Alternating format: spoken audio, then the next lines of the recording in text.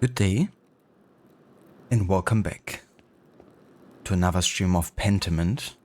As part of our historical order run, we're gonna continue today with 1518 CE in April of that year, and yeah, we're gonna carry on with the first day here. Yesterday we started the game, but we didn't, play like super far into it yet. We have just arrived in the scriptorium, which is basically our place of work, where we work on our masterpiece.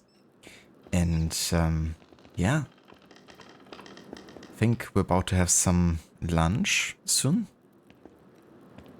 Well, actually, it's like about 9 AM, I think, at this point. In fact, there should be a way to see it somewhere.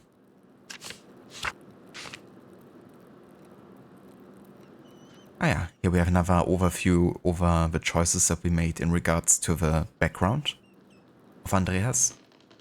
So we chose to be a craftsman, that we studied imperial law. We are a logician and an orator, so very good with speech and being persuasive.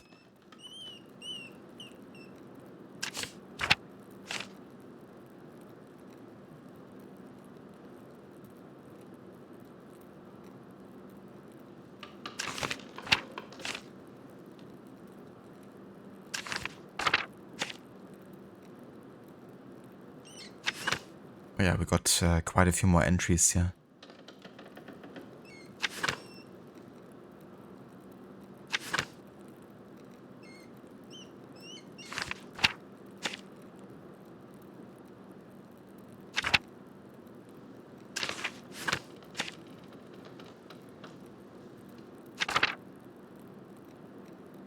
Yeah, that's pretty cool. So similar to the database, kind of like system, we get another, kind of like recap of the descriptions that we could have read. Now, we have already read all of these, within the story, whenever the words have been underlined. But it's cool if you want to go back, and be like, okay, who was, Martin Luther again? Or Saint Moritz?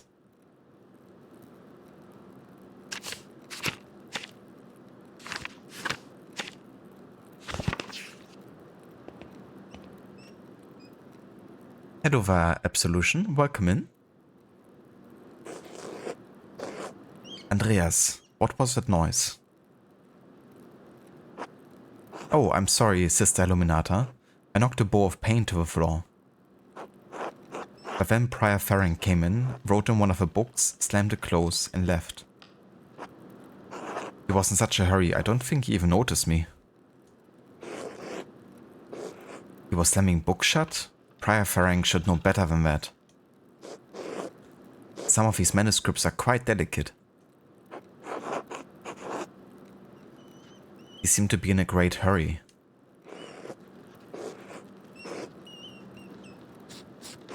I think he's on edge since Baron Rotvogel arrived early. How do I like The Revenant? As in the movie? With DiCaprio. Well, I've seen it only once. And that was in the cinema. But I thought it was quite good. Like,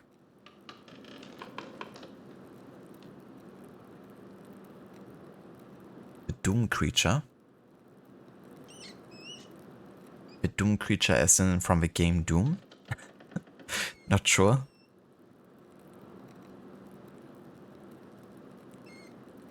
Hello there, Doppledor, welcome in. And good day, thank you so much for the 10 stream streak.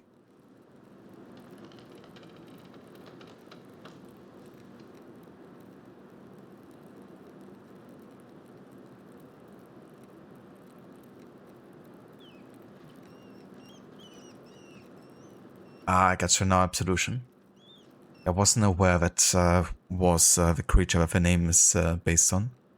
I've only played Doom Eternal, which I really enjoyed actually. It was a great game. But I'm not that familiar with like the creature and like the lore and the names and stuff. I do really want to play some more Doom games though. Like the newest one looks pretty good. And I'd also like to play the 2016 game. So which game is that emote from? Is it from like the newest?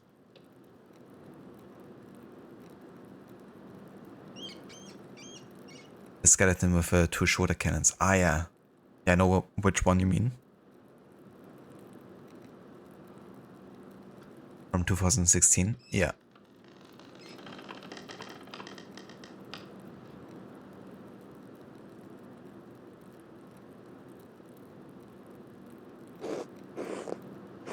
Which is why books should not be taken out of a library unless it is necessary for divine reading or work in the scriptorium.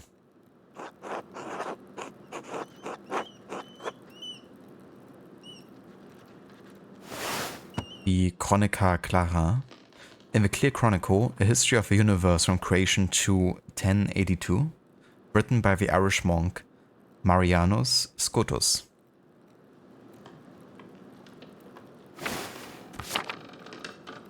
Are you still mad at me for borrowing the Chronica Clara? No, anger is not an appropriate response for none. But the fact remains that you tricked me into giving you that book for no valid reason. Not valid? Is it not valid to want to see the work of one of the greatest Irish scribes? One who wrote masterworks that even now grace libraries at Cologne, Fulda and Mainz? Cologne, in German Köln. Large, powerful free imperial city on the river Rhine, it is a major hub for commerce between Italy and the Netherlands. It is also a popular site for pilgrims, as its cathedral contains relics of the three wise men, represented as crowns on their arms. Then we have Mainz, located on the Rhine River, Rhine River, I swear, like distinguishing German and English pronunciation. Mainz is the home of the Archbishop of Mainz, an elector of the Holy Roman Empire, and Primas Germinae, the Pope's substitute north of the Alps. And we have Fulda, a town built around an old Benedictine abbey near the center of the empire. Fulda's abbots are imperial princes and with greater power.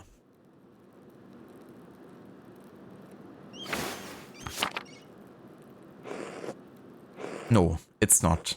Not unless it pertains to your work or the abbot permits it. Wow. So you don't want me to be knowledgeable, huh? Only if it serves like the holy cause or something. So basically like hoarding all of the books. But you're only gonna share it with the ones in favor of the church and the church's customs. And you call yourself illuminated? Well, Illuminata. But the point stands. Now, if you excuse me. Wait, what's all of this fuss about Lorenz Rotvogel? Why is Prior Faring so nervous? Lorenz? I didn't know you were familiar enough with a man to use his Christian name.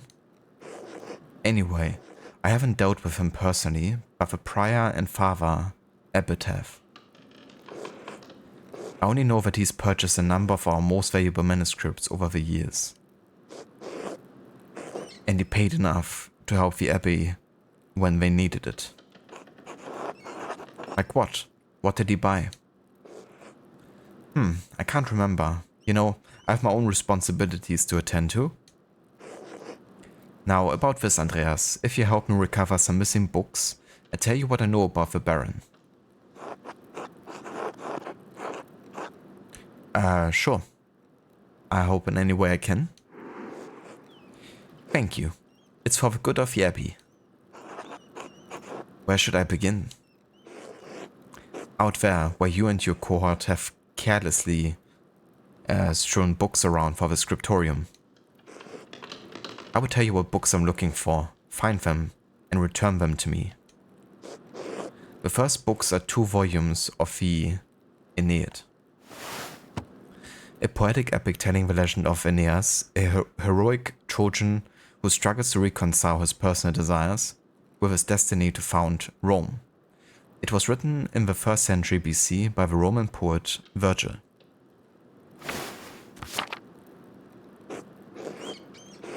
Reddish covers, 14 inches by 10 inches, 3 inches thick. A letter? For me? This letter. Someone wanted us to see it. Sir! Sir! A letter for you, sir! I found a letter.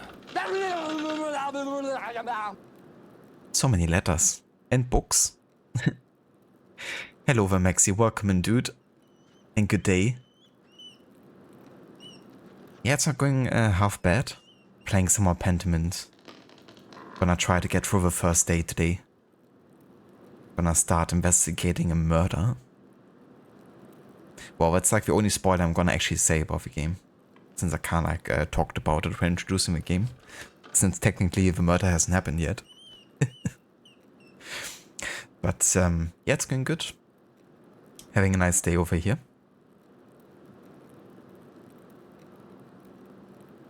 I did you know, Maxi? Well, that's really good, dude. I'm glad that you got an appointment a bit earlier, right? Because you were supposed to wait for even longer, weren't you? Like initially? But that's really good, because I can only imagine, you know, the pain you might have had the past couple of weeks. So yeah, I hope it definitely feels better, even if it feels a bit weird, you know? Definitely take it easy. So, how many did they actually take out today? Like, 2 of them?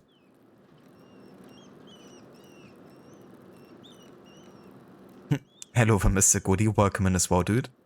The second. Yeah. You just missed it by like a minute.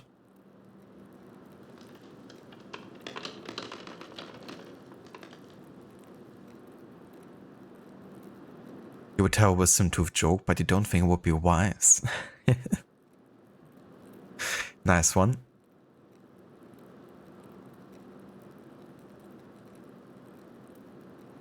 Felt like a grinder and there. Have the top 2 ones removed. Ah, okay, top 2 ones. Interesting.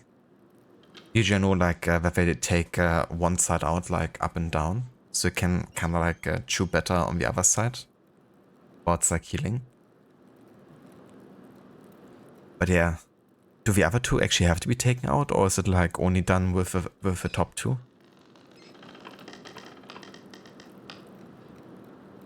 But yeah, I hope you're feeling alright and, you know, that it wasn't too painful to get done.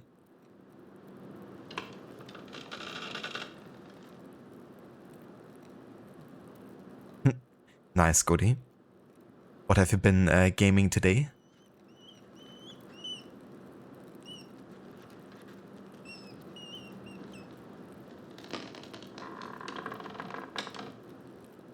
I know the ones. They're among Piero's favorites. He keeps them by my desk. They're not his to keep.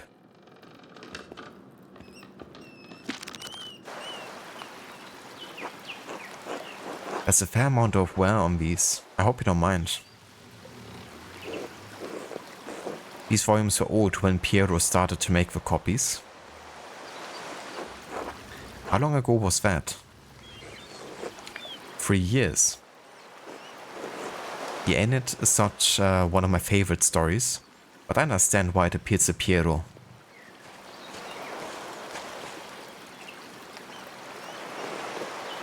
Aeneas shows his duty to the gods over his lover, Dido.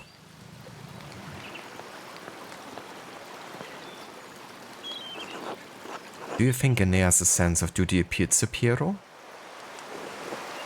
We all have our vocations. Brother Piero takes this more seriously than most of the others in this abbey. You clearly take your chosen vocation seriously.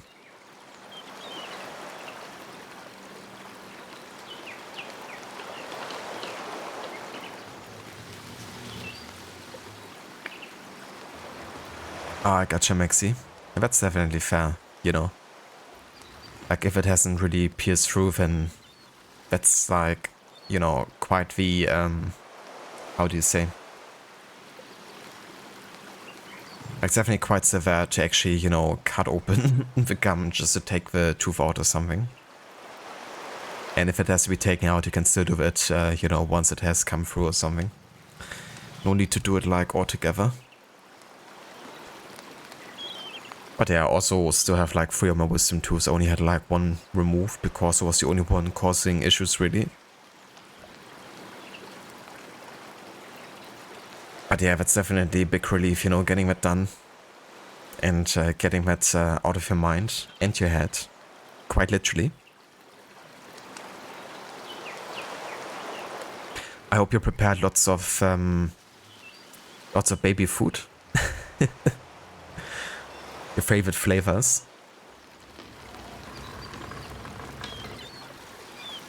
Lots of a Fallen 2025. Got the preacher build going. Nice. The preacher build. Are you using like a preacher staff or something?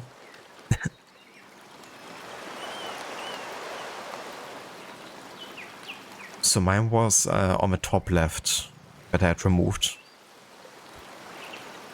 Yeah, it's been kind of like causing a bit more issues like position-wise, I guess. Because it was like growing a bit more towards the inside instead of like aligning perfectly with the other teeth. And then it was like a bit tough to get to sometimes, you know. So it was like a bit more prone to like, you know, damage. So I had like a bit of, like, how do you say? I'm like so used to the German words now with this game, but I can't speak in English anymore.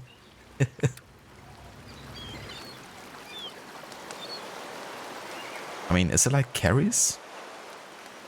Pretty much, I guess. Yeah, we would say caries. So yeah, that's, you know, kind of like led to the nerve being exposed, and then it was super painful.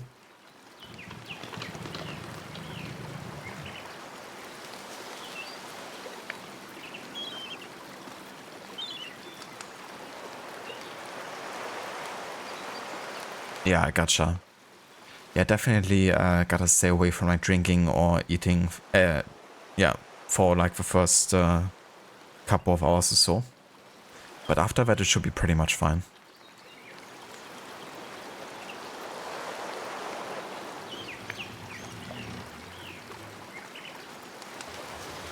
Yeah, definitely happy that's done. I don't have to worry about that anymore. And having a wisdom tooth removed is actually like, you know, covered by like base insurances here. So it didn't even cost anything, which is pretty nice.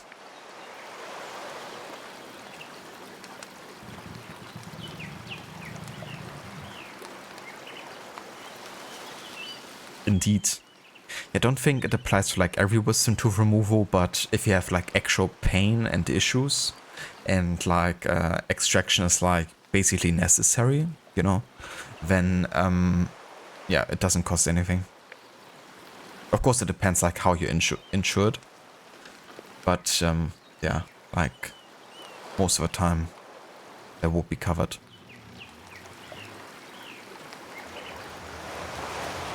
It's about $82 on NHS fees. I gotcha. Yeah. Yeah, that would probably be a similar price here if you had to pay it for it.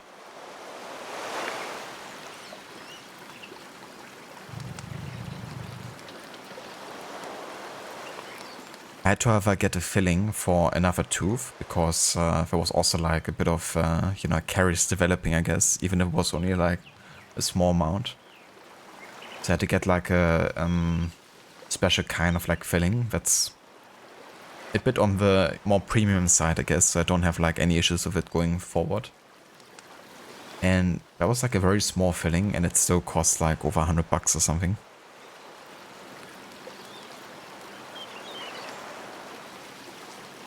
That's right, yeah. My wisdom doesn't come from my teeth. It comes from a soul.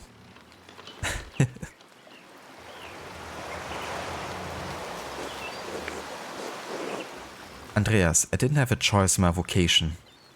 Few women do. You're right, of course. I appreciate that you understand how limited our roads and our choices truly are.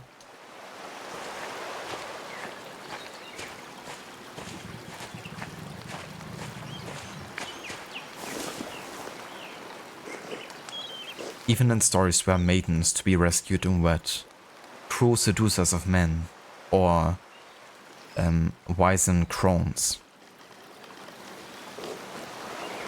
Like Dido, we ordinary women are merely tools in the tales of men. We can never be the protagonists of our own stories.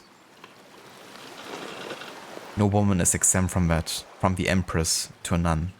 It is our lot. I suppose I understand now why you're not fond of the Aeneid. It's fine poetry for men. Now, the books, if you please. Yeah, she's not wrong there. That's why it's good that, you know, a historical video game is actually addressing that as an issue.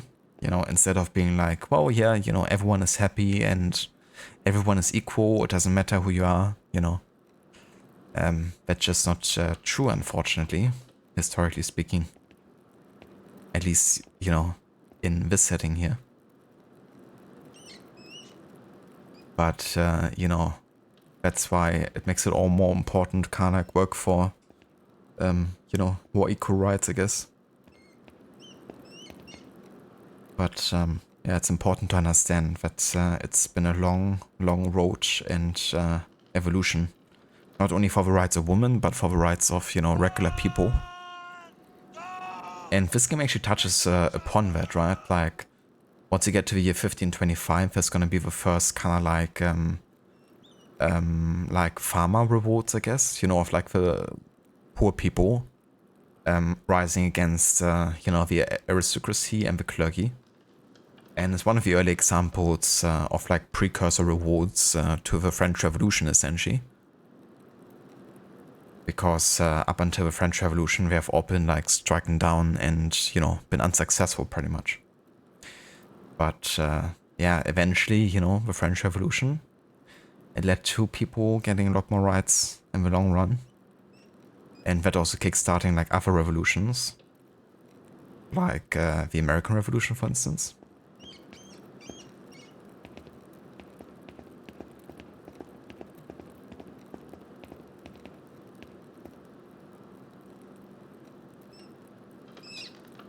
Run, go, get to the chapel. Get to the scriptorium.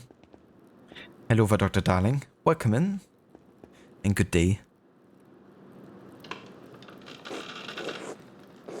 Thank you. Next to Wretched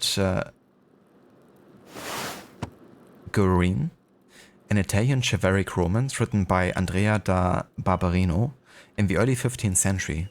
The titular character rises from the impoverished origins to go on heroic adventures and discover his noble parentage. Originally published as a manuscript, it enjoyed greater success as a printed book. This is a printed copy, green cover, diamond pattern. I do not have a size in the ledger, but hopefully the description is enough. I know the one you're talking about. Brother Eddock was reading it. That's Eddock right there.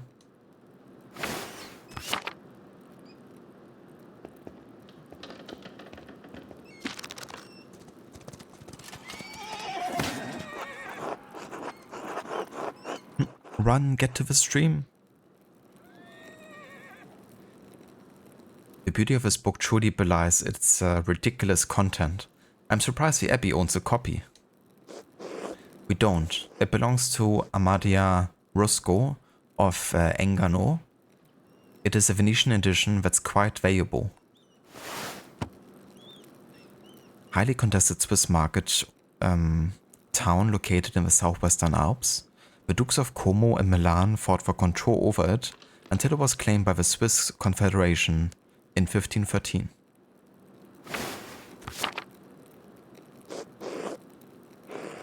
He loaned it to us 5 years ago. It was subsequently lost, and the abbot has received 3 letters about it.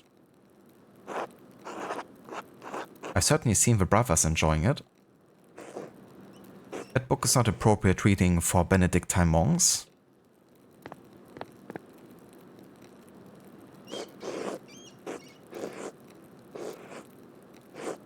The baby is sold to pirates, raised a servant, then lives a life of adventure, wooing princesses and fighting in tournaments. You forgot the best part. In the end, Gorin learns he has royal blood, the son of a duke. He reigns as a king and dies as a pious hermit. What's not to love? Benedictines should be dreaming of reconciliation with our Lord, not Histy adventures.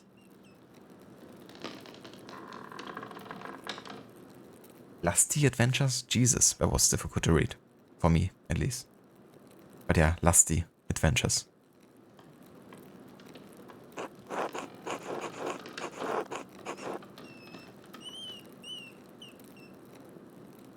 Yeah. I mean, I guess she's right. Like, Benedictines should be doing that, technically, according to the order. But what about, you know, a regular human? Which is what we also are. You know, we're not allowed to fantasize about, you know, anything out of the ordinary. And I think that's truly harmful. Getting people, like, stuck in, like, a certain mind cage. Like, you gotta behave this way, and you gotta pray at this time, and you gotta do this now.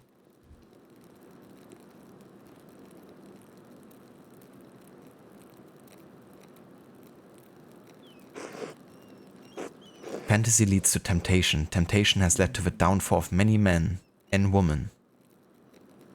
Right. Because you're so happy in your job, isn't it?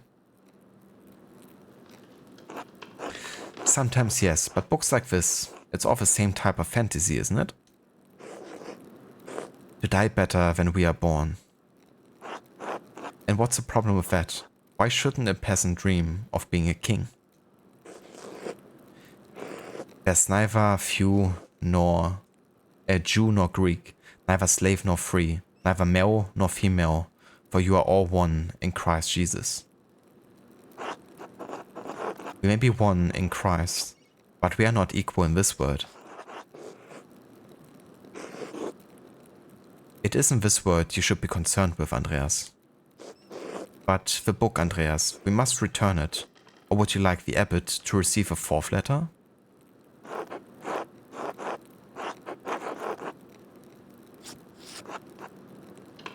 Okay, so yeah, whenever I have like a choice that really aligns with our background, in this case having studied imperial law, I want to actually go for the choice because they lead to unique outcomes potentially.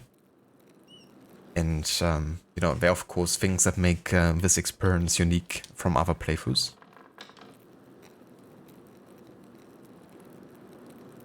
In truth, it's unlikely you'll be considered liable under Bavarian law. Oh, are you a legal scholar now as well as an artist? Well, actually, I did study law at university. I don't care. I'm not concerned about the legality of it, but the principle. The book, please.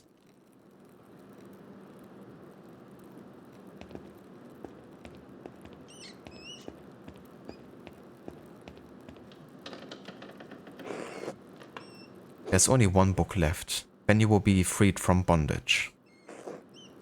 A dark red cover, 8 inches high, 5 inches across, 2 inches thick. What is it? The description should be sufficient. Very well.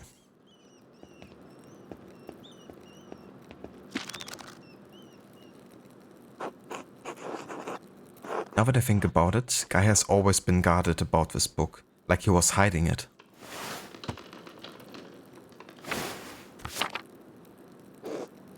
Very good. Please bring it here. What is this anyway? Ah, it's in French.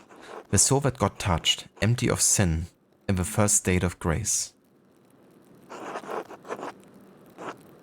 Bastard script, elegant descenders. What is this? Why are you asking so many questions? Just give it to me. The logic choice. I haven't asked so many questions. I've asked one question twice and you haven't answered me. I like the character we're already playing at this point. You know, the way Andreas is like questioning everything. I quite like that. And it really fits into the, you know, potentially lining more with the poor people and the reformatist, you know, way of thinking.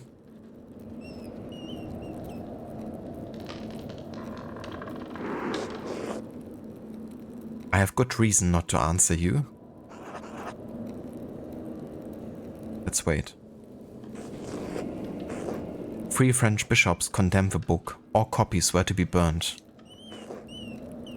Its author shared the same fate. What? Why? I don't know, Andreas. It isn't my place to question the judgment of one bishop, much less 3. And before you ask, no, I haven't read it, but I know it contains a dialogue between love and reason. So the book is dangerous? When did the bishops condemn it?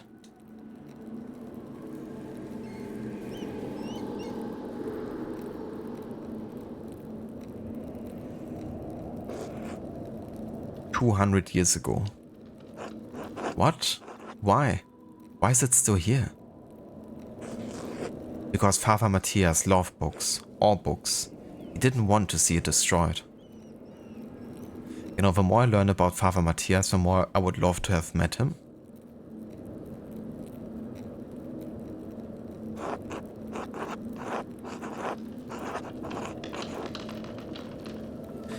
Man, this quote really hits different if you have played with the game before. From Andreas' point of view.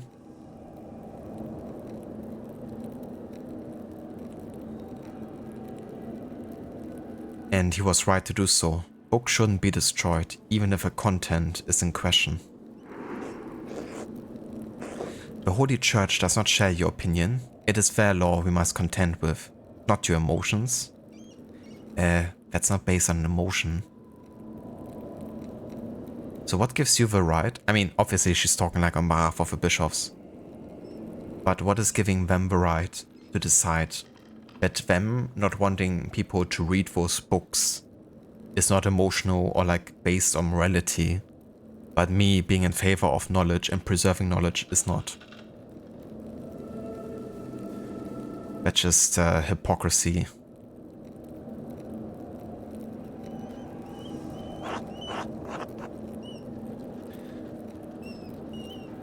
The church was wrong. I'm not going to debate with you, Andreas, and Father Matthias is gone.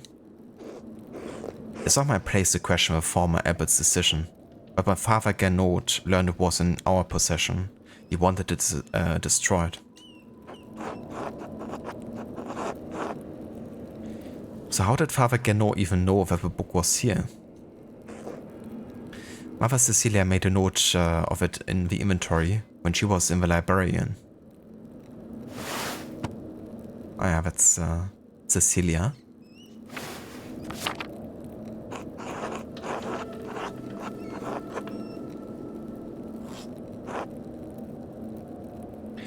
Well, I refuse to give it to you if all you're going to do is destroy it.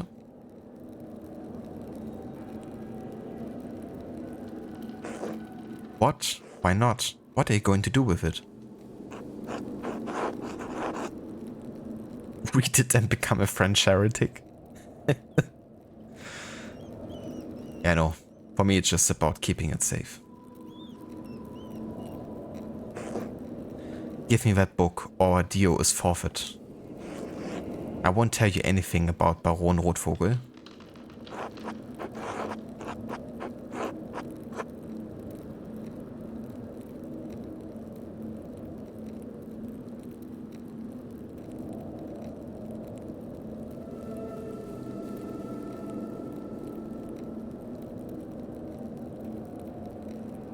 Hmm. Consider the sound theological reasons for allowing the book to exist. I'm not sure if that's gonna work. I don't think her duty as a librarian stands over her duty to, you know, her superiors. This could work, potentially. A compromise. The book survives, but I would take it far away. That way she doesn't have to worry about it, and I can just, you know, make sure it doesn't get destroyed. Because my interest is definitely in favor of knowledge and preserving it.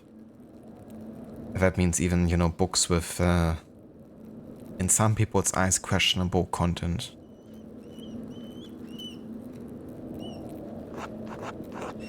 I'll be gone by the time Father Gano asks about it, and if you like, you can say I stole it. I doubt he'll make a fuss about me stealing a book he wanted destroyed. I don't like this, Andreas. It feels wrong in my heart. Oh. Look at this. I did succeed in persuading Illuminata. I didn't expect that, to be honest, because I was quite antagonistic. But my persuasion skills of orator were really successful, and we offered to help Illuminata enthusiastically, and that was really important to her, apparently. However, my legal advice she didn't like too much. And I even explained my legal education, which she also didn't like. But I really thought that there would be more like going against us. So we actually overwhelmingly persuaded her.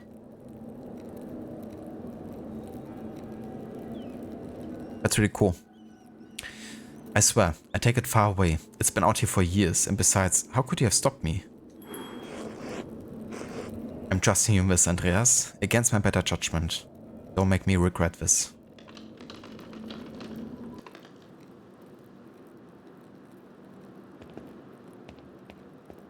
Nice. You preserved some knowledge. Now then, Baron Rotvogel, quickly though. I need to finish up here soon. And she still tells me about Baron Rotvogel. Oh yeah?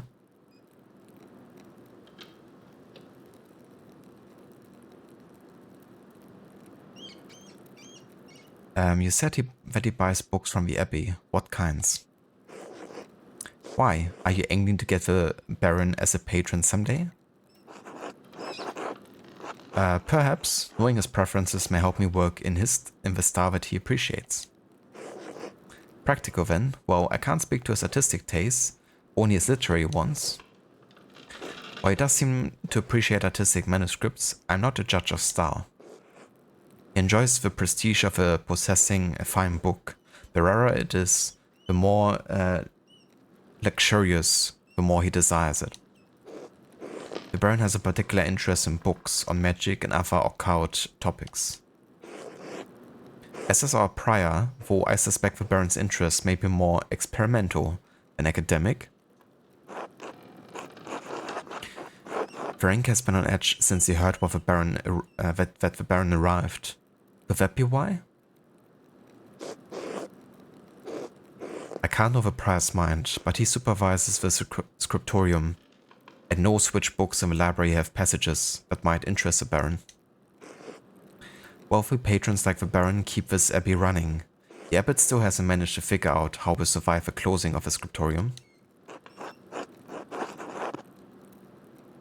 Wait, when is the scriptorium closing? Probably after you leave. It may stay open for a while longer, but Brother Edok and Brother Piero are quite old.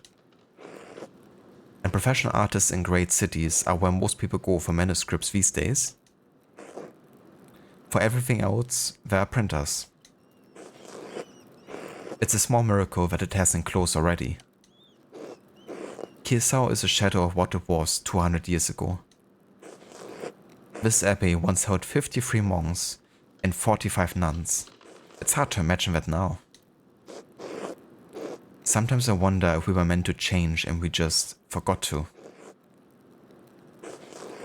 Anyway. Well, I must be off to Mars. Thank you again for your help, Andreas.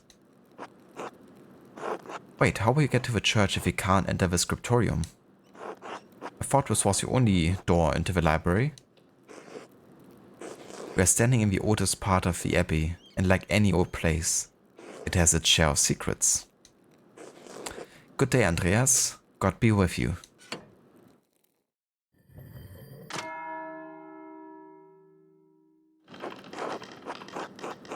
That's the bell for Sext. The brothers will be sitting down for dinner soon. Sext is the monastic hour corresponding to noon, one of the little hours of prayer, followed by dinner.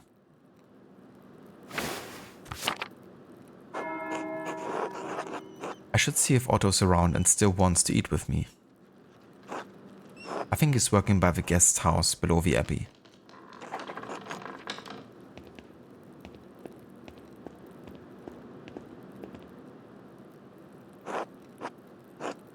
I wonder what Prior Ferenc was doing with this book.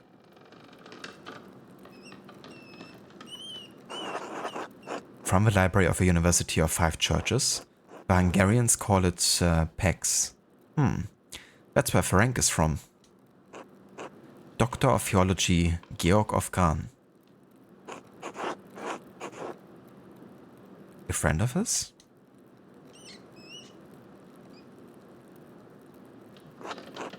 A test on astronomy, it looks like. I'm not familiar with it.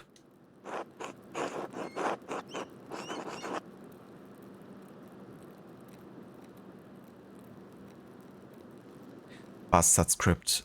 Burgundian? Flemish? Not from here and not recently.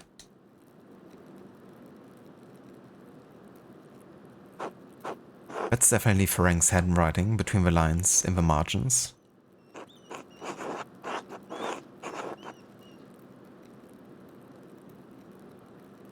Is he notating the text for his personal use?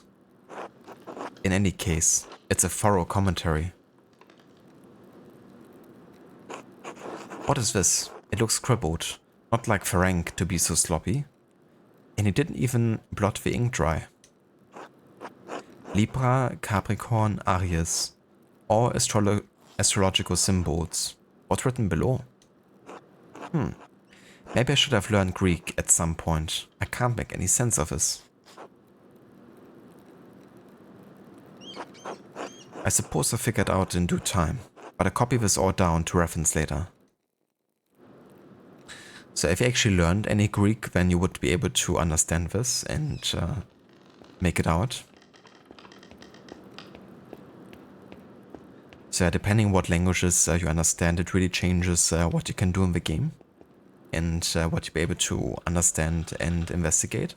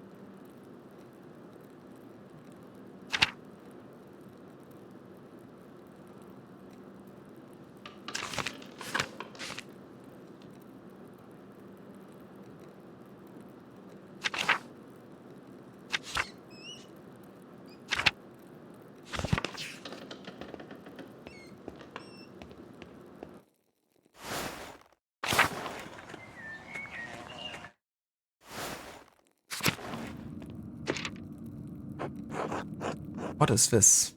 A vowel? I've seen these before, in astronomy and medical tracks. What is this one for?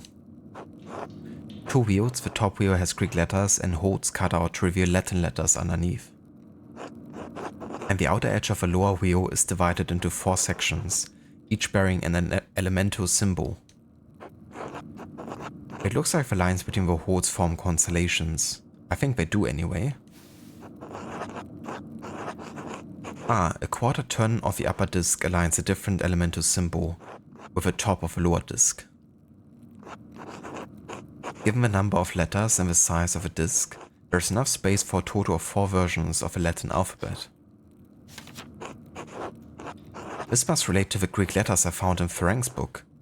I need to compare them. But these symbols aren't the same. The elements don't appear in the cipher, and the astrological symbols aren't on the vowel.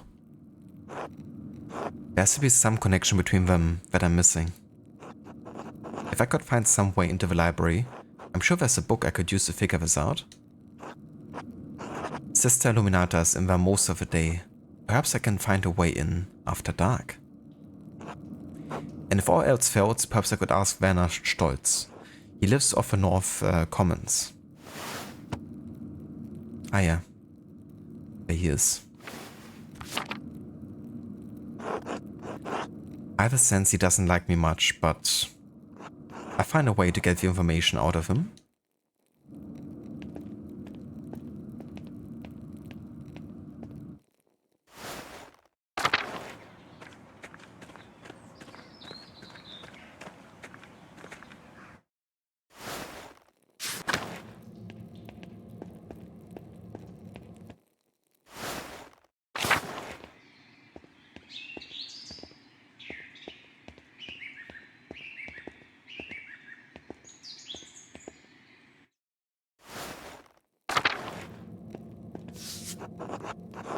Saint Luke, the patron of artists, is also patron of healers. Most of these medicines were made by Agnes Steinauerin, with some help from Sister Gertrude.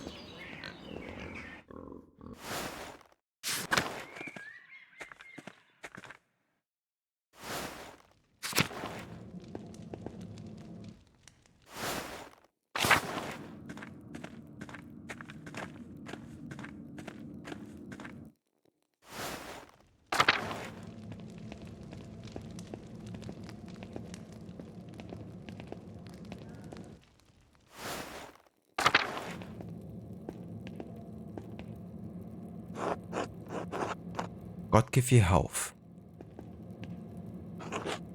Hello.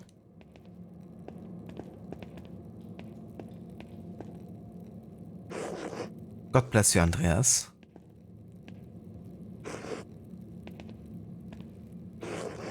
Andreas. God bless you, Andreas.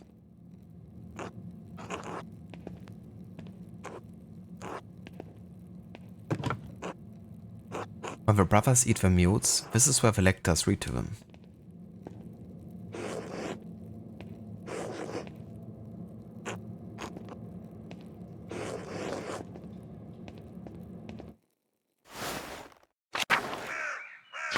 Okay, so we're not eating with the monks, we're looking for Otto, right? And Otto is like... Our objective is to go to the stable, I guess. Like, next to the guest house.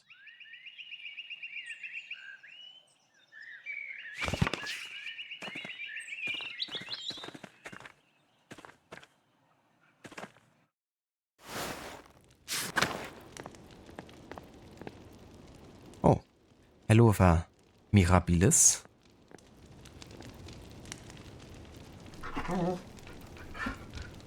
Or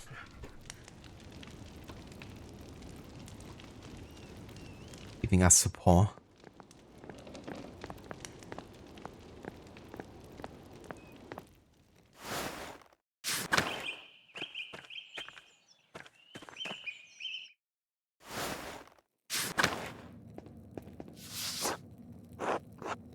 Dance of Death mural. Father Matthias had it painted a few years before his death. It's beautiful.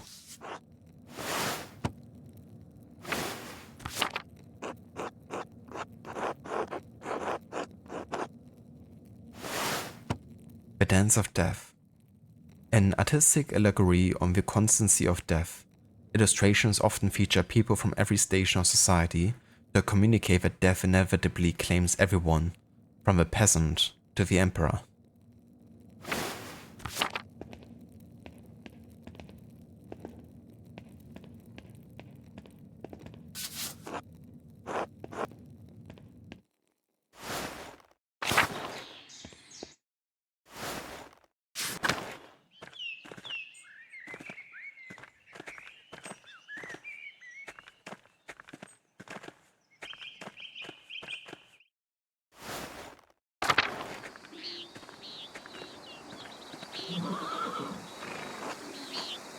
Go away, Andreas. Can't you see I'm busy?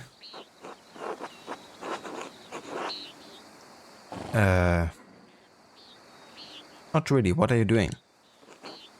Mind your own business.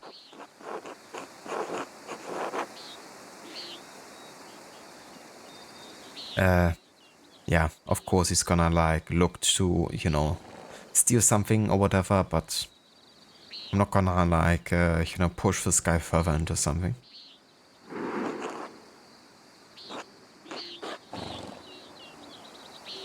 I'm just saying that it doesn't concern me. Good day, Master Maler. Ah, Andreas, good to see you. I trust Clara gave you my message. Afternoon, Andres, Otto. Clara did give me your message.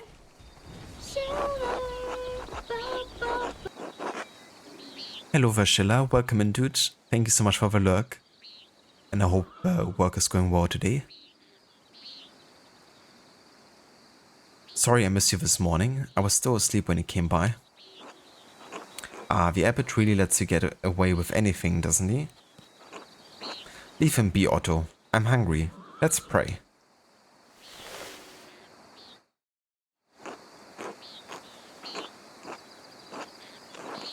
Bless us, O Lord, and these gifts, your gifts, which we are about to receive from your bounty.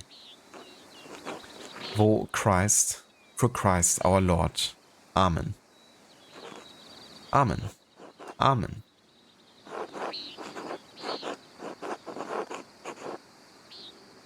How did the morning treat you? Not too bad, thanks. I hurt my damn hand splitting timber to replace a bad beam in the abbot's house. That's not good. Ah, we can actually decide what we want to eat first. So we got some rye bread, some sheep smoked cheese, and some almonds. Well, let's start with the bread and cheese and then almonds as a dessert.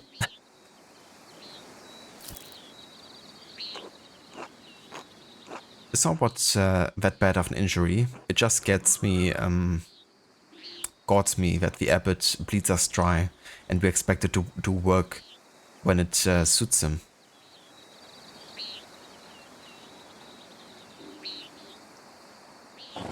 Both of the back look like cinnamon rolls. That's true, actually. It does look a bit with the layers, brown layers. Now I want to have some cinnamon rolls. I have a really good like recipe for Swedish cinnamon rolls.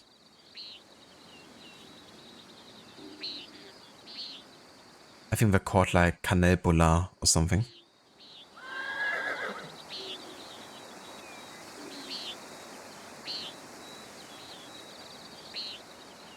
Definitely a nice treat for like the summertime too. Oh, it's not all that bad. I got a lot of good work from the abbey.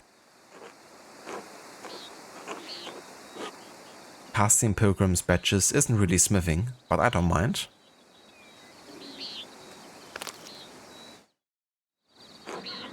Anyway, I saw you walking with that Baron Rotvogel in the meadow on your way up here. What's that all about?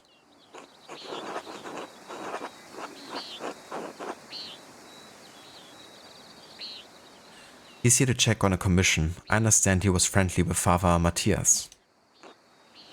He was, for Father Matthias had some misgivings about the Baron. What kind of misgivings? That he fools around with a young woman. He's married, of course. Otto, that's only gossip, and it isn't Christian to spread rumor like that.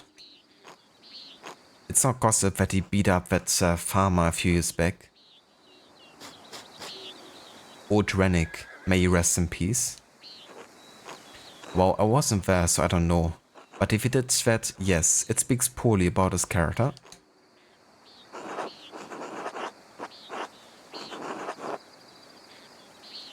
We had a long conversation on our way up here, but he didn't mention anything about that.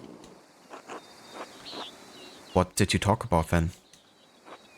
I mean, no offense, but what does a nobleman have in common with an artist?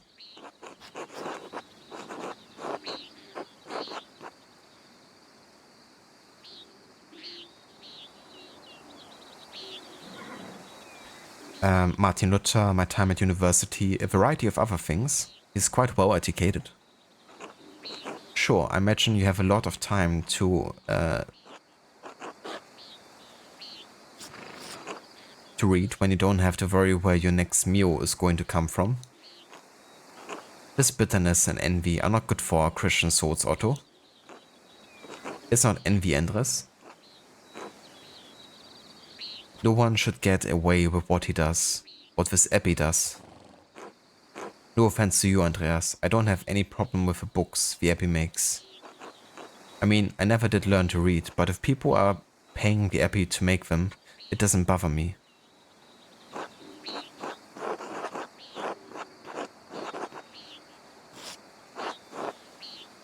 No, I understand. I see why people resent the Abbot's rule. He's a harsh lord. Oh, Otto, did you see that the Bauer's sheep escaped the grazing fields again? No, but I'm not surprised. Martin was supposed to fix the fence, and he probably did a bad job at it. The guy who just looked through a window into the house. He's always in a foul mood, and he could be the laziest soul in Tussing. He can't even hold a hammer properly. Married and a father of such a young age, and he barely lifts a finger for his wife and child. On top of that, he's a damn thief. And before you say it, Andres, that's more than just gossip. Look at him over by the guest house. He's probably figuring out what he can steal with the least amount of effort.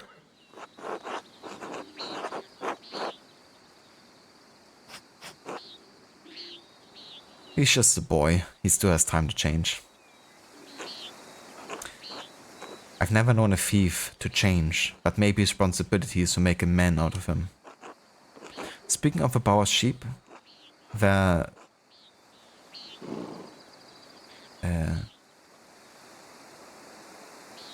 ewes?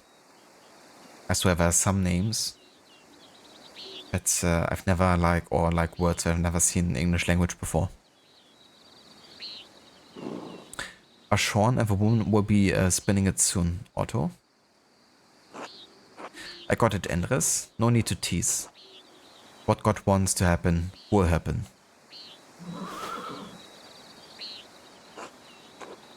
Looks like a storm's coming. We should probably get back to it.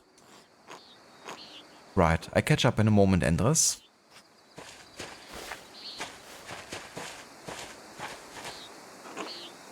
Oh, Andreas, say hello to Eva for me, if you get a chance. Of course. I should return to work in the scriptorium. Until later.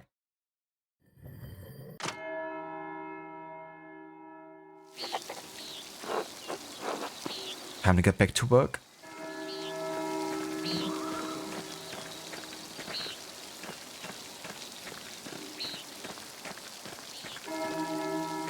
Martin is still looking there. But I won't bother him. He's getting the benefit of doubt. God bless you, Andreas. Hello, Brother Matthew. What are you doing out here? I thought you were aware that in addition to my role as Kirsau's sacrist, I tend to the shrine of Saint Moritz. He is the patron of Tassing and Kirsau both, so it is my duty to ensure his reliquary is well cared for.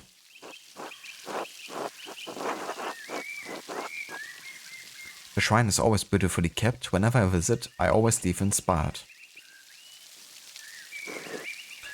The martyrdom of Saint Moritz provides inspiration to us all. You're familiar with the life of Saint Moritz, are you not?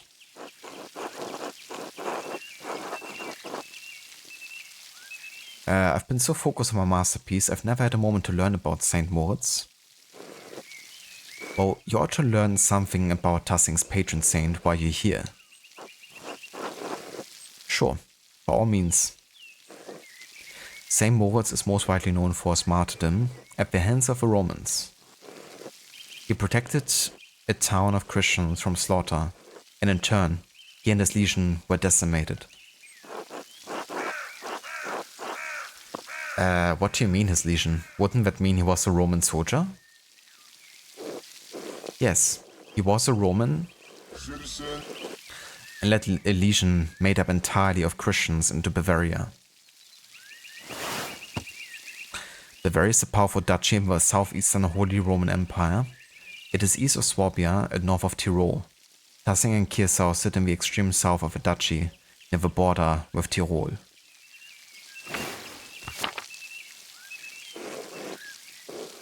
When he refused to kill the Christians, even though they were traitors to Rome, the emperor had his legion massacred. Most of the pilgrims who visit come knowing only this, if anything, about his life. However, Tassing venerates Saint Moritz because he was one to convert the town and save it from destruction.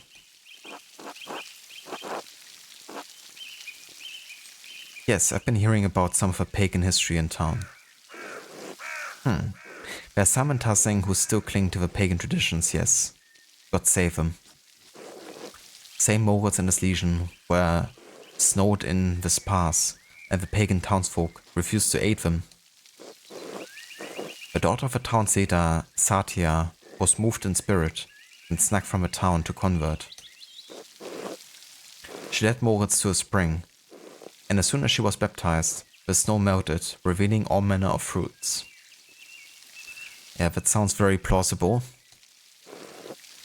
Moritz and his legion were saved by these miraculous gifts. The town was converted, and the rebels fled into the mountains.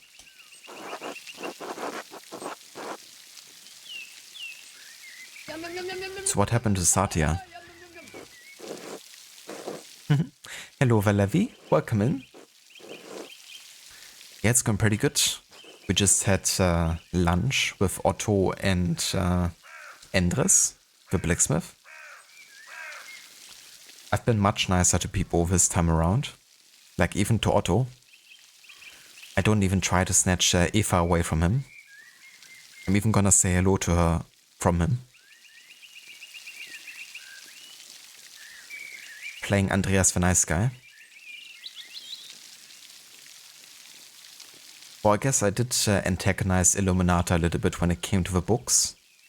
I managed to convince Illuminata to let me keep the book that was to be destroyed.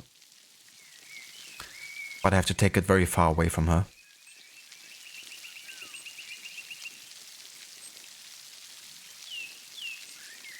How's Cleop's school going? She too was martyred for her faith by the rebels inhabiting the town.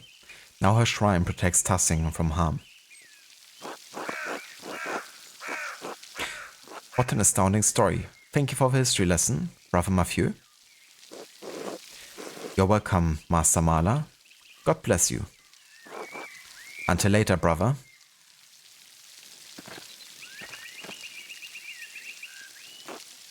Oh, hello, Andreas.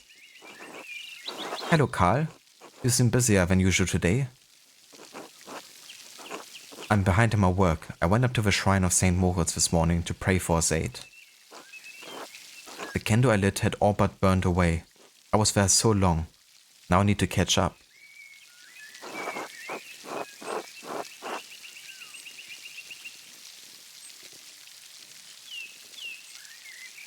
Do you go to the shrine very often? I usually go every autumn for good harvest. Now that Helena's pregnant, I try to go pray every week. So that's Helena.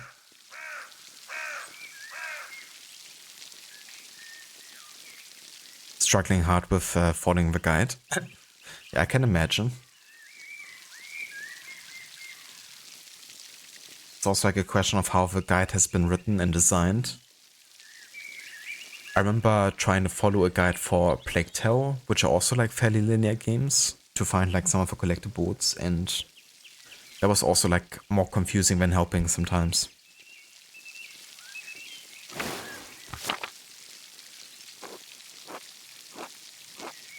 My mother had trouble in childbirth, so I've been paying visits to Moritz's Hand and Satya's shrine to pray for the aid.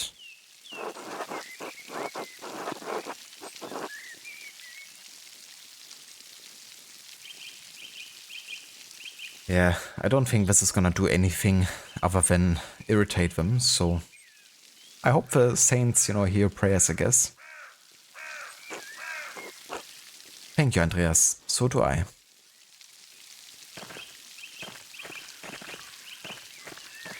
Alrighty, let's get back to work.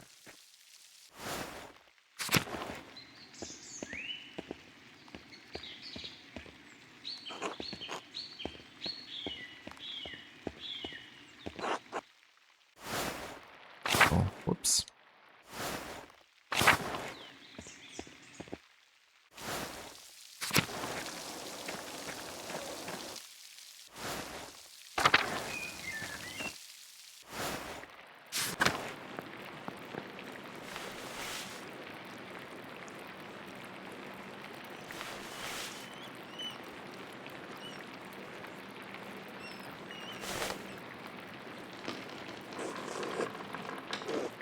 Brother Eddock, this work, I don't know where to start. Inconsistent spacing, rough strokes. You're working like you want to see this place closed. Brother Pryor, I'm working to the best of my abilities, and I dispute your criticism. It may not be fast, but I still have my talent. Praise be to God.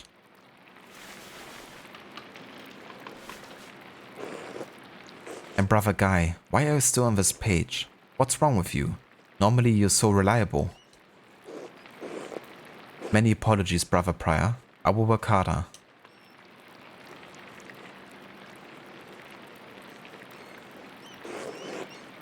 Piero, I can't believe this. Baron Rotvogel has come to check on his progress, and this is all you have? You should have finished this month ago. Is your mind so corrupted by age that you didn't notice the seasons have changed? Jesus, what a dick. Well, you're not the one who will have to answer for it, so why should you care? Typical.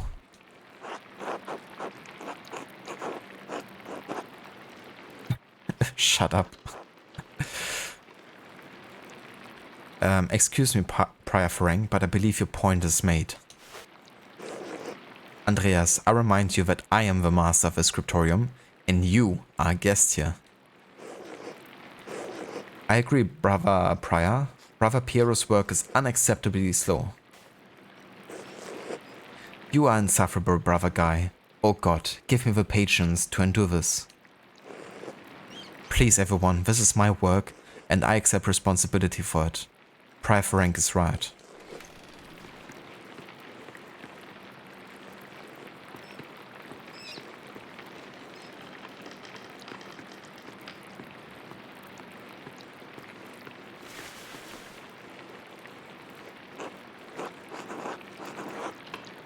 Prior Frank, is this mine? It must be, yes? It is, my lord. I can No, I don't want excuses. I've come all this way, and I have to be honest. I expected more. It's nowhere near finished and the style is, well, it's very old-fashioned. I thought I made my desires clear. I feel like my generosity toward Kirsau is being taken advantage of. Am I the fool in this sad story? No, of course not, my lord. Never. We can fix this, of course. Of course. We only want to accommodate you.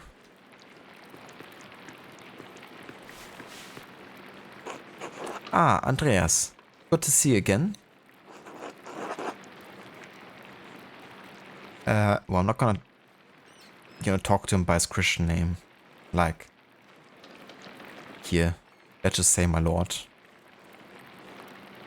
Yeah, exactly, Dr. Darling. My lord. We're on our way. Father Ganot, why not have Andreas complete the rest of the illustrations? He's clearly capable. Well, my lord, why not have Brother Guy complete it as speed as you can? No, I'm not talking about the script, that's fine, but the art, the illustrations. I want Andreas to do the others. Of course, I mean if Andreas is alright with it.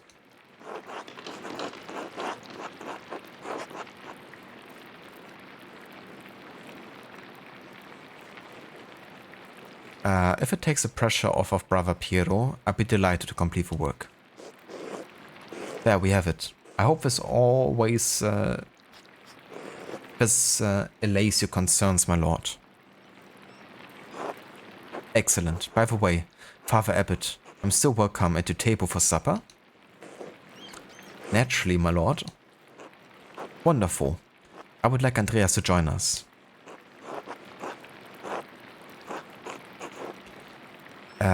My lord, I've already made supper plans with the Drucker family in town. Nonsense. You can eat with them any day. I'm only here for the evening.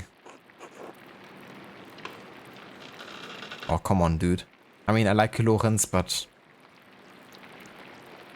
I already have an appointment, and I would like to keep my appointments. It doesn't matter if you're like an emperor or like a lowly peasant. This scratches your Kingdom Come Deliverance itch. Yeah, I don't blame you. There's definitely many parallels between the two games. Setting-wise, RPG, choices with consequences. Even, some of the writing and like also, the art style, of course.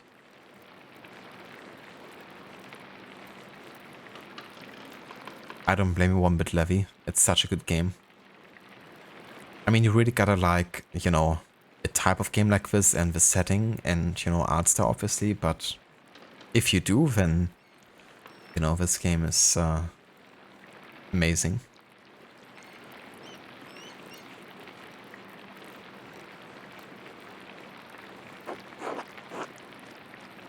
Well, Father? Well, that would be quite unusual. Unusual or not, I doubt that my good friend, the Prince Bishop, would deny additional guests at his table. What do you think?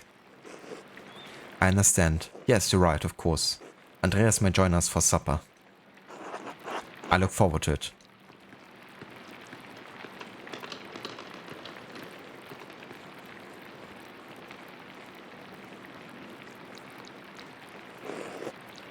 You had this planned.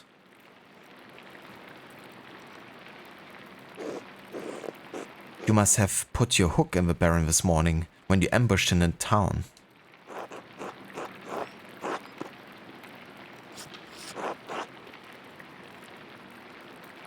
That's beyond ridiculous. Listen to yourself.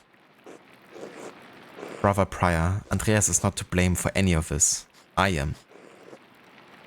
Yes, you are. And you've embarrassed me, the Abbot and the Abbey. Prior Frank is right, of course. No wonder we don't get more commissions. Guy, can you stop flattering the Prior for 1 minute?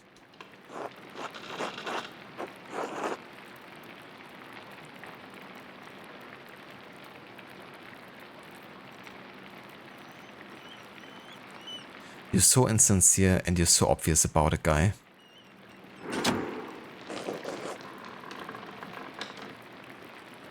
Brothers?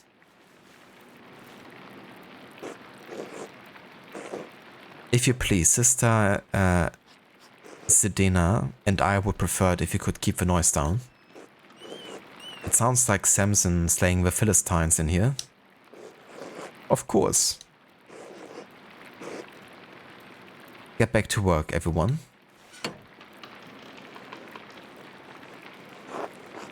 Well, that was not wonderful, but there's nothing to be done about it now. I finish my work here and wash up in the lavatorium for supper at the abbot's table.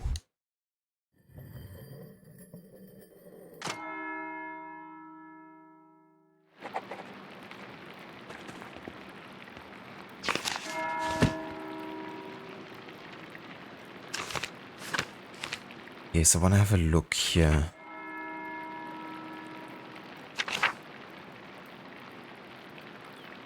So I guess I really can't go to the Druckers for dinner. Like I have to go to the abbot's dinner.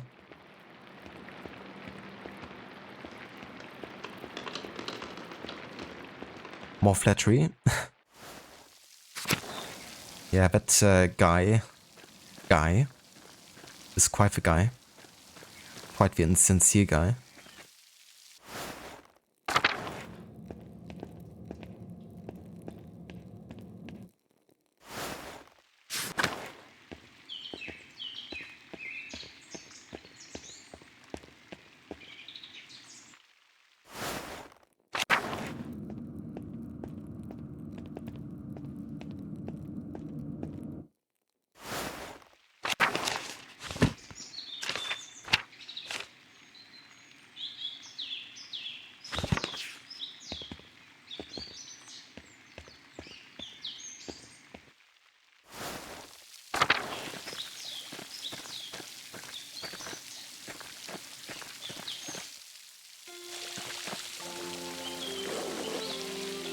Andreas, I'm so glad you'll be joining us for supper.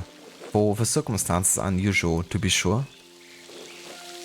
I won't be able to speak with you, none of the brothers will. But it will be good to have you with us. That's a shame. I always enjoy our talks. Now, the same doesn't apply for you at the abbot's table. You can still talk all you like. Though I wouldn't recommend it. Father Abbot doesn't look kindly on idle chatter.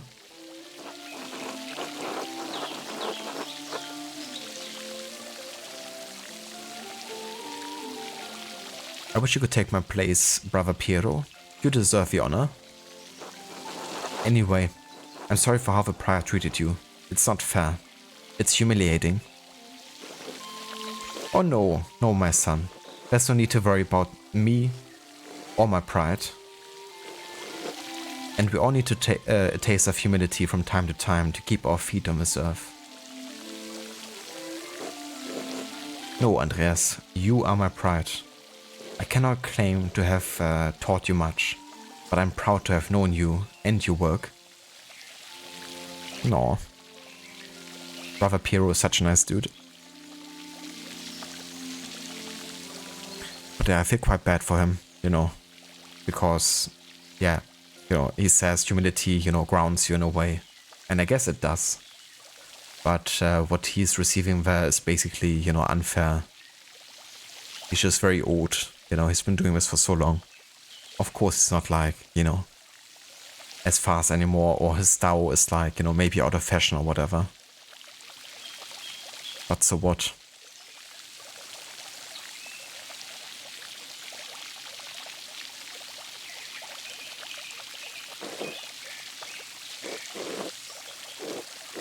And when you leave all of us at Kiersau Abbey behind, you can call upon your friend Lorenz, the Baron Rotvogel, to help you in your career.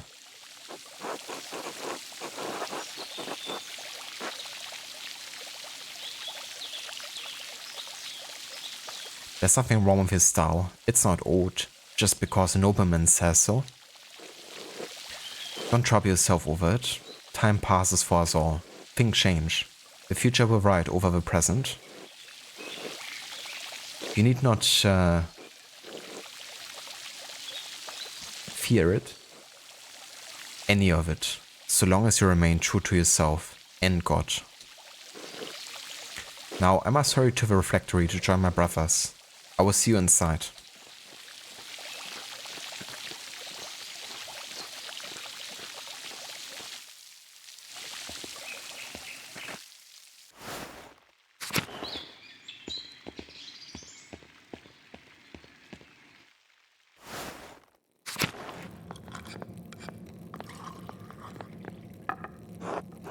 Andreas, glad you could join us. Thank you, my lord. Father Gernot, Father Thomas, Prior Ferenc.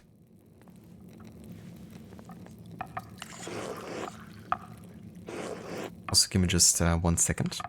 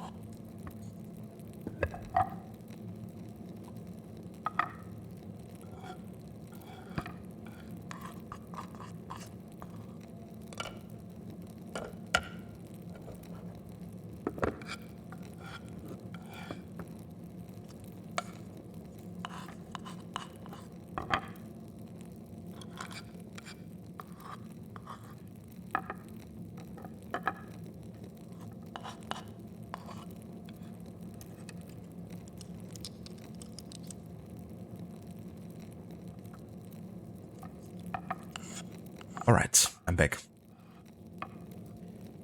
Simon Peter answered, "You are the Messiah, the Son of the living God." Oh, the Gospel of Matthew, wonderful. Jesus replied, "Blessed are you, Simon, son of Jonah, for this was not revealed to you by flesh and blood, but by my Father in heaven. And I tell you that you are Peter, and on this rock I will build my church, and the gates of Hades will not overcome it." Have you read Matthew much, Andreas?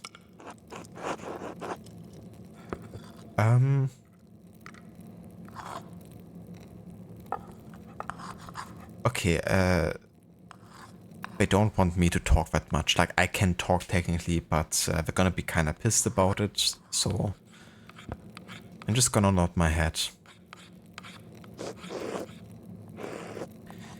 I will give you the keys of thy kingdom of heaven. Whatever you bind on earth will be bound in heaven, and whatever you loose on earth will be loosed in heaven.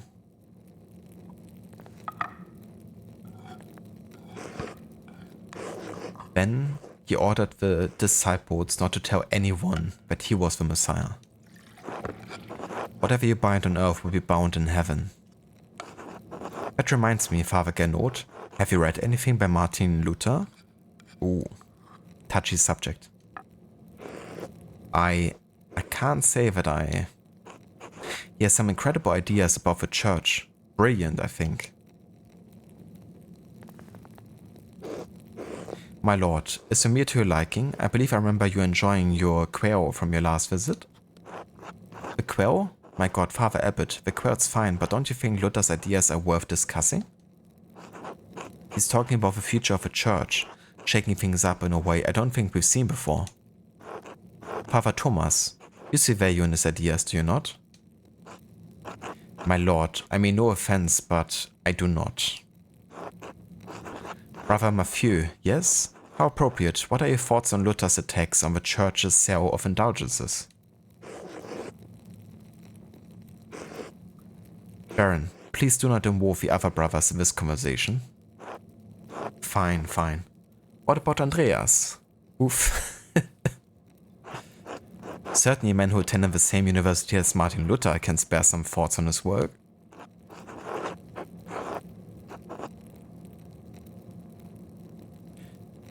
Yeah, gonna go with this.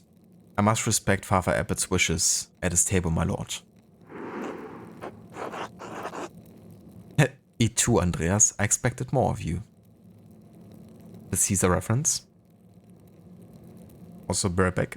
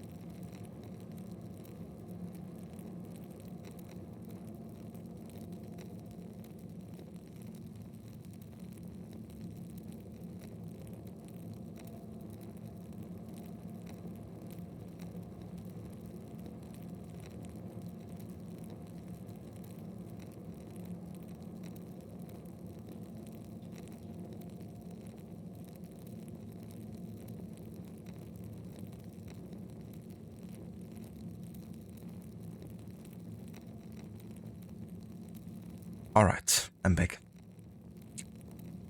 The allergies strike again.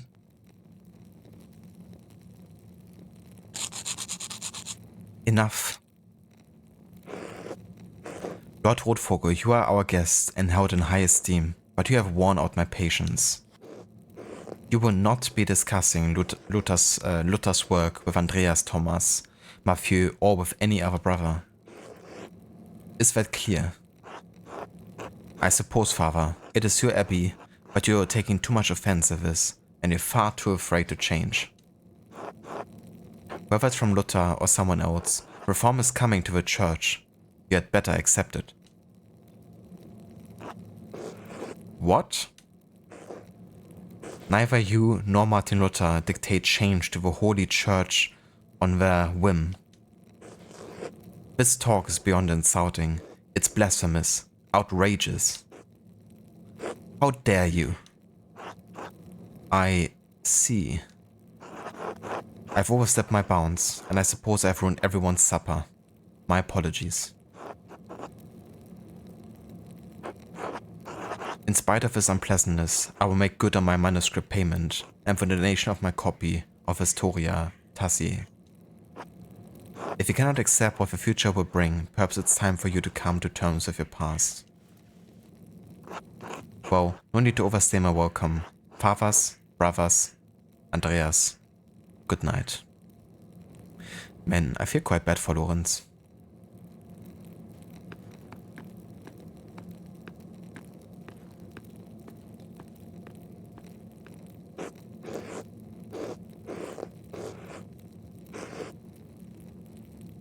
Thank you, Andreas, for not letting him engage you in this debate. No good would come of it. Now then, I must ask you to leave so I can speak to the brothers in chapter privately. Brother Piero, please accompany Andreas out.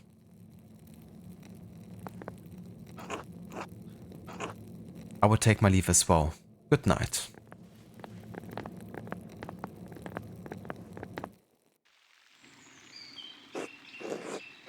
Don't worry about Father Gernot and the Baron. I'm sure we'll all be fine by morning. I hope Father Abbot can see that the Baron's heart is in the right place, even if he picked the wrong time to express himself.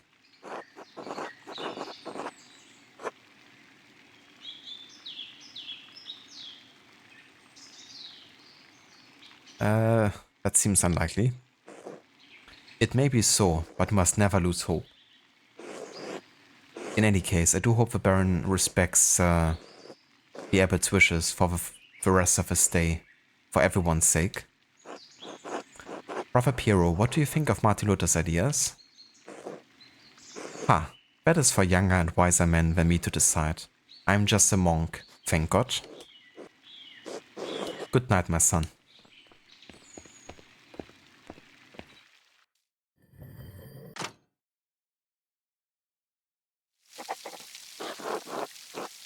I should get some sleep.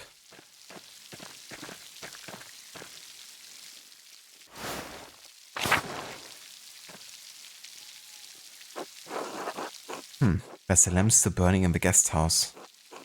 Lorenz must still be awake. I wonder how he's doing. And what was he thinking? He's the Baron, but he couldn't have expected that to go well. The storm doesn't seem to be letting up anytime soon. I should go back to the gardeners.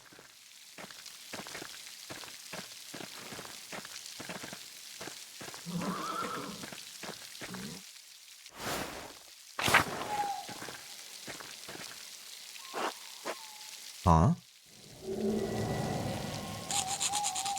Ah. Are you alright, Master Maler? Did you see that? In the aqueduct? The ghost? There must be a better explanation than that. Well, I'm not here to tell you what you saw. Wouldn't be the first time people have seen ghosts around those parts. Have you ever seen one? Usually around the ruins. Who knows how many restless Romans lie beneath these stones? Well, I think I found Johann's last lost sheep. I'm going to head home. Take care, Master Maler. You too.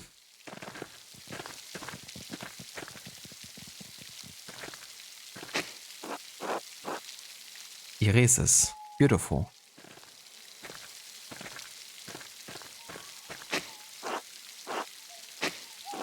Snowdrops, one of the only flowers that can bloom this early in spring at this altitude.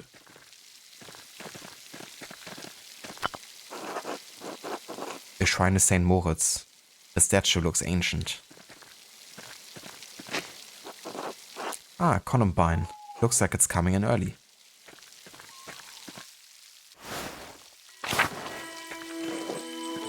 Ah, no. Pale horse. Pale horse. Still on the floor.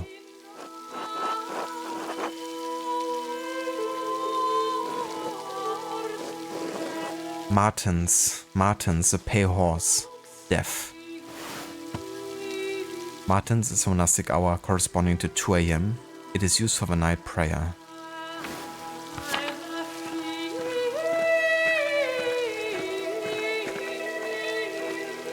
Sister, listen to my voice. Do you hear me? Do you hear me? Yes. Yes, Father, I hear you. Am I here? Is this now? Yes, you are with us. And this is now. I apologize, Andreas. I imagine that must have been quite alarming. Is she alright? She is, yes. Sister Amalie is a mystic, gifted with visions when God sees fit to give her one. Some are more frightening than others.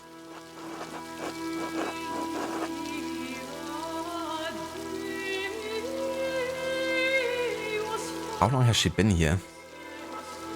She's been sealed in the cells next to the church for almost 10 years now. If you came to Mass more often, you would see that I give her communion through a window to her cell. Her cell? She's an anchoress, a religious hermit so devoted to God that she has enclosed herself in a cell next to the church. That reminds me of one of the world events in Assassin's Creed Valhalla. There's a nun that also has locked herself within like a cellar. And you get to rescue her, and then she realizes everything she's kind of like been missing out on.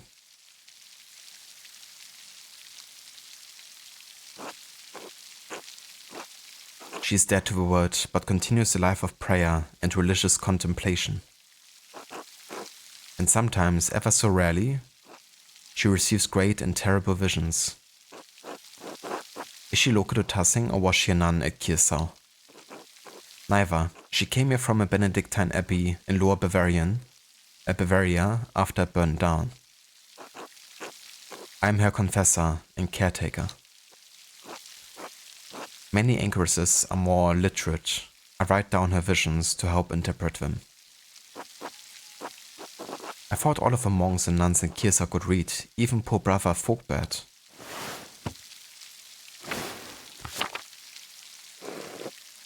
Thank you, Father Thomas. I must rest now.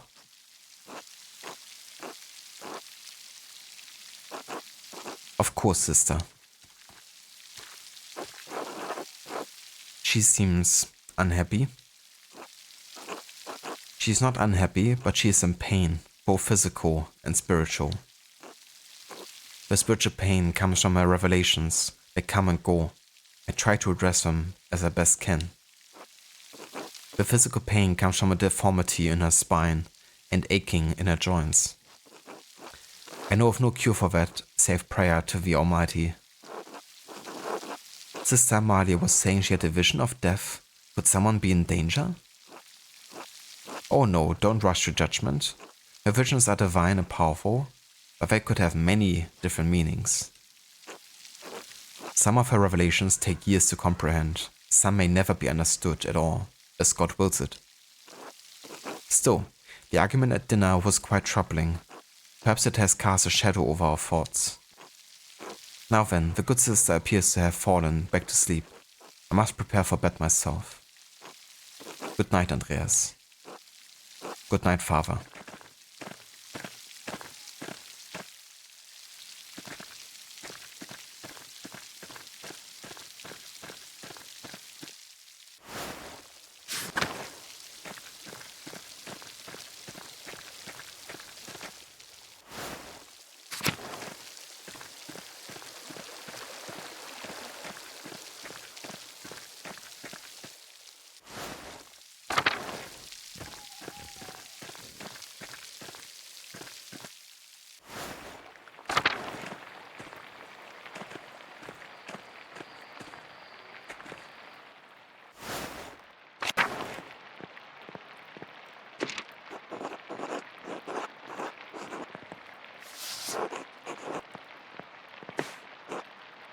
It's getting late. I should get some rest.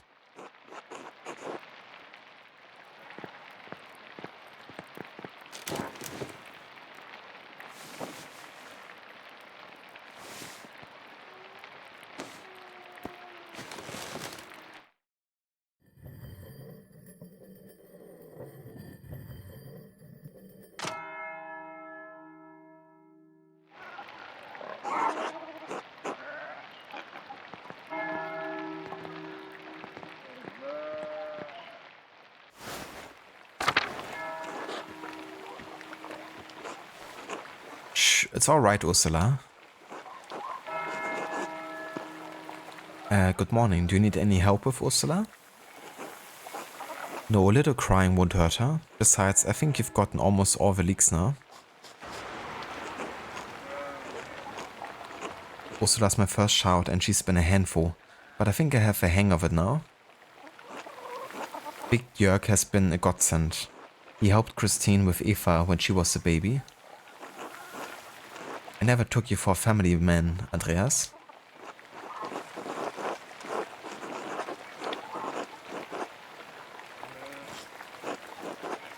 I have two older brothers, both married, so there are plenty of nieces and nephews for me to play uncle to. I appreciate the offer. You make a fine husband someday, Andreas. When will the storm let up? It's been going all morning. Peter and Jörg are outside, trying to deal with the flooding as best as they can. Oh my, is the farm in danger? There's always a danger with this much rain, but we've lived through worse. Whatever happens, it will be as God wills it. We must have faith in providence and endure what it is to come. Oh, I have some food for you.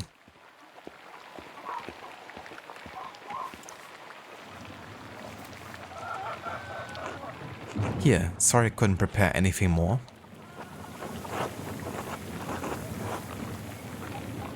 Thank you. Otto wanted me to say hello, by the way. Oh, he did? Good, thank you. Have a good day at the Abbey, Andreas. Try to stay dry. Thanks, you too. Good luck. Be good, Ursula.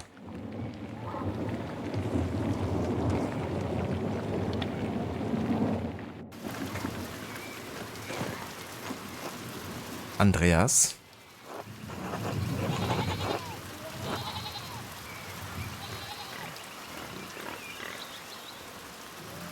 I didn't see that wall was broken. Is that from the flood? It is. It must have broken in the night. Some of our sheep escaped. We will have to track them down later. This is the way it always is. Rain falls on the Abbey and roads downhill to little people. Well, it's hard to blame the Abbey for that. But that's just how rain works. Yeah, I mean, that's how rain works, but they decide whether or not they're gonna build the Abbey in the mountain. So, you know, that stuff doesn't happen to them. And often, you know, even some cities are built in a way where the, you know, financially and socially weaker people are often, you know, much more prone to natural disasters than, you know, the rich houses. There's been plenty of examples of that. There's a reason we're down here and they're up there, Andreas. Anyway, I have to get back to this. See you later. Yeah, I mean, Peter's not wrong. What did you say? Did you call me a knave? Don't try and run before you can walk, because you still got a long way to go. What's this button do? I wonder what this button on my stream deck does. That's a bread knife, my lord. Do you mean to butter me? Oh! Popinjay! Knave! Oh, you wouldn't know a good tale from a running fart. Ah, that's what the button does.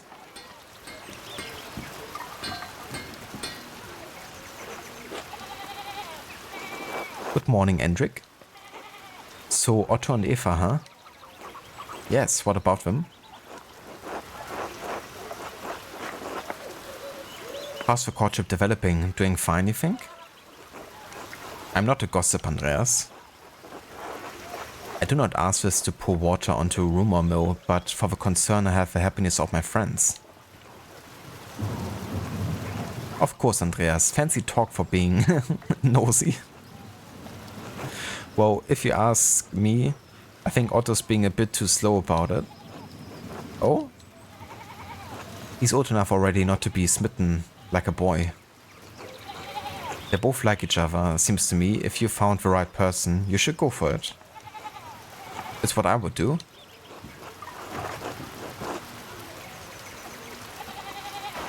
So what stopped you then? Thank you for the luck, Seraph. Could use a little extra food, me skirt's slipping. That's a fitting quote for this game. A bit of extra food, me skirt slipping.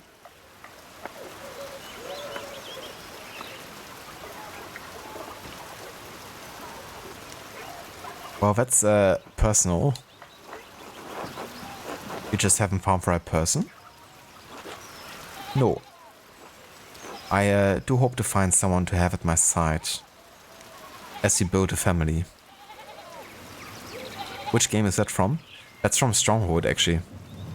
It's Stronghold 1, I believe, where like one voice actor basically done both a male and female voices in the game.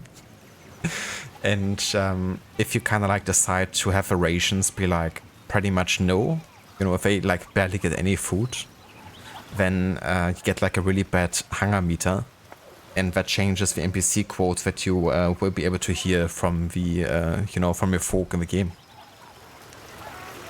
And that's one of the quotes you get to hear.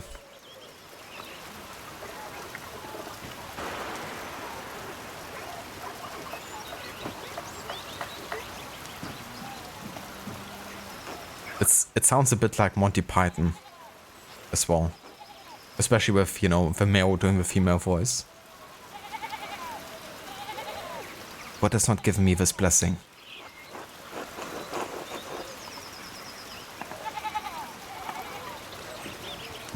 Very not. It could happen at any moment, Andres. One hopes so. Ah, I must get back to work, Andreas. Enough talk. Until later.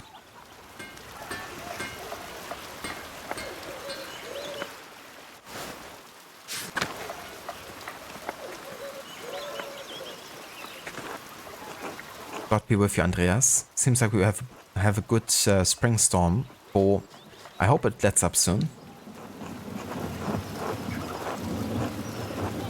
Good morning. I'm sure it will let up soon.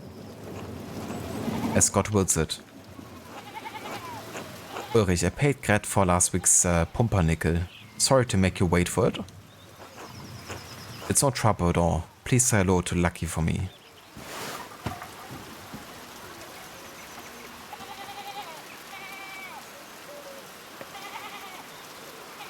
So, just for context, pumpernickel is basically a type of bread. Made out of rye.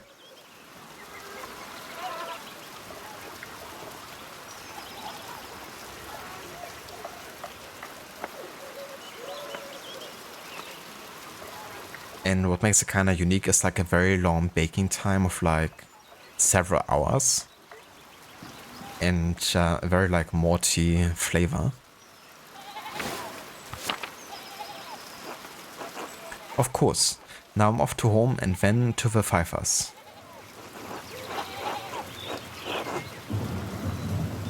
Good morning, Agnes. What's going on at the Pfeiffers? Helena has about a month to go before her child is due. The last one was hard. He didn't make it, God rest his soul. I just want to give her the best chances that she can have. It is in God's hands. Trust in Providence. Always, Ulrich, but I do what I can to help. Why make the Lord do all the work? I must be off now. Good day to you both, Andreas, and stay out of the rain.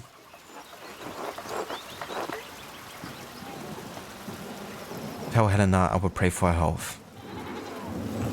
She will appreciate that, Andreas. Thank you. Until later. Until later, Agnes.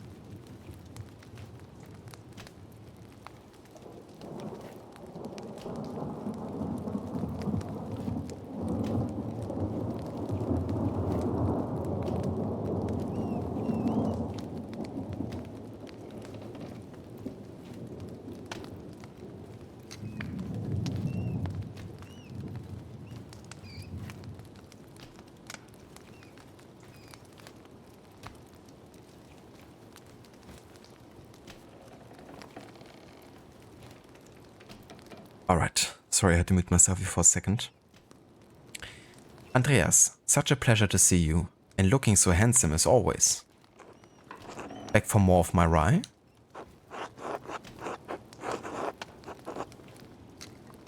Dear Gret, you know I can't stay away from your rye. Andreas, the charmer. I was passing by and thought I should say hello. Now, I must say goodbye. Aren't you, good man? Well, you're always welcome here, Andreas. And always welcome to my rye. Be well. Until later, Gret.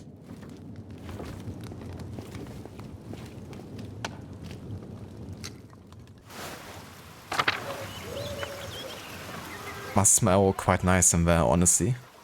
With all the rye bread. We could go to a north town, but honestly there's still enough time to check out and investigate the rest of the city once the story leads us there.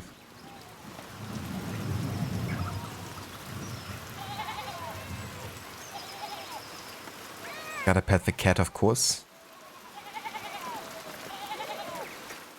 Quite surprised the cat doesn't mind the rain. Can't go to a Druckers. Want to kind of like apologize for not going there for dinner. Father, I said this before, but it isn't good that the water drains here so quickly. It's affecting the foundation. It needs to be looked at. I understand, but if you dig here, you may be disturbing the bodies decomposing in the yard. Of course, Father, but you're going to be dug back up again anyway. Yes, but why disturb them unnecessarily? It's your church, Father, but you can't put this off forever. The foundation is going to crack. I understand. Perhaps after some of the bones have been moved to the...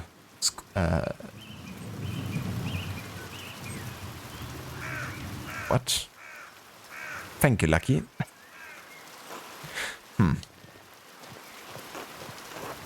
Good day, Master Mahler. Good day, Father Thomas. Everything alright with the church? Oh yes. Lucky was again reminding me of a danger severe rainfall can pose to the foundation. God looks after his flock, but sometimes the pen requires an earthly hand. It will be taken care of. God be with you, Andreas. And with you, Father Thomas. Until later.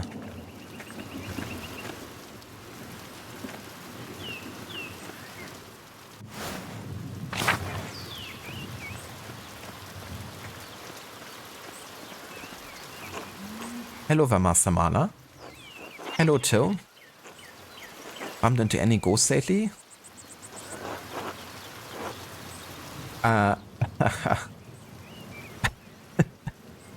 That answer.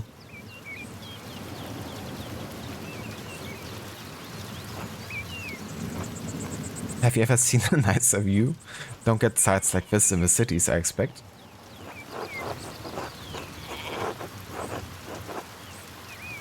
I can't say that Nuremberg has many Roman ruins, no? Oh yes, Tassing is full of them. Quite the marvel there. I don't pay much mind to the writing on them, as I can't read Latin myself, but you might enjoy giving them a look. If you do, you have to tell me if they match the old legends I read about. What sort of old legends? Well, when Father Matthias was abbot, he would let me borrow books from the abbey's library. I think I read through half of that library before Father Gernot became abbot. It's so cool, you know, seeing the font change.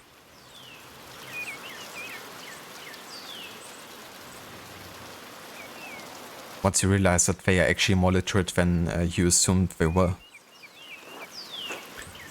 He and Father Thomas are very strict about which books should be read now.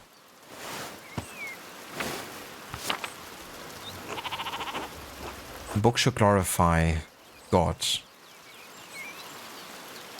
They say, not discuss the old pagan ways.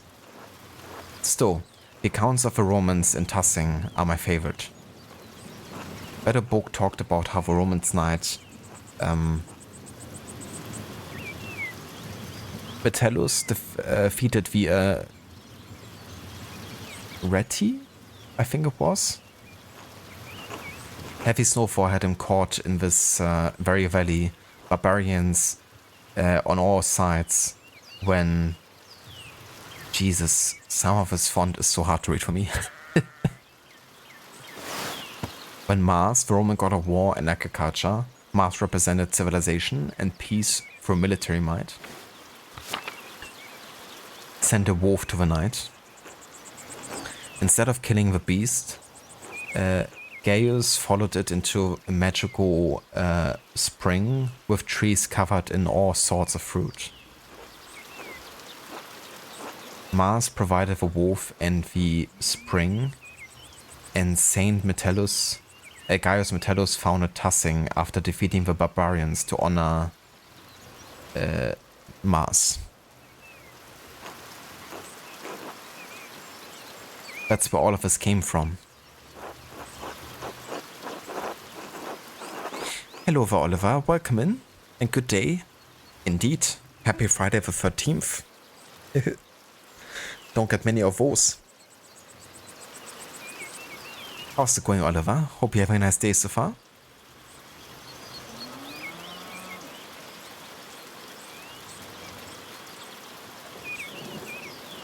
That sounds a lot like the story that Brother Matthew told me about St. Moritz, without the Roman gods, of course. I hadn't thought of it. Both here snowed into the valley, weren't they? And saved near spring. Jesus. This font is by far the hardest for me to read sometimes. With the way that some letters are like written. But I will get used to it.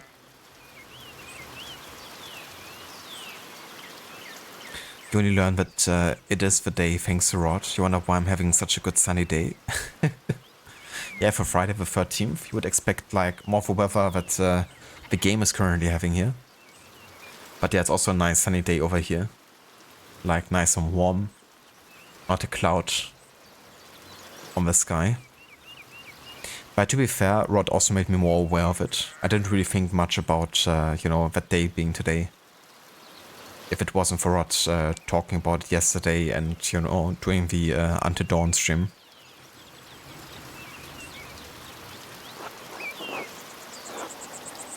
I wonder if it is the same story. Oh, I don't know about all that, Master Mala. A lot of stories get mixed up over the years. It might be all fable, but I enjoy the story all the same. It's nice to feel you connected to those who came before you, even if it's only by the land you live on. Wise words, I feel the same. It's been good chatting with you, Master Mala, but I better get back to work. You let me know if you find any potentially good books in that library, alright? I will. Until later, Till. Martin?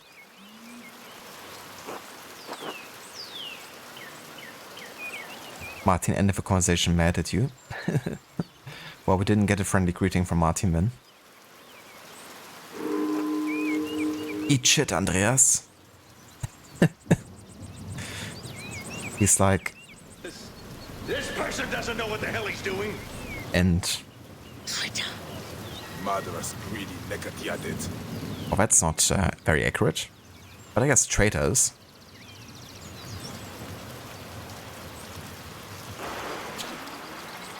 Shoot.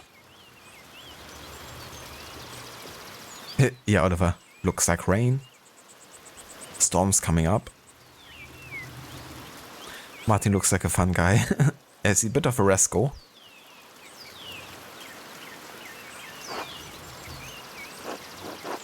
I should get to the scriptorium. Gernot will not give me an earful if I'm late again. The figures in the shrine to St. Christopher are quite nice.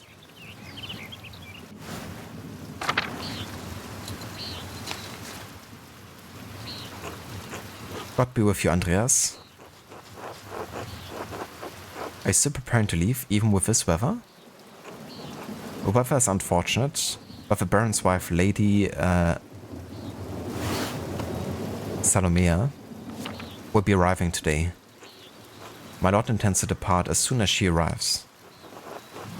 How long have they been married? 7 years now. She's a fine woman, a true lady. I was hoping to bid farewell to the Baron before he leaves. I'm sure he would be appreciating that. He spoke highly of you before he went to bed. He was disappointed that you didn't debate him at supper, but he understands that you didn't want to anger the abbot.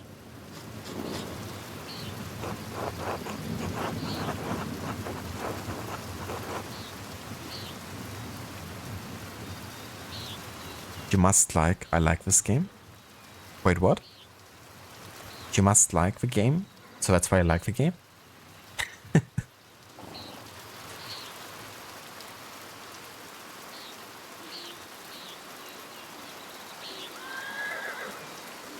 Part of the art of rhetoric is understanding the right forum in which to persuade someone. That was not the right forum for the abbot. My lord always wants to discuss things when the mood hits him. He's often alone in feeling it, unfortunately.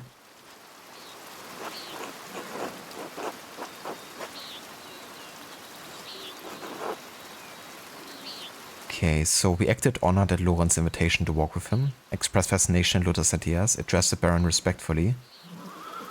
But we tried to turn down the Baron's supper invitation, which didn't work out. And we eloquently declined to debate Lorenz at dinner, which he also didn't like. Perhaps not on this occasion.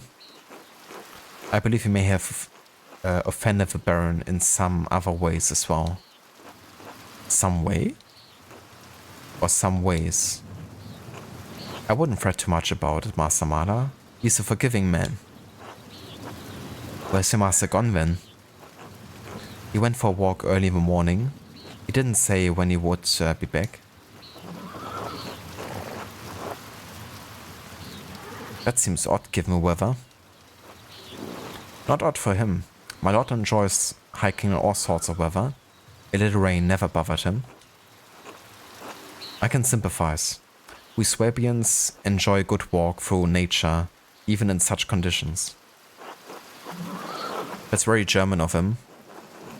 Germans love to walk in all types of weather. Kilometer wide.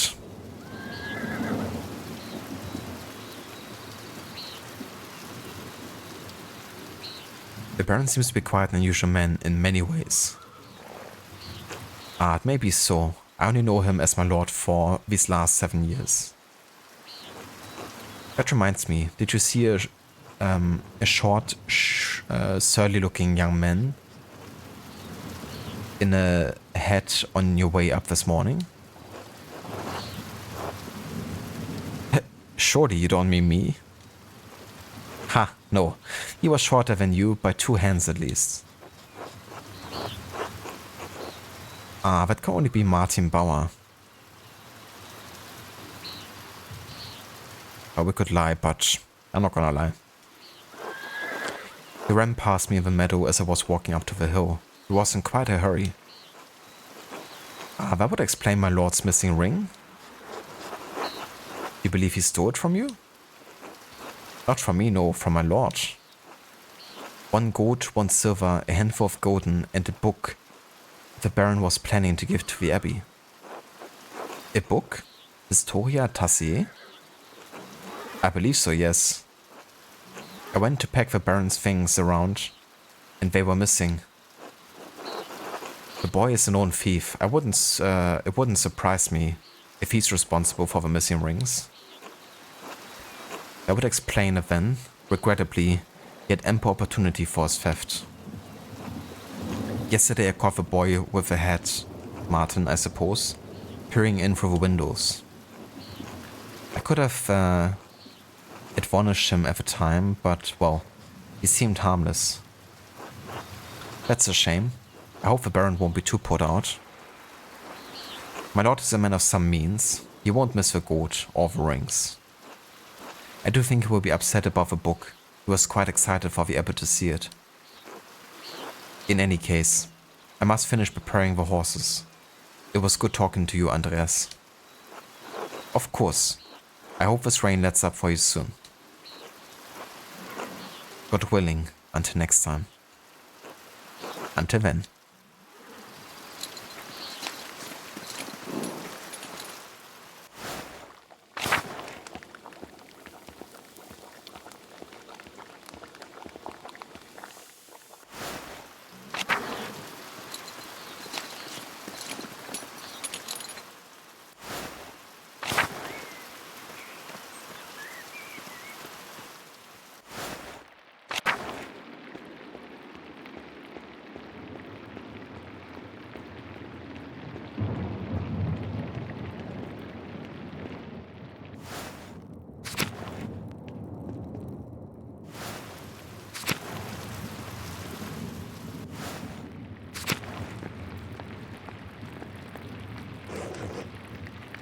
Oh, this is wonderful. The rest of the abbey is soaked and there's not a drop of rain in here. Good thing the abbot had auto replaced the roof to the scriptorium and library last month. With a calefactory next door, we can stay warm while everyone else is cold and wet. He takes way too much joy out of the fact that others are not doing as well as he does. You know, he could just be happy about having the warmth, but he has to compare to those who don't. Freaking guy. The Chaos Factory is a communal warming room in monasteries. Chaos Factories are usually attached to the cloister, but in Kirsau it is part of the old abbey and therefore connected to the old scriptorium. It keeps the monks warm and the library dry. Instead of bragging about our good fortune, you should think upon your brothers and sisters and pray for their health and safety. The abbot's foresight saved a lot of our work and protected what's in the library. The town hasn't fared as well. I'm sure they'll be fine. More importantly, if they're not, I don't care. Brother Guy, your heart is harder than the stone of his floor. Huh. With a grumpy old monk, but where's the nice one? Brother Piero? Haven't you seen him yet today? I did, before Brother Guy arrived. Brother Piero left to speak in the abbot some time ago. What? Why is Matthew ringing the bell? It can't be Terza already. I pray it stops soon. Such a cacophony is in the sword of my frail ears. It's not stopping. I suppose this means we're being summoned to the chapter house. God give me the strength to endure the rain. It's 50 feet, old man. You will live. God give me the strength to endure this man.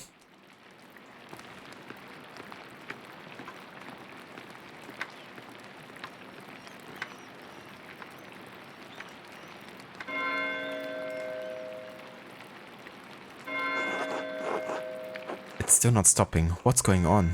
This can't all be because of a storm. I should see what's the matter.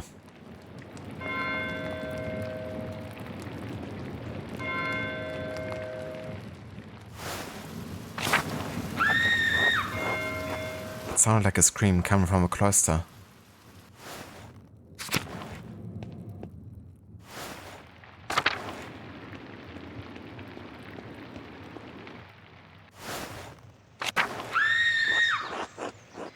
Coming from just down the hall, maybe the chapter house. I think those screams are coming from the chapter house. I think some terrible has happened, Master Andreas.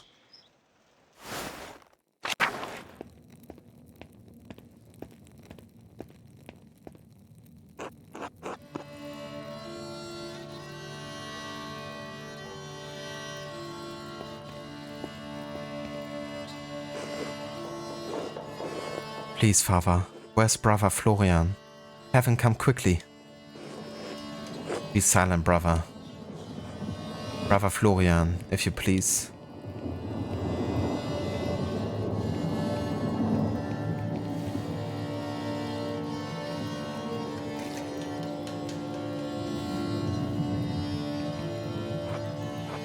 I'm sorry, Father. There's nothing to be done.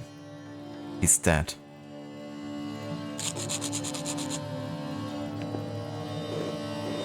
Sister Margaret, calm yourself. Sister Gertrude, please take Sister Margarete back to the garden. Yes, Mother Cecilia.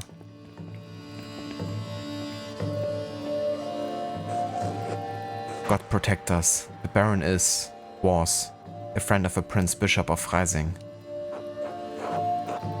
Why is he so worried about the Prince Bishop? The Abbey is odd in more than one way. Its existence offends some in the church. We are far enough from Rome and Mainz that everyone forgets about us, but this could bring unwanted attention. Spare some coins, please. Just a few. Dr. Darling, Brother Florian, just a few coins, please. I'm poor and sick and hungry. Just a few? Giving is the greatest reward. Florian, how easily do you think you could dispose of his body? Father Abbot, what are you saying? Why are you questioning me? Why are you wasting precious time? Do you want to see the soldiers of the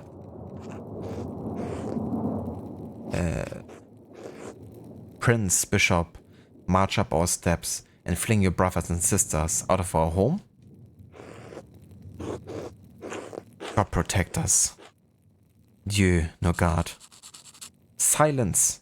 Quiet. Calm yourselves, all of you. Father Abbot, Baron Rotvogel, manservant, is already preparing to leave. The Baron's wife should be here in a matter of hours. This is not the time for rash decisions. Yes, you're right. Forgive me. But then, what will we do? Hello, Valgorki, welcome in. We must send the Baron's men to the court of the Prince Bishop in Freising at once. Mother Cecilia, the Baron said the Prince Bishop's Archdeacon was in Innsbruck for the Imperial Diet. Even better, swift action will silence any whispers of impropriety on our part. Given the Baron's stature, the Archdeacon will undoubtedly come to investigate immediately. We must cooperate with him fully and pray for a speedy resolution. Yes, good. Thank you, Mother Cecilia. Brother Voislav, please detain Brother Piero in the cellar until the Prince Bishop's man arrives. What? Brother Piero? Why? Father Gernot, I implore you to reconsider. He was caught in flagranti delicto, covered in blood with a knife on his hand. In flagrante delicto, a blazing offense, indicating an individual has been caught in the act of committing a crime. Father, do you really believe that Brother Piero is capable of such a foul deed? Yes, capable enough when motivated by anger. I had no anger against the Baron, Father Abbot. I simply came across him like this. No anger? Not even for insulting your work and forcing us to give it to Andreas? This is not a subject for debate. When the Prince Bishop man arrives, we must not be empty-handed.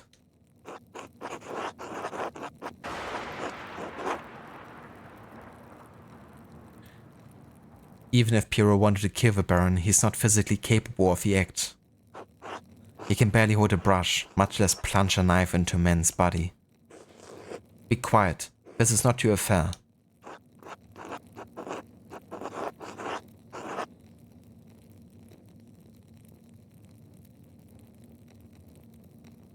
Forgive me, Father Gernot. I just don't think that Brother Piero could have done this. Your position has been noted. My decision stands. Brother Voislav will detain Brother Piero in the cellar until I say otherwise. Brother Florian, please escort Andreas out of the abbey. Andreas, do not show your face here again until tomorrow. Do you understand me?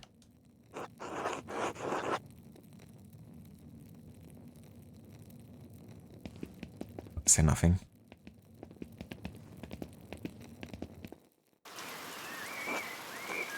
Andreas, listen to me. I sympathize with you. I don't think Piero did this either. But this isn't the time to push the abbot. I'm sure the other brothers and sisters believe Piero is innocent as well. But the abbot is worried about the Prince Bishop's attention.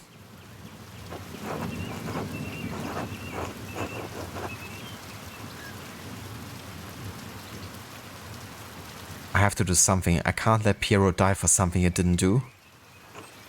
I appreciate your passion, but if you pursue this indelicately, you could make matters worse. Take a few hours to calm your nerves and your mind. You need to think clearly. Go to the Druckers, eat a good meal, and come back and notice. This is a monastic hour corresponding to 3 p.m., one of the little hours of prayer. We won't have much time, but tap on my window with a small stone and I will let you in. Let me in for what? To examine the body.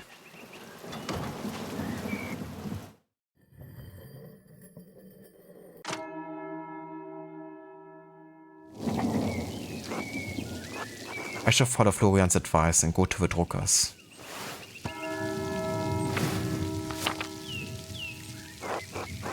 Hopefully it will clear my head. Rest in peace. To Lorenz. Didn't deserve any of this.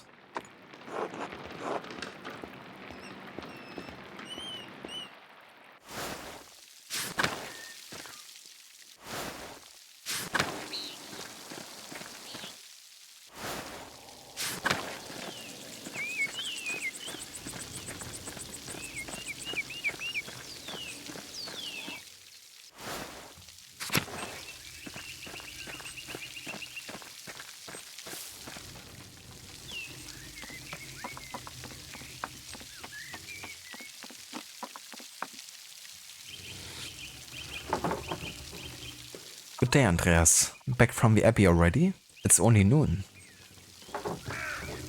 Andreas, are you alright? No, something terrible has happened. Oh God, what happened? No, forgive me. Come inside and sit down for a minute.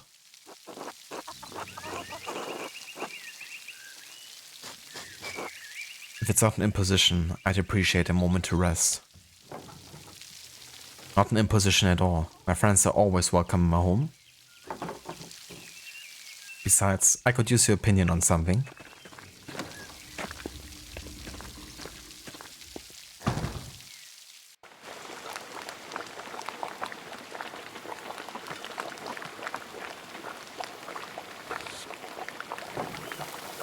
Good day, Andreas. Should I fix you a plate?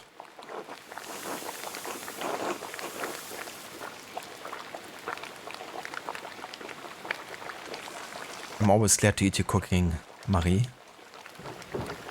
Oh my, Klaus, you must invite Andreas over more often so I can hear someone compliment my food.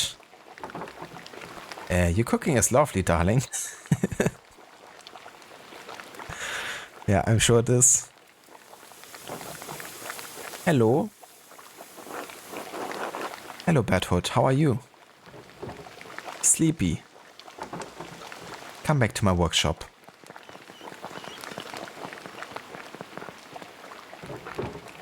I'm going to do a new run of Till Eulenspiegel. There was a printing a few years ago in Strasbourg, but it was awful. Almost bereft of all illustrations. What do you think of these new ones?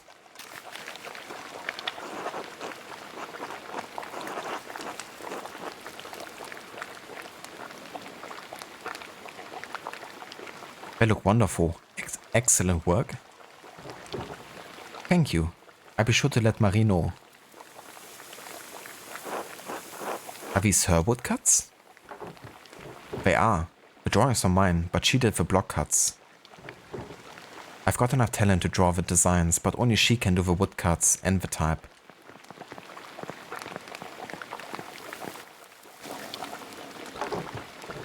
Bless us, O Lord, and these your gifts, which we are about to receive from your bounty.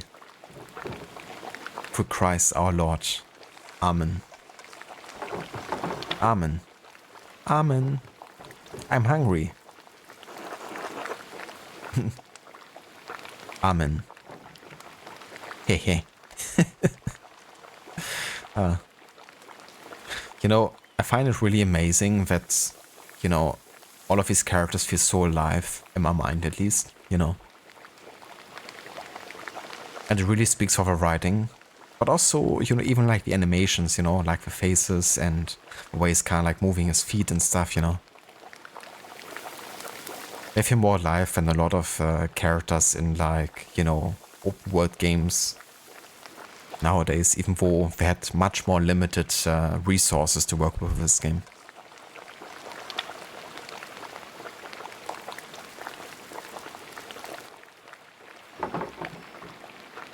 Andreas, what were the bells for at the Abbey? They were sounding for a long time. Oh, look at this. Got sausages, some bread, some butter. And not sure what's in my Bove. What that is exactly. The visiting nobleman Lorenz Rotvogel was found murdered in the chapter house. God in heaven. He just rode by here yesterday. Yes, and it gets worse. One of the elderly brothers I worked with in the scriptorium, Piero, was accused of a crime. That's awful. A murder in Kirsau? How could a monk do such a thing? I'm sorry, Andreas. The Baron seemed like an interesting man, and I know he's been a patron of the Abbey for years. How did he die? Could it have been an accident? And does the abbot really believe that Brother Piero killed him? You've always spoken of him in the kindest terms.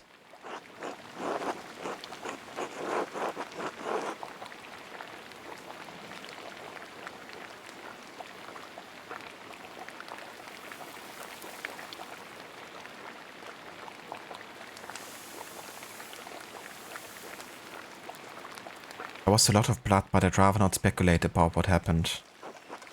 But no, I can't believe Piero did it. I can't imagine him harming anyone. I want to hear about the blood. Maybe I've been reading you too many scary stories. But if it wasn't Brother Piero, who do you think could have done it?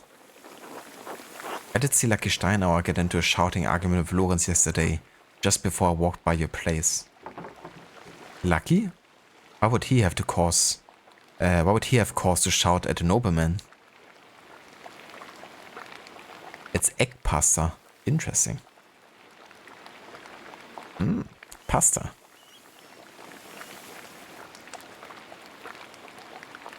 That's a pretty tasty meal, I would say. Some egg pasta, some sausage, some farmer's bread, with a bit of butter, some nice drink. I wouldn't mind some vegetables, but other than that, we're definitely eating. But yeah, let's start with the egg pasta. There's probably something else going on that you wouldn't know about here. What do you mean by that? I don't want to trade gossip, but if you really want to know, talk to some of the other women in town. Or Mother Cecilia up at the Abbey. Could it have something to do with the nuns? But would Lucky argue with Lorenz about nuns? Oh, there's no need for that. Lucky is a forthright man. I'm sure if you ask him, he would tell you what the argument was about. Thank you both. That's good advice. There's something else though. When Lorenz and I were walking through the meadow, the widow Cameron came out of the woods and... Yes? Well, she cursed him. I'm not surprised. Ortelia's late husband, Rannick, ran afoul of Lorenz on his last visit to Tassing. I don't remember the details, but Rannick died just last year, and Ortelia hasn't been the same since.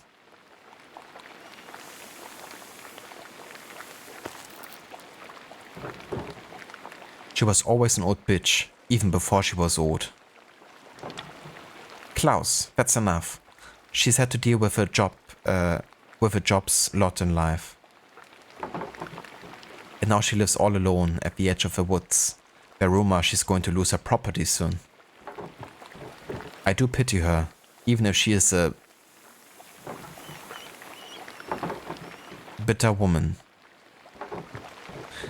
There should be some exception in the law for her to inherit.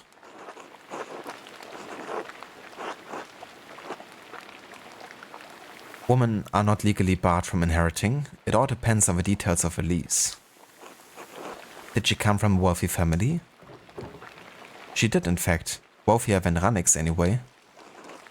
If the land they lived on was part of a dowry, she may make a case to lay claim to it or property of equal value. Well, well, are you a lawyer, Andreas? Enough about Ottilia. Is there anyone else you think may have done it? I don't know if he has any ill intent, but Prior Frank has been acting strangely since the day Lorenz arrived. Perhaps an academic disagreement? I know they're both avid readers, both of classics and new works. On his last visit, the Baron bought a book on astronomy for me. I know the Prior has some similar interests. But would the Prior kill someone over a simple disagreement? It's not that outlandish. When I was in university, I saw men throw punches over small academic concerns. What is an opinion for some is a testament of faith for others, and worth killing for. That may be so, but I've never seen that sort of anger in Prior Frank, not even when Gernot was made abbot instead of him. Afterward, he seemed bitter, but never violent. That just doesn't seem to be part of his character. So Lucky, the widow, and the Abbey Prior. Anyone else?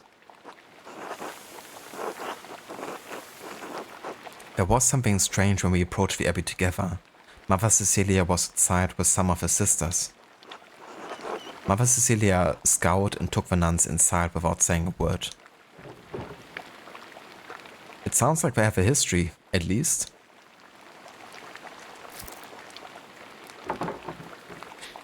I do not know Mother Cecilia personally, but I have never heard anyone speak badly of her. If she had cause to dislike the Baron, I must believe she had good reason. Wow, Andreas, it sounds like there's a lot to look into.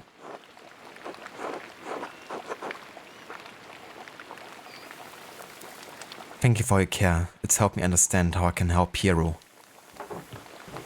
You're always welcome here, Andreas. Anytime. Yeah. You are especially welcome with this one.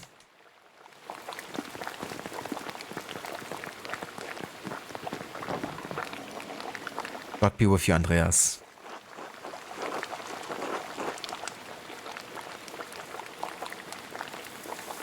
Thank you. Be good until I come back, Berthold. I will try.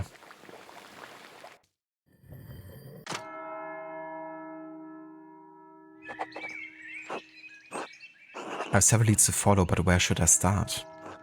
I could talk to Lucky Steinauer. He's probably working in front of his house. The widow,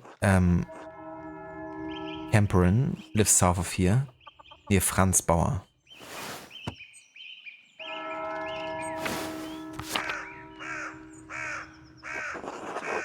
Prior Frank is usually at the scriptorium, but I won't be able to talk to him until tomorrow. Still, nothing would prevent me from talking to Mother Cecilia in the convent. But if I don't attend Brother Florian's examination of the body at the Abbey, he will have to do it without me. So he said at like 3 PM, right?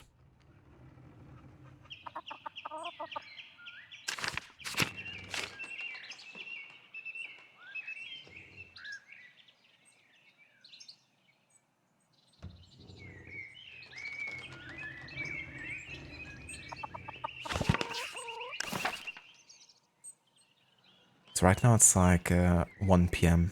So we have 2 more hours.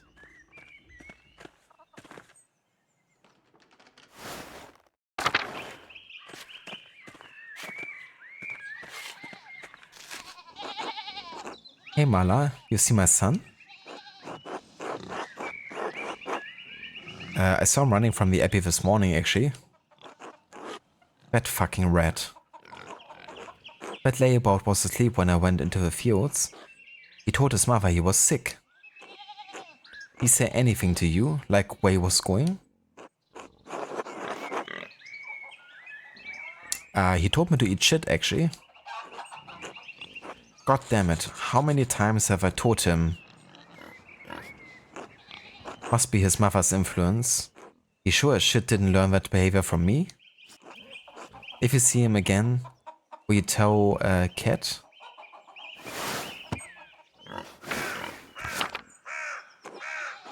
She's driving me crazy about it. Sure. Good. Until later. Until then.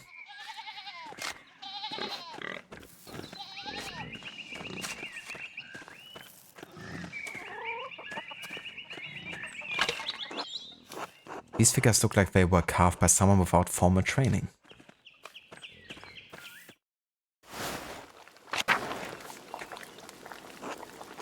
Well, if it isn't the Rotten Baron's new best friend. Afternoon, I'm glad to find you in such a good mood. Ah, city boy. Think you're so clever.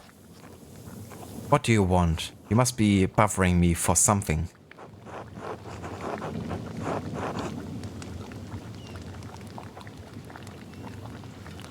We've never really talked. I thought it's time that we get acquainted.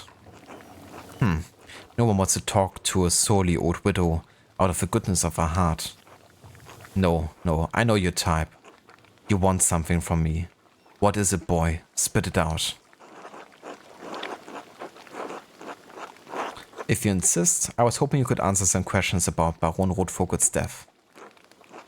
Oh. Is that what all those bells were for? My, what a blessing. Not the first time Perchter answered my call.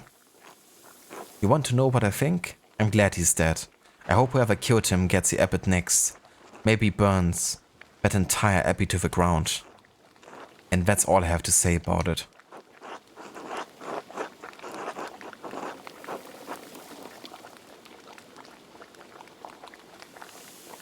The life of an innocent man is at stake, one of the elderly brothers.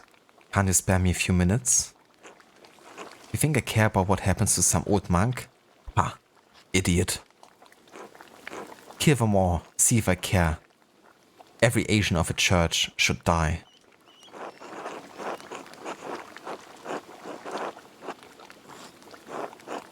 Where's this anger coming from? Is it something I can help with? No. Well, maybe. Don't suppose those skinny arms of yours can hold more than a paintbrush? Ah, she's kind of funny in a way.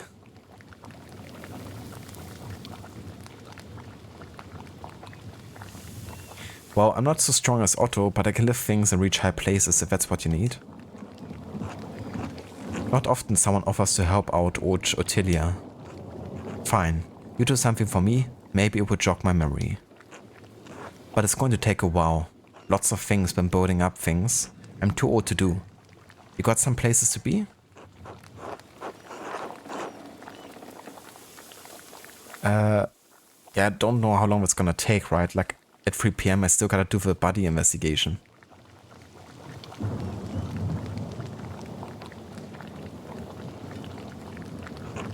Sure you will. That's what they always say. Don't let the door hit your ass on the way out. Oh dear. But yeah, investigating the body is surely more important than helping her out here at this point. But yeah, I gotta wait until 3 PM, right? I mean, I could try going to the abbey now.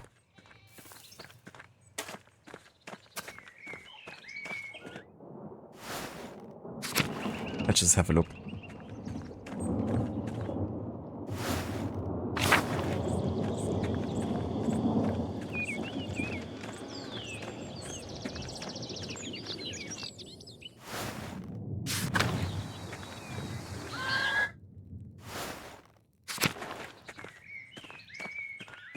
Ah yeah, I can throw the stone already.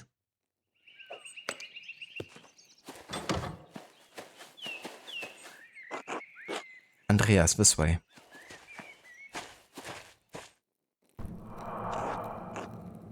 There you are. I'm glad the storm didn't delay you. Now, even though I give you instructions that I was not to be disturbed, we must work quickly.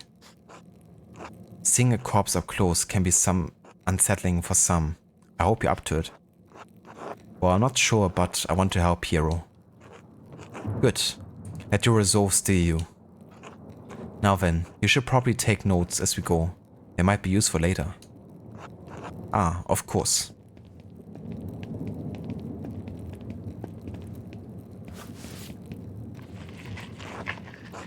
I will begin by inspecting his interior, starting with the face and head. No visible wounds, no blemishes, teeth in good condition, nothing unusual. Neck, shoulders and chest are ordinary. I need to clean some blood away to examine the torso. Yes, there it is. A puncture wound between the 6 and 7 ribs. It's fairly shallow though. I estimate it penetrated only about an inch. And it likely came from his own hand.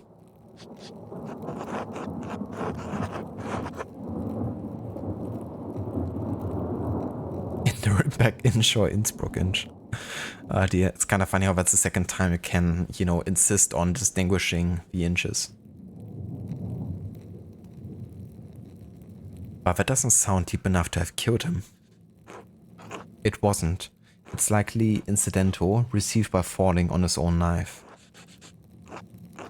He must have some other wound that issued forth all the blood we found him in.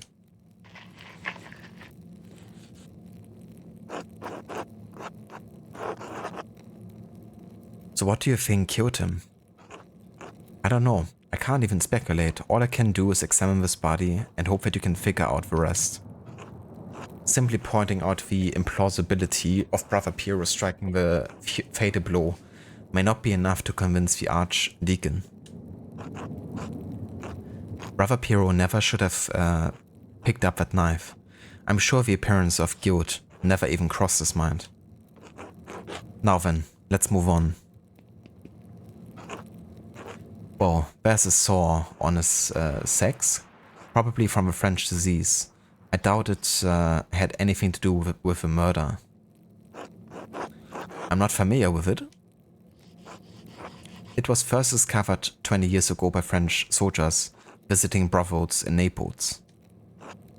Anyway, it seems the Baron was not the most faithful husband, not uncommon among the nobility.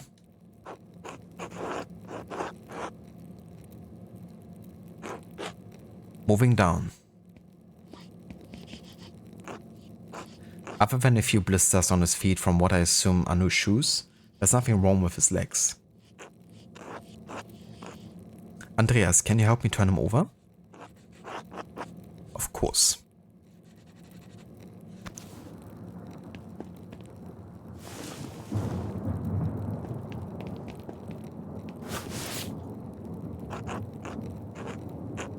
There's a slight irregularity in his spine, possibly from an old injury.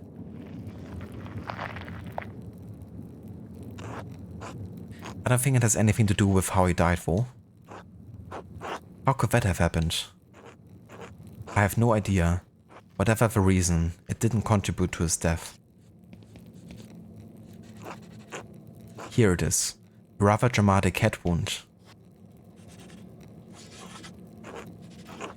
The dark hair and the blood make it difficult to see, but it's quite bad. In my experience, I've never seen someone walk away from a head wound of this severity.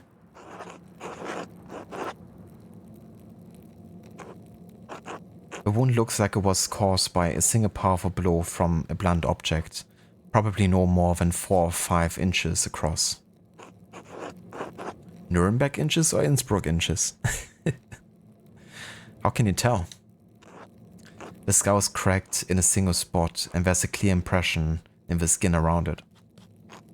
It would take extraordinary precision to hit the same spot twice unless the Baron were already dead. It's likely he didn't die immediately. How long he could have survived for?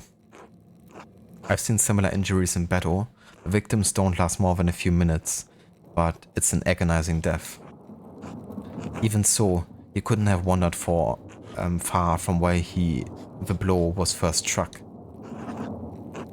So he may not have been attacked in the chapter house? He was either attacked in the chapter house or someplace in the immediate area.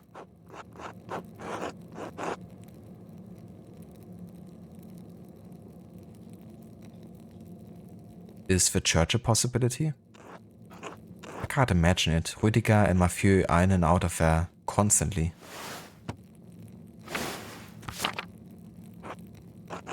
Noise in the church is easy to hear, and the Baron would have had to go through the cloister to wind up in the chapter house. Anyway, whatever killed the Baron was a blunt instrument of considerable heft. The part that impacted him was likely a little smaller than a fist. I would say 2 to 2.5 inches around. Perhaps a pick mounted adjoining hammer, or even a round stone 4 to 5 inches across, out in the hand. That's specific. Estimating size, distance and number have always come easily to me. That's a shrug. Hopefully your tenants will help you find the murder weapon in short order. Indeed, requiescat in pace, Lorenz Rotvogel. Whoever did this must have caught the Barons unaware. Save a small knife wound, he has no other injuries. I suppose that he was struck, drew his knife to defend himself, and fell on it before Brother Piero discovered him. So I believe we've discovered 2 important things. The Baron was killed by a blow to the head from a heavy blunt object. Yes, exactly. If you can find out what caused the blow, it may lead you to a killer. We also know that Piero didn't stab the Baron. We know that, and I suspect even the abbot knows that. But you may need more evidence to convince the Archdeacon. Oh, there's one other item of interest. I found it in the Baron's jacket, but didn't want to open it without you.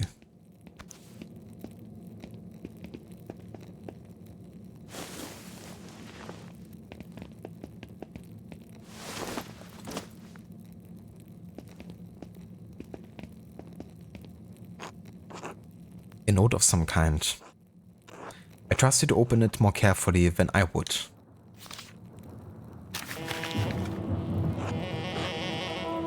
Das Mädchen, das starb und die Unschuldige mit ihr. Marotine.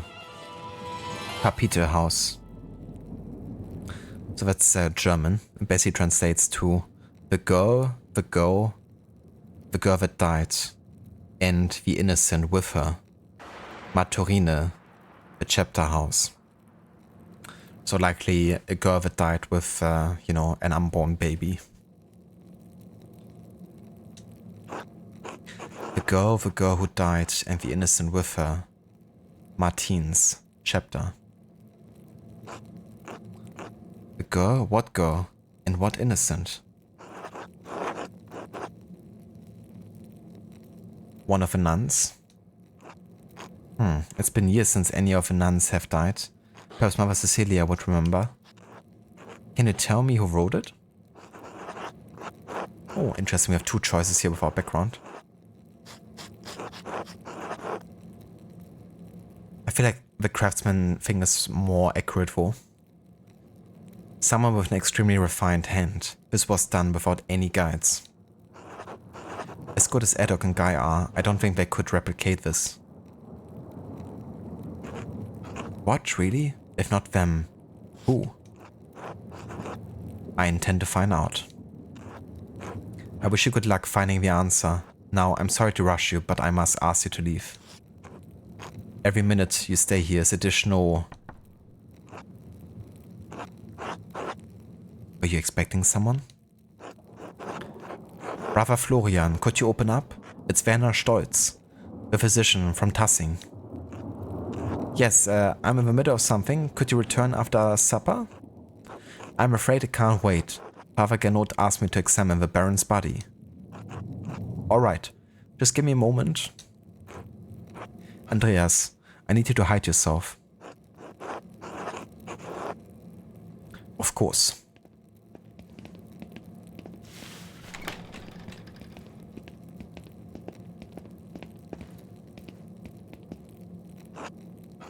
Ah, Dr. Stolz. Sorry to keep you waiting. Now, what did you need?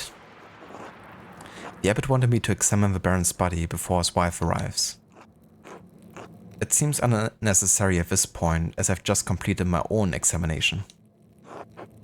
Well then, what's the harm in letting me take a look? Dr. Stolz, with all respect, I finished. The cause of death is clear. If you had arrived an hour ago, I would have had no problem with your assistance. Assistance? I'm a university-trained physician. I can examine a corpse on my own without the help of a battlefield sawboy? As sawbones?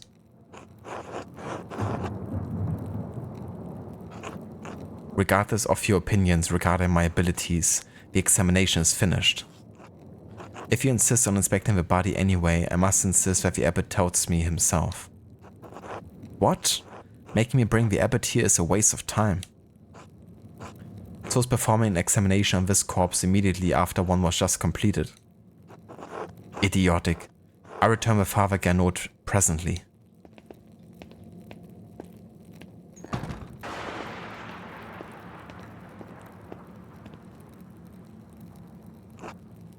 That was close. Now, quickly, leave through the cloister before we return. Of course. Thank you, brother Florian. Think nothing of it. I will see you tomorrow. Until then.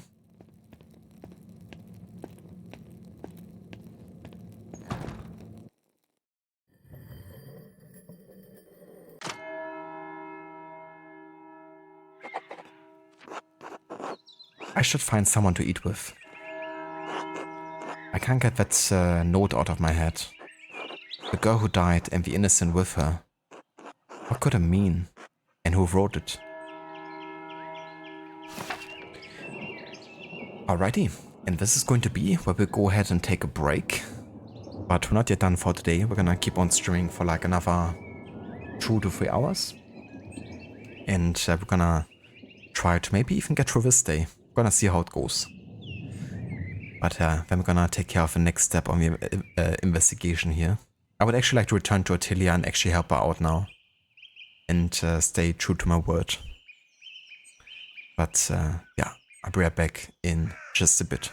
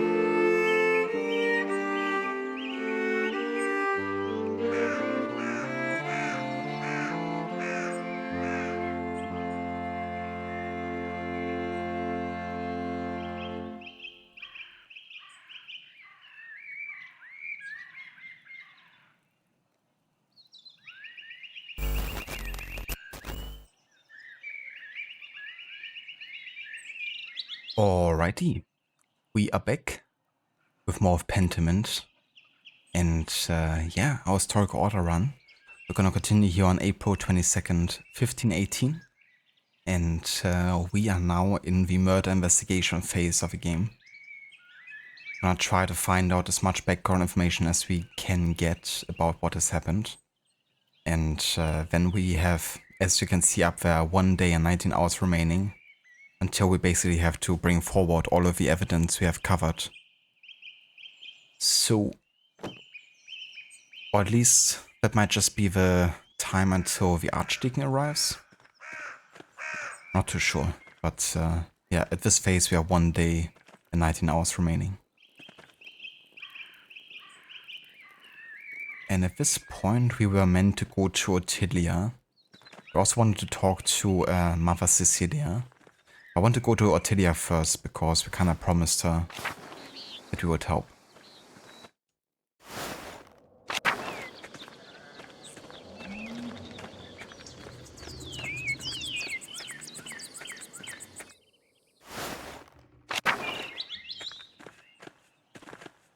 Definitely also want to check out the forest at some point, but not yet.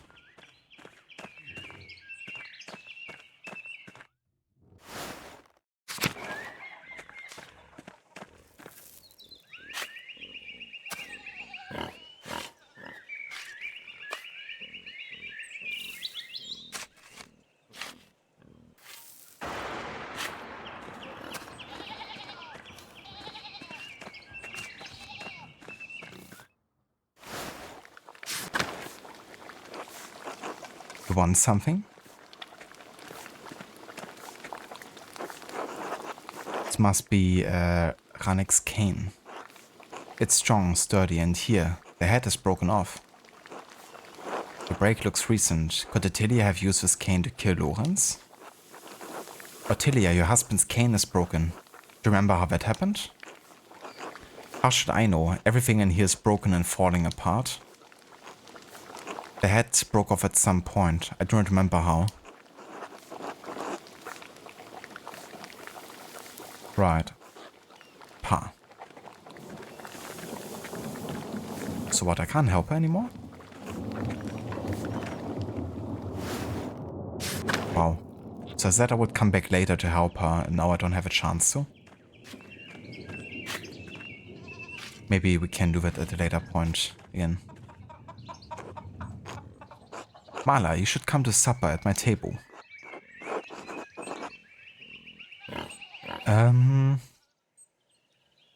I mean... Yeah, I don't think I have another invitation at the moment. Good. Bless us, O Lord, and these your gifts which we are about to receive from your bounty. Through Christ our Lord. Amen. Amen.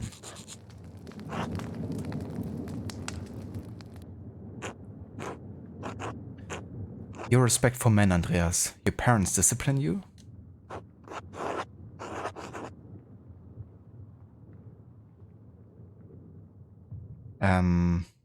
I had 2 older brothers to do it for them. Nah, they tried. Thought as much. That's the secret to well-behaved children. A firm hand. Fish stew and salmon hen pie. Not my favorite, I don't think. Spare the rod and spoil the child. That's what the Bible says. Jesus, dude. Child abuse much? The Bible says a lot of things. Does it say anything about being a good guest? Maybe if Wolf cried less, Martin wouldn't have felt the need to run off. Jesus. And this dude?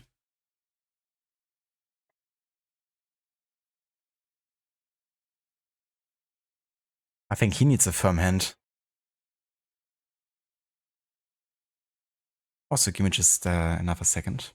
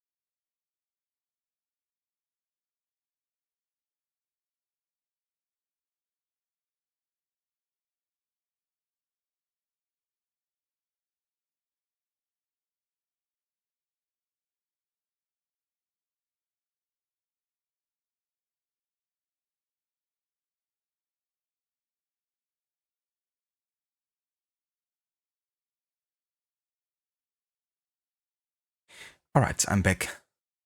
Yeah, the stream didn't freeze or anything, Dr. Darling. It just was quiet at this point, and I think there was like no animation other than the face there, like moving her eyes sometimes. Yeah. You can see Brigitta, kind of blink occasionally. But other than that, it definitely seems frozen. And thank you for welcome back, dude. Welcome back to you as well. I'm sorry, I try to keep him quiet. This goddamn racket is giving me a headache. There you go, sweet boy. Finally.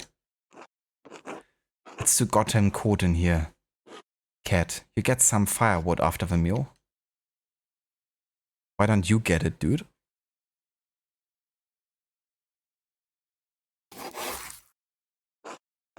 Yes, of course. Only... What? You've got an excuse now? Did a tummy ache? Need to lie down? I worry Ottilia will come back. Has she been bothering you? I found her collecting firewood on our land. I asked her to leave because I pay the goddamn taxes on that firewood. And she shouted at me, quite forcefully.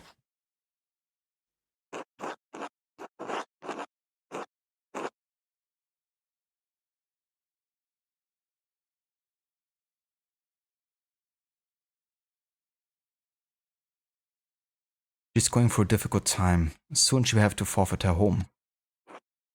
Well, that's not my fucking problem, is it? If she wanted to keep her house, she should have had a few more sons. Cat did. Why couldn't that old bat? You tell him, Cat.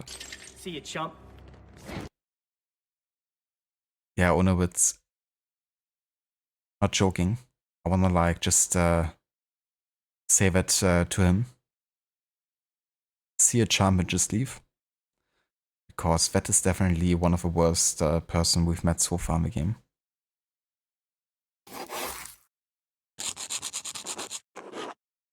Sorry.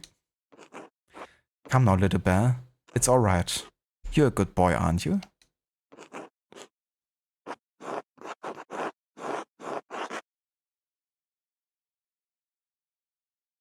You're marvel at soothing him, Brigitta. I've many opportunities to practice, I'm afraid. I wasn't done speaking. Gosh, this dude is making me aggressive, like honestly.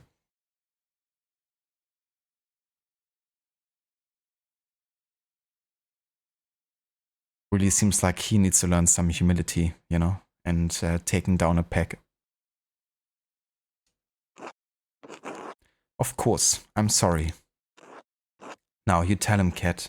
Tell him how you chose to have a son and did. What is wrong with this dude?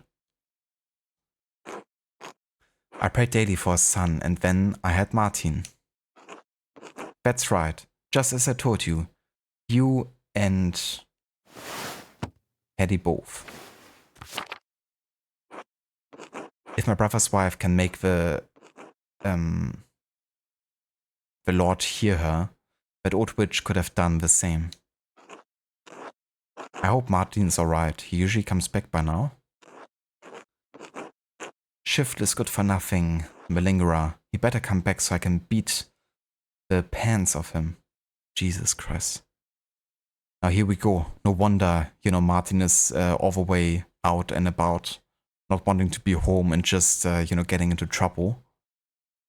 With basically an abusive father like that who's just going to beat you up. I wouldn't want to come home either. I'd probably just also, you know, just get the fuck out of there. Or maybe just, you know, train to become the next Hulk. So the tables turn just ever so slightly. But yeah, it just, I think, really well written, you know, because you kind of ask yourself, okay, what, you know, brings Martin into this situation, you know? Because everyone is, or, you know, most of the people in this village are quite nice and, you know, very, like, forthcoming and hospitable. You know, trying to live the Christian values, I guess, as well. It makes you wonder why Martin would, you know, be so keen to get into trouble all the time, but there you go.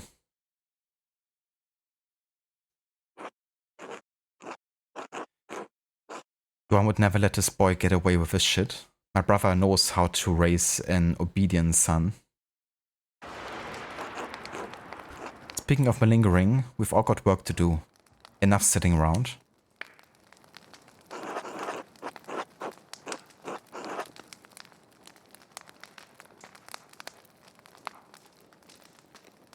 Right, I should be off. See yourself out then. Oh, that was a lovely dinner. Not gonna do that again. Should get some sleep or break into the library. I mean, why not? I might as well try.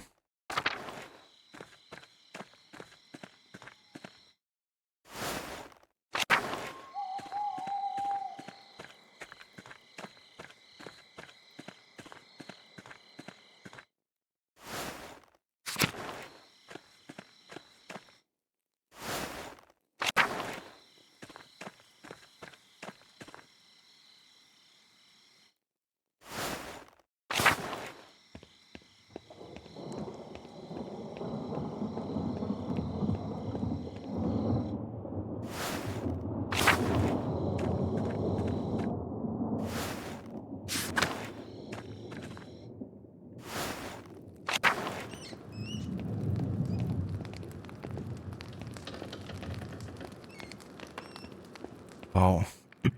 I mean, Illuminata talked about the church having, or at least that she had access from the library into the church, right? So how about to actually have a look over here?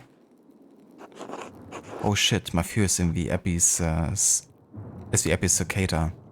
If he sees me, he will kick me out. A monk responsible for making rounds in the Abbey to make certain everyone is where they are supposed to be, doing what they are supposed to do. I have to keep out of sight until he's passed. Good thing he can't see well. Stove.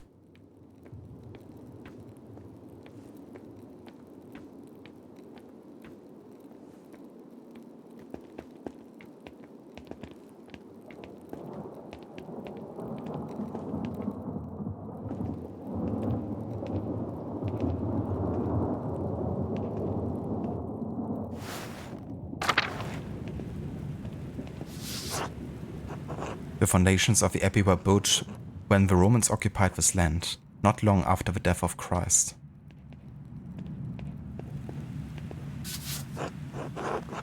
These two markers go back to centuries, all the way to the founding of the Abbey. Abbot Dietrich from the height of Kirsau's power in the 14th century, those days have long passed.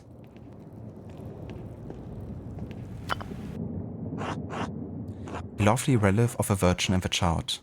Shame it's hidden down here. That was it. Now what? Aha. If I go up these stairs, it's going to take a while to find the records I need. I will lose some time tomorrow morning unless I turn back now. Let's do it. What is this? De Herbis Cambriae. The writer is Cadfelius of Salopia. I don't believe I heard of him. Mugwort and Butcher's Broom. I'm not familiar with their properties, but they sound extraordinary. A beautifully illustrated book, and the author appears to be speaking from his own personal experiences. A wonderful hidden treasure for the Abbey.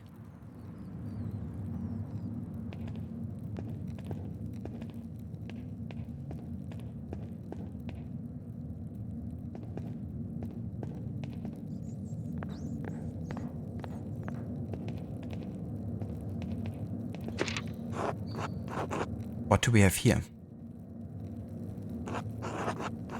A bifolium taken from a larger text. Ah, never mind. Sorry, I thought it was Latin there. A bifolium taken from a larger text. The Mysteria Astra. I'm not familiar with it. Some sort of astronomical text. Seems rudimentary, explaining the connection between astrological science and the elements and their basic relationship to alchemy.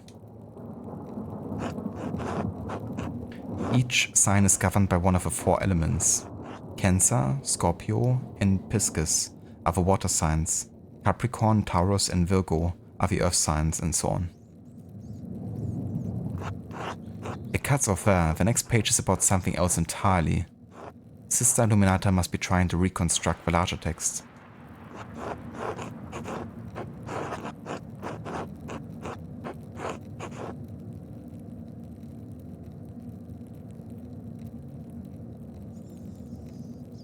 Given the dramatically different context of the following page, the choir this bifolium came from must have been assembled improperly. Those two pages were quite interesting enough, I suppose, but quite basic. Wait, that's the connection between the astrological symbol on the rank cipher and the elemental symbols on the vowel. If I turn the wheel to the element that matches the sign, I can decipher the note he left. Excellent. Oh yeah?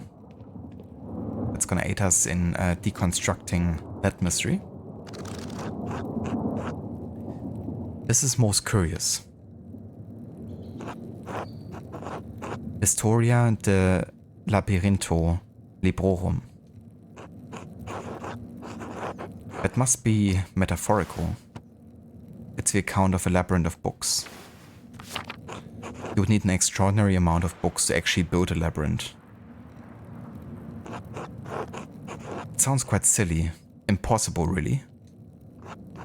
Labyrinth of books.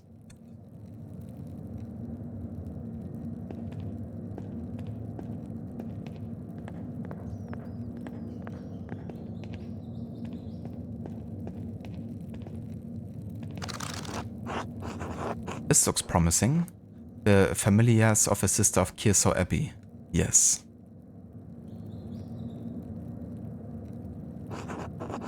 Mother Catherine was the first to enter records, it looks like. Almost 50 years ago. Sister Hildegard from the Gölderich family in Ravensburg. Quite wealthy.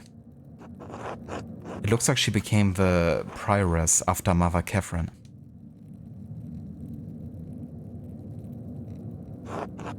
Sister Cecilia Adelheid? Oh, this is Mutter Cecilia's record. Wait, she's from the Welser family? They're one of the most powerful families in Augsburg. It looks like her family donates a lot of money to Kearsarge every year. More than my family sees in 10. Sister Gertrude vom Hof. The herbalist, yes. Her father is an apothecary. That explains it.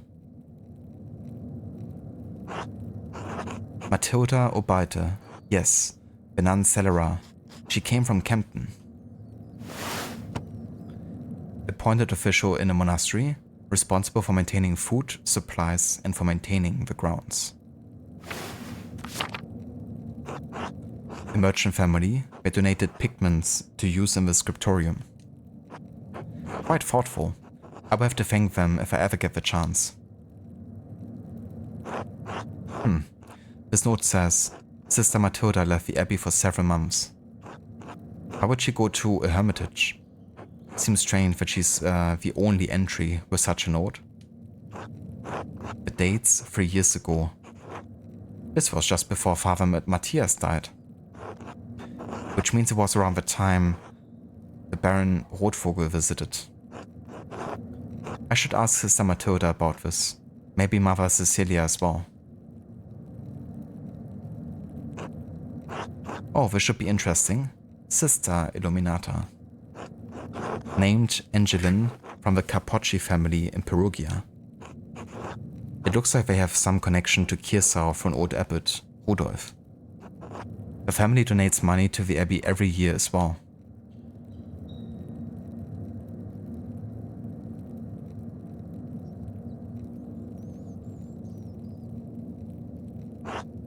Sophie from Birgitz.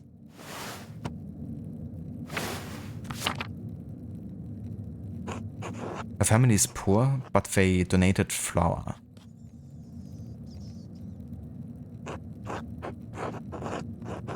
Lisbeth Oblate.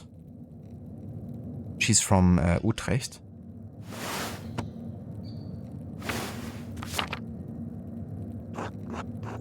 It looks like she had an eventful life before coming here, married with a child. Both died.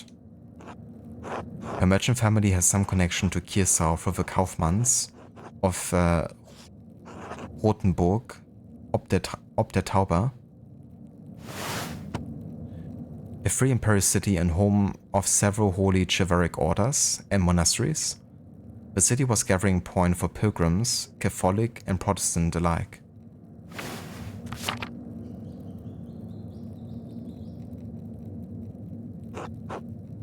Sister Margarete. Oh, the blind girl who assists Gertrude.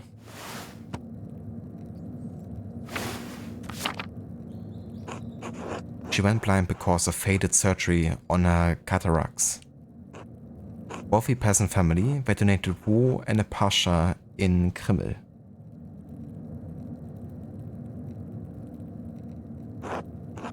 Sister Zedena. This should be good.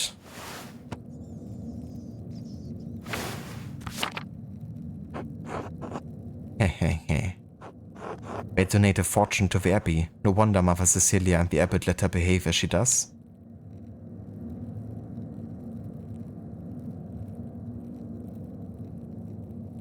Alright, I think that's all the entries relevant here.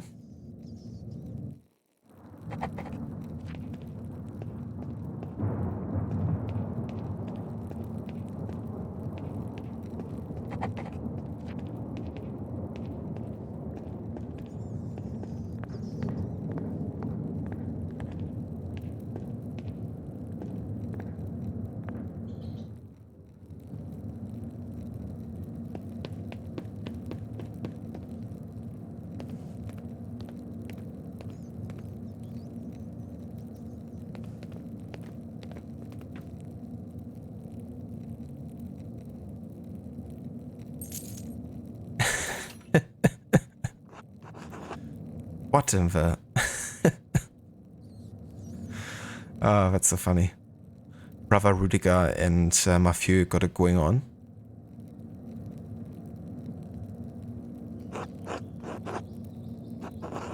Shit.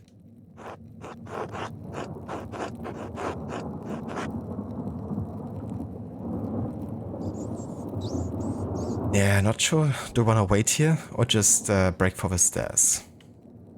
Well, I think I'm just gonna wait here. That way at least stay undetected. I don't want them to actually notice me here. I don't think.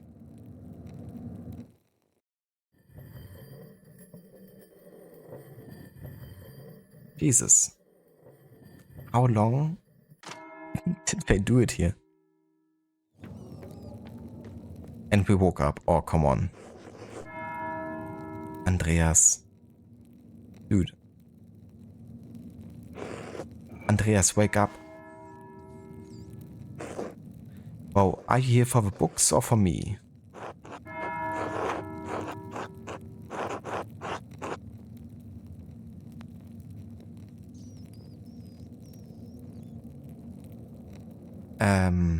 You, of course.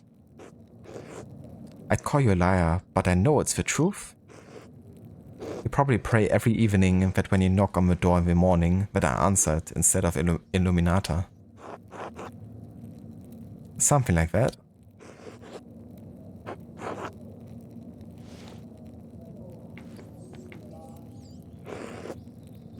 Do you want to keep talking?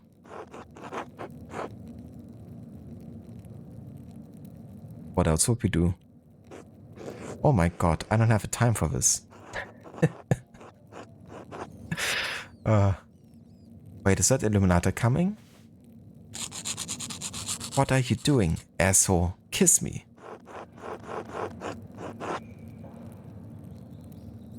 Kiss her, even though it's probably a bad idea.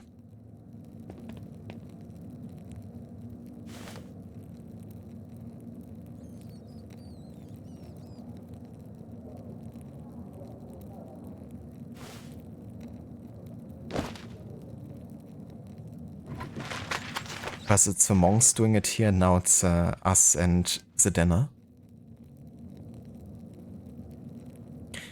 Hello Vermita, welcome in. And good day. I'm doing quite well, thank you for asking. Enjoying some Pentiment. You joined us at an opportune time. Andreas getting it on. I think your Witcher senses tingled there. But yeah, hope you're having a good day. How are you today? Sister Zedena, are you there yet?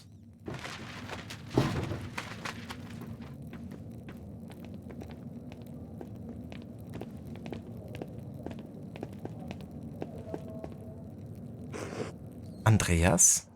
Sister Zedena? What are you doing? Andreas Mahler, I cannot believe you. Taking advantage of a young nun? May the Lord have mercy on you for this wickedness. Are you alright, sister? Did he hurt you? I will tell Mother Cecilia about this at once. He will be punished. Oh, I'm fine, Sister Illuminata. Thank you so much. You don't need to tell Mother Superior. I'm certain Andreas regrets what he did and it will never, ever happen again. Oh, I see.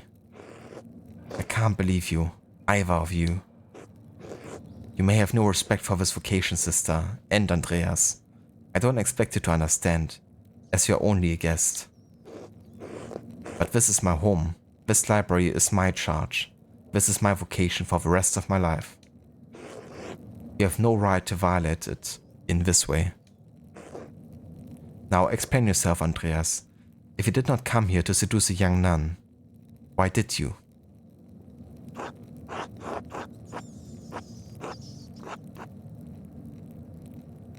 Ah, gotcha, Meta. Well, that's good, Vo. You know that it's over now and you can just relax a bit. But yeah, no one needs those kind of days sometimes. Yeah, I mean, never gonna happen again. Wink, wink. There are books I wanted to see and you never let me look at them. It's as simple as that. He's lying. He came here to seduce me. No. There's too much zero in your claim, sister. What were you really doing here, Andreas? I was hoping I could find some clues that could help Brother Piero's innocence. In the library? What could possibly be in here that could help with that? I'm not sure. Do you know why Sister Matilda was sent to a hermitage around the time of the Baron's last visit?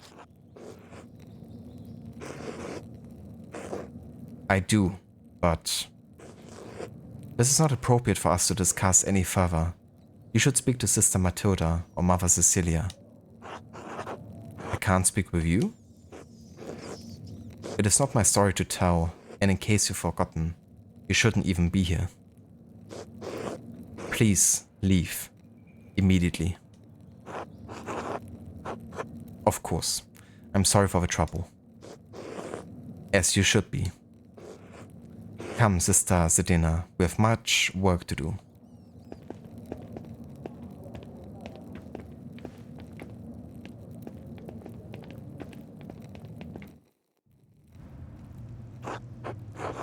I should find someone to eat with.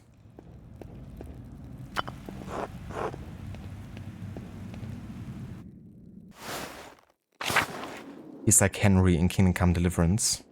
I feel quite hungry.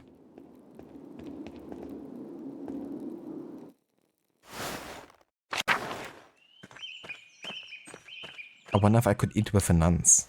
I gotta go to Mother Cecilia either way.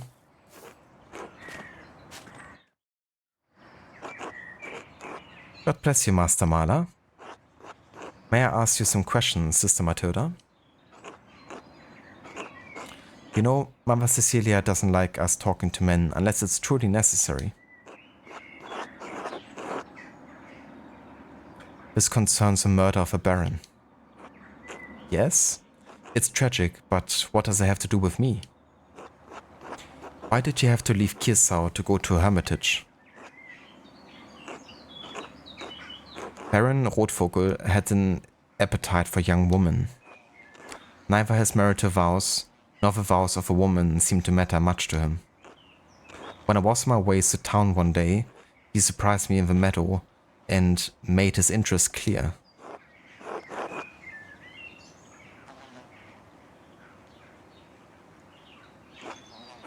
I refused his advances. I thought that would be the end of it.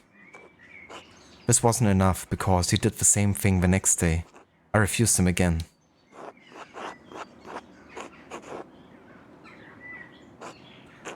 I thought if I was patient, the problem would leave with him.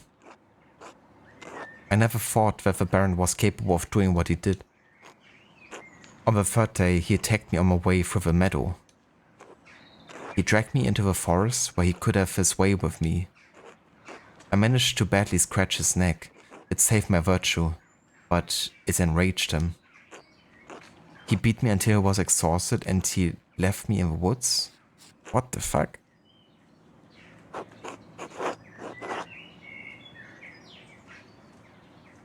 Jesus Christ. Also, give me just another second.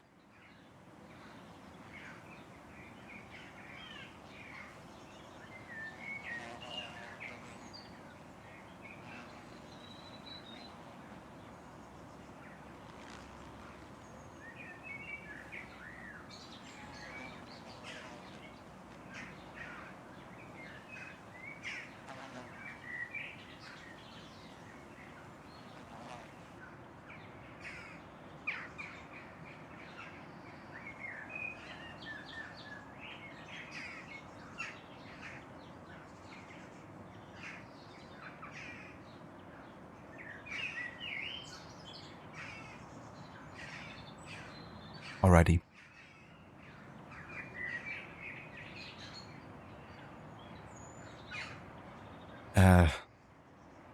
Well, I think her story's finished here. It's a miracle you weren't killed.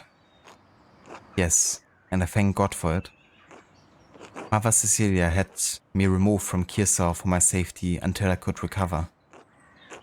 The wounds to my body have healed, but the attackers left a lasting injury in my mind.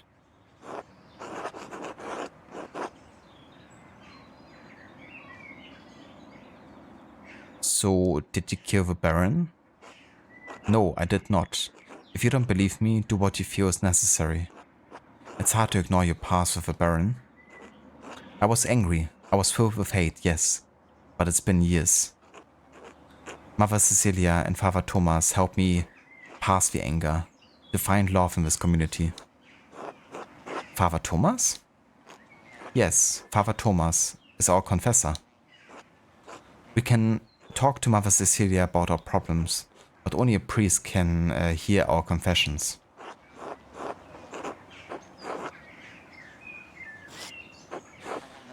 Sister Matilda, did you receive a strange note recently?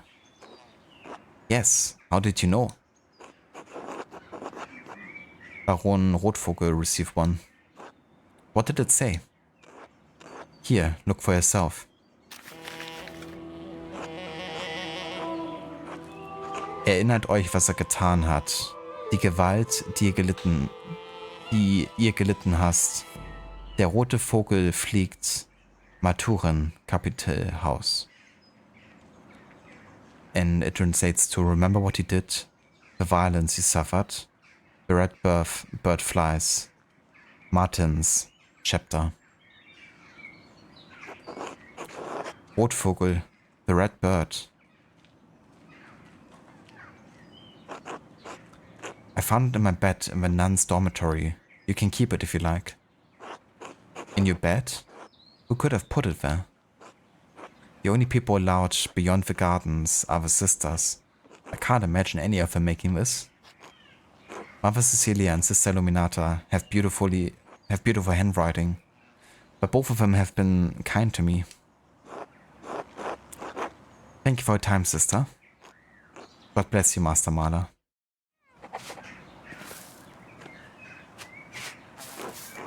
Master Maler? Yes, it's me, sister. You think Brother Piero really murdered the Baron? No, of course not. Oh, then why did Father Abbot have him put in the cellar?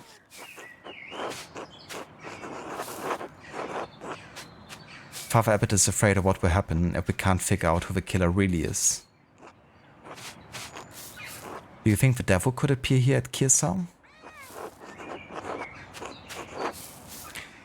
No, I think the people see the devil where they want to see him. I didn't see the devil, but I think I smelled his odor. The night before the Baron was killed, I woke before Martin's and I smelled something in our dormitory. It was strange. Moss and sulfur mixed with frankincense and roses. It moved through the room. I wanted to scream, but I was too frightened. And then it was gone. I'm ashamed that I didn't airy out, but I didn't know what to do. Didn't cry out. Did any of the other sisters smell it? I don't know, but I think they were all asleep. Thank you, Sister Margarete. God bless you, Master Maler. Yeah, it's me, Mario. The sisters certainly keep the garden well tended. The Mausfänger, the name of a cat, translates to the mouse catcher. The shovel has blood on the blade. Not normal. I think Sister Matilda uses it in the garden. I should ask her about it.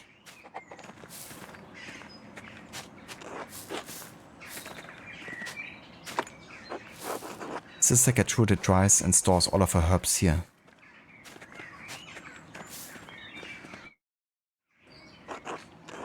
God bless you, Master Marla. May I ask you some questions, Sister Matilda? You know, Mother Cecilia doesn't like us talking to men unless it's truly necessary. I have to ask you about your shovel. The garden shovel? I wouldn't say it's mine. It belongs to the Abbey. I just use it more than the other sisters. There's blood on it. I recently used it to kill baby rabbits in the garden. The other sisters are too squeamish to do it. I didn't clean it because it was going right back in the dirt anyway. But why bring up the shovel? Oh, I understand. No, I didn't use it to kill the Baron. A man is not a rabbit. Thank you for your time, sister. Sure, you know, just killing baby rabbits casually.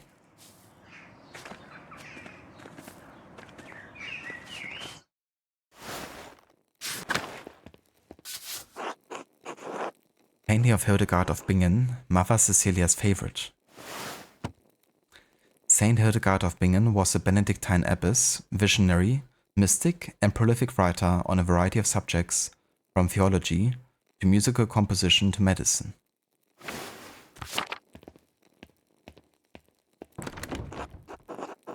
The doors into the convent are locked to outsiders, men at least.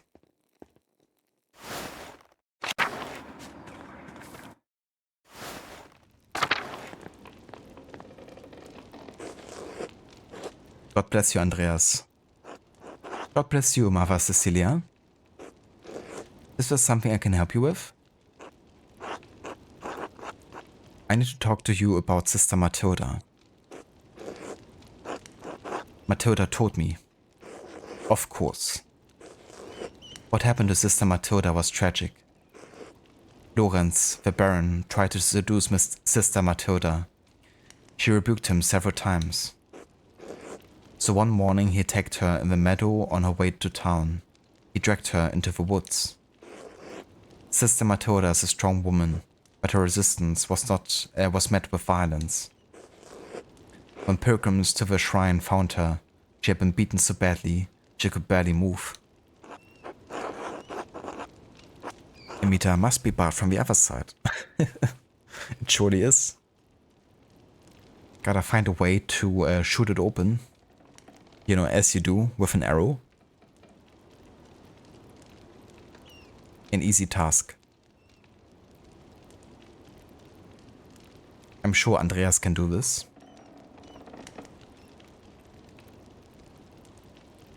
My god. The blasphemy is understandable. It was beyond shocking to see what he had done. As terrible as the attack was, I knew that bringing it to Father Matthias would put him in an impossible position. The Baron would suffer no consequences, but the abbot would have refused his continued patronage. I concealed the assailant's identity from Father Abbot and had Sister Matilda taken to a hermitage near Mittenwald. Mittenwald, a small municipality known for its transalpine routes between Augsburg, Innsbruck, and Milan.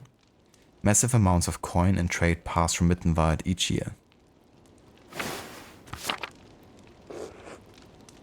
She stayed there under the care of sisters until she recovered and could return.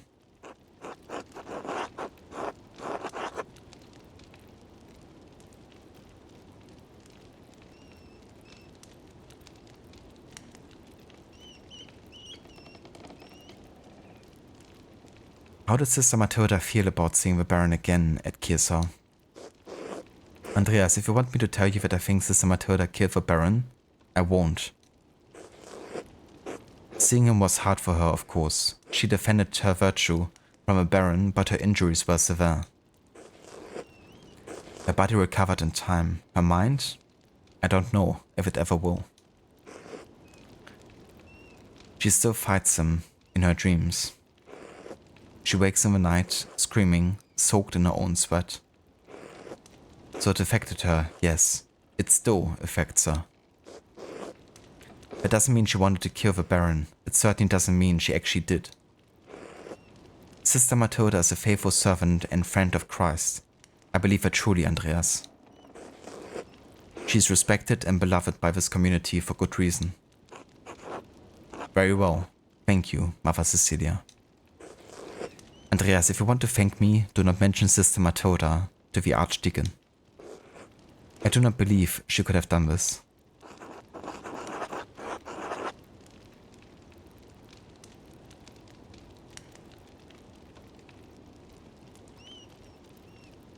Just because you believe it, it doesn't mean it is so. Pray upon it if you need to. You will see the truth. God bless you, Andreas.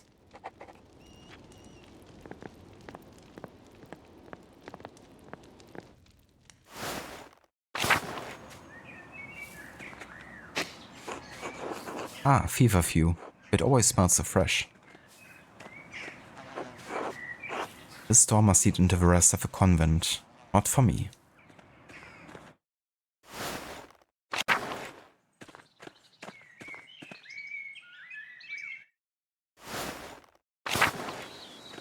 I think this could be a good opportunity to go into the forest.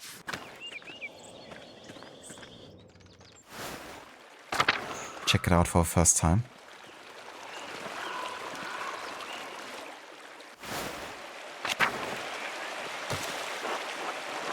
Rotten and full of bugs. No wonder Otto hasn't split it up.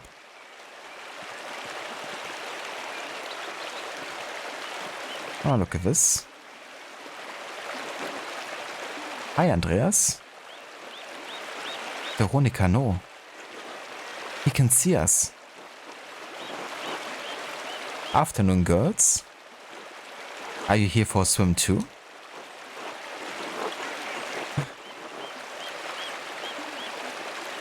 We don't do much swimming in Nuremberg. In fact, I never learned how. What if you fell in? Well, I suppose I would drown. Oh my god, don't invite him in.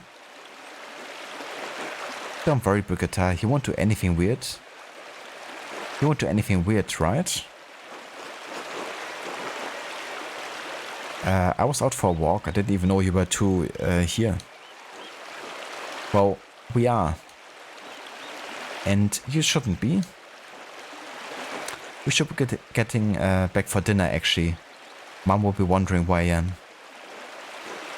I'm not getting out with him here. Oh, I see a dilemma. I go. It's fine. It's not... Franz is going to be so mad. Have a good dinner, Andreas.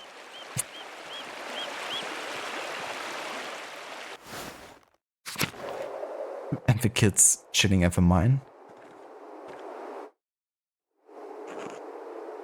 Hi. Paul, right? Powell, sorry. You're the Miller's boy. What are you kids doing down here? Fox. What was that? Frogs. We're not really looking for frogs. I am. Me too. It appears you're outnumbered. Why don't you tell me what you're really up to? I don't want to get in trouble. We're in trouble? Not yet. Right?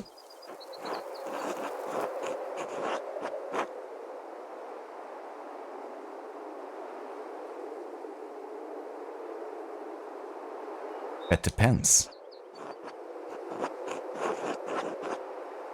It sounds like you know you're not supposed to be down here. We're not doing anything bad. We're throwing rocks. Bad. Rocks down the hole. We're throwing rocks in the old mine? Maybe. It's just they fall for a long way, and if you lie on the edge, you can hear them go plink way down below. I've thrown 100 rocks. It's really not that many. But it's not that many. What do you think is at the bottom? Rocks. Aside from the rocks. sword. That says the dead guys ate it. He means the Romans. They built the sword mine, the aqueduct too. The aqueduct, the Imperial Road, and many other things beside. The Imperial Road, also called the Via Imperii. The Imperial Road links Venice in the south with Stettin on the Baltic Sea in the north. It passes through Verona, Innsbruck, Nuremberg, and many other cities along the way. It also brings thousands of travelers to Tassing and Kirsau every year.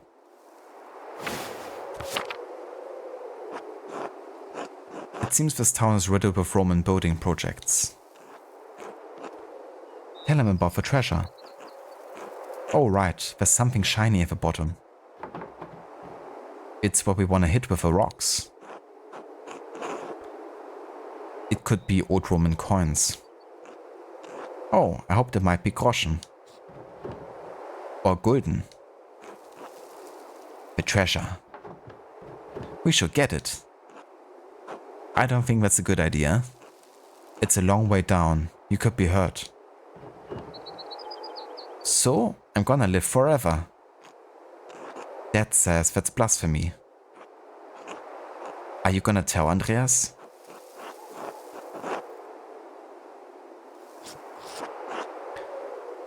The treasure will be our secret. Yes. Thank you, Master Maler. Until later. Bye.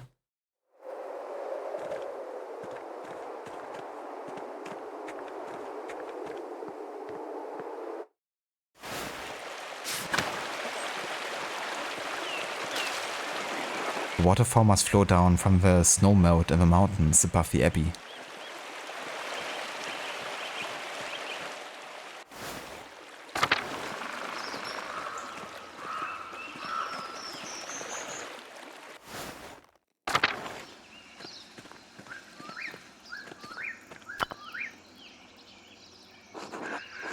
A carving of Saint Satya. It looks quite old.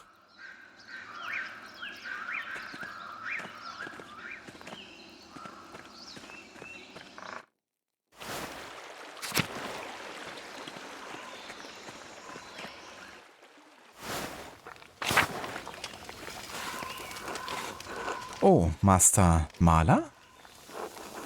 Yes? We met once before, I think. You were drawing something by the waterfall. I'm Smokey. Well, Adam, but people call me Smokey. Or Adam. You have a charcoal burner? Yes. I have to stay out here in the forest, near the kiln. Is there anything I can do for you? Would you mind if I joined you for a meal? Are you sure? How wouldn't I be? Most decent folk doesn't like to associate with my kind. They like the charcoal, but they hate the burner. That doesn't bother me. Well, then I suppose you're welcome. Is it alright with you, Vaxlar? I suppose. Alright, good, good.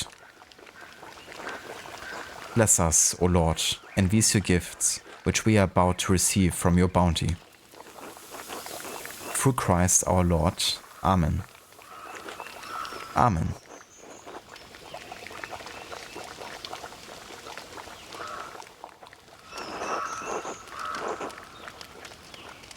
Thank you for the hospitality. Of course, we're glad to have you. How else will Vaxlav get his town gossip? Stop, I don't... Alright, I was only kidding. If gossip is what you crave, dear Vaxlav, I am more than happy to provide. I don't... Smokey is... I like to talk to people about their beliefs, that's all. Not gossip. Smokey was making a stupid joke. Don't mind him. Don't sulk about it then. Got some mountain cheese with herbs. Sounds good. Some jerky. And some almonds. That's not half bad actually. I could go for that right now.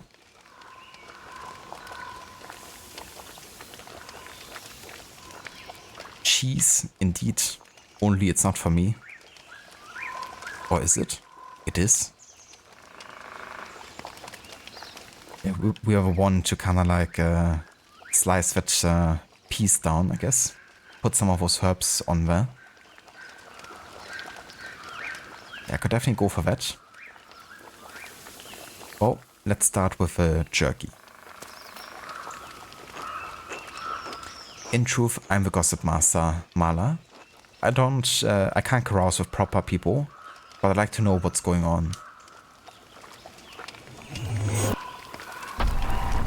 Knock, knock. Knock, knock. Hello, Varot. Welcome in, dude. Thank you so much for the raid. And welcome into all of you raiders. I hope you had a good time today with Until Dawn. Happy Friday the 13th. How did it go? How far did you get with Until Dawn today? Welcome back, Amita. Indeed, Coffee. Welcome in as well. Raid.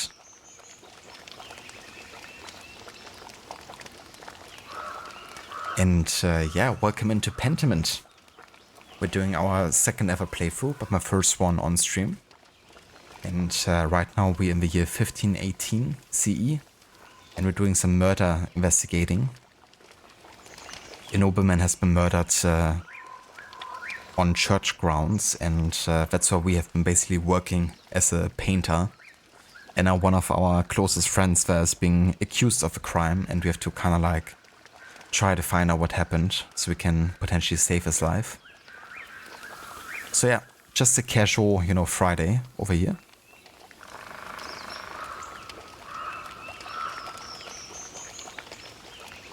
But yeah, the game is going really good, Rod. Thank you for asking. I've been very much enjoying this replay. It's just such a well-crafted game when it comes to world building and the writing, and really immersing yourself in the time. Right now we're just visiting the smokers outside of town, like the charcoal burners. Having some dinner with him.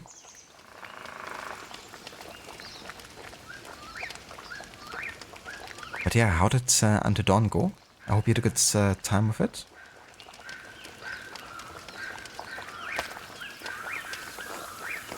If you tell me some of your gossip, I tell you some of mine.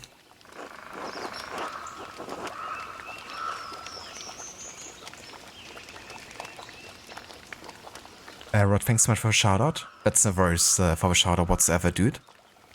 Happy Friday the 13th to you too. You got through the first 5 chapters, 5 more until you finish.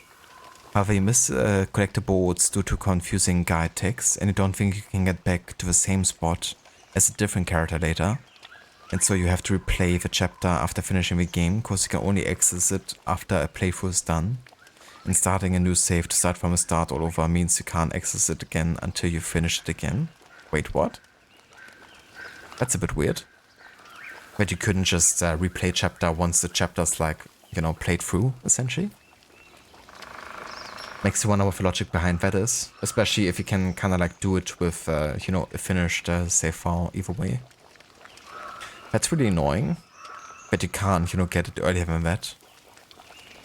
But at least you won't have to play through the whole game again just to get to that point of getting the collectible. But yeah, that can be quite a struggle. You know, like some guides aren't like written in a way where it's very easily conceivable, you know, what they're meaning. Or where, you know, the collectible you're looking for is actually located.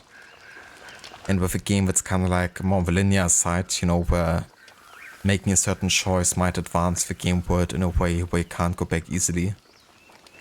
That can be a bit tricky.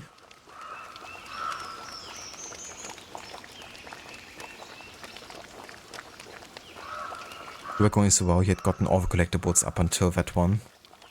Well, hopefully it stays that way for the rest of the playthrough, so you only have to replay that chapter. And, you know, getting all the way to that collectible. But that's good for, you know, that it's like the only one. Imagine if you had to replay, you know, like 3 of the 5 chapters again or something. That would be even more annoying.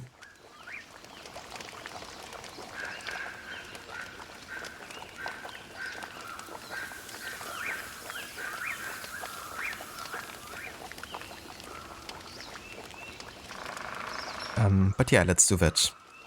I tell some gossip and he would tell me some of his. Ferenc the Prior of Kirsau has a special interest in magic. The Hungarian? He has more than an interest. Never mind. Forget I said anything. No, tell him the whole thing, Václav. Tell him what you saw. A few weeks back, I saw that man, the Hungarian, in the woods. He was doing some kind of ritual with blood. Whose blood? His. He cut his hand in the middle of the ritual and dripped the blood into a cup, I think. He kept repeating some phrase over and over.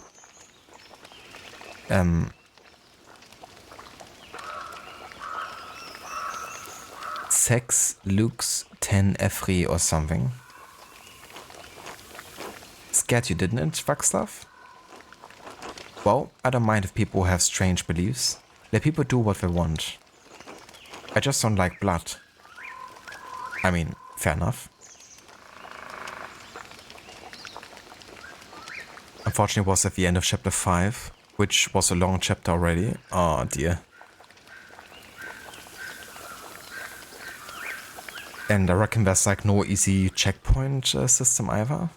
They could have maybe like reloaded and gotten to a point where you still, could get the collectible. I mean, not with that one, but maybe in another chapter if you end up like accidentally missing it. But I mean, the thing is like, once you get to a point, of like checkpoint advancement, then it's kind of like already too late, I guess.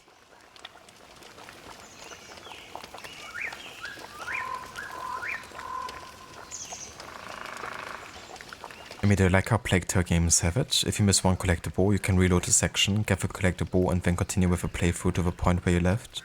The item will be in the inventory. Yeah, that's how I guess Until Dawn maybe should have also done it. Give you the opportunity to just replay any part you already played easily.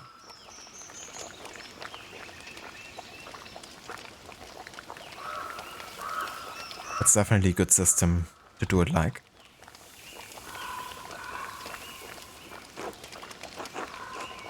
What's inside the body should stay inside. Well, I can't speak to what he was doing. Sounds like witchcraft to me. Not that I would know, of course. You heard anything else of late? Nothing else comes to mind. Good. Gossip makes trouble and it can get people hurt. When you become such an old woman, Václav, you know fun at all? No one's getting hurt. We're just telling stories. Alright then, what have you heard? Well, the good brothers and sisters at the Abbey may have the townsfolk food, but not Old Smoky. They get up to all sorts of things in the woods. Oh? Smoky? Ah, please. No one around here cares if he lives, if I live or die. They sure don't care about what I say to people. Pff, until they do, fine. Say what you want. You know that monk and nun who do the shopping in town? I can see where this is going. Nowhere good. The brother and sister, they do more than shop together. They meet in the woods, sometimes, where no one can see. No one except Old Smoky. And do the things adults do, you understand? Smoky. What? It's true. Good for them. If they're happy, what's the harm? They certainly seemed happy. Very happy, if you get my meaning. Yes, I understand. Thank you. Yes, well... You heard anything else lately? Nothing. No matter. There's plenty more to tell. Well, the whole town's built on Roman ruins, right? Pieces of an old town sit underneath the abbey too. Hundreds of years ago, the Romans built all sorts of things up here. Then, one day, they just vanished. We built on the old bones. You still have to be careful where you step in this forest. You're liable to fall into an old ruin. Or get scared halfway to the grave by a ghost. Citizen? Very naughty people, Amita. No worries, Rod. Take your time. And hello, Aura. Welcome in. Indeed, yeah. Started a new game. Well, new to the stream, not new to me. I have played this one before. Like 2 years ago. But I haven't streamed it. The only thing that waits for you is oblivion. The only thing? Welcome back, Seraph.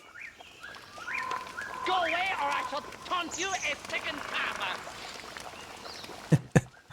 Go away, or I shall taunt you a second time. Like this. And I cannot believe you feel injured by an imaginary insult. I owe you nothing. Nothing? It's true. Smokey saw a ghost. Smokey's belief in something doesn't make it real. Tell Smokey, not me. It was late in the evening. The moon was high, painting the leaves all soft and silver. I heard a rustling in the meadow, like wind through the grass, like whispers. I looked up. This is my favorite part. This is good. And there he was, standing in the meadow, like he's carved out of moonlight, and bent near in half. He looks at me and it's like I've been speared straight through to my soul. Just these two eyes like dark pools, boring right into me. And his edges, the borders of him, they shimmer so hard. It hurts to look straight at him. I can't help it. I blink.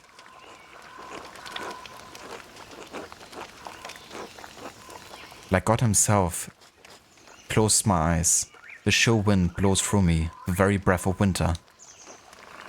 And when I look back, he's gone.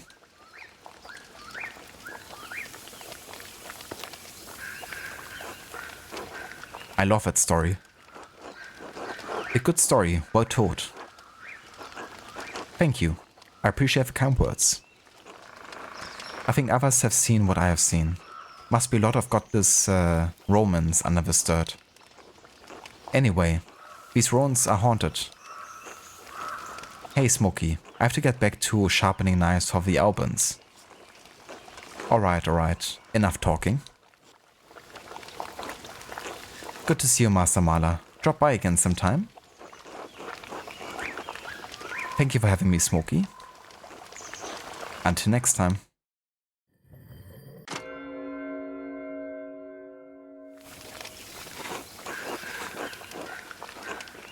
Oh, hello? Hello, you're not a local, are you? No, I'm staying in Tassing only briefly. Is Smokey a friend of yours? No, I mean, I didn't know him before coming to Tassing. But he's let me stay with him, so yes, I suppose he is. People don't much like Romani. Most folk despise anything that's different. I like staying on the edge of town.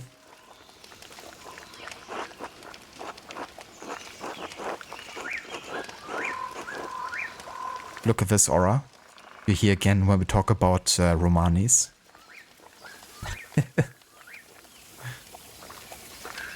Nice coincidence.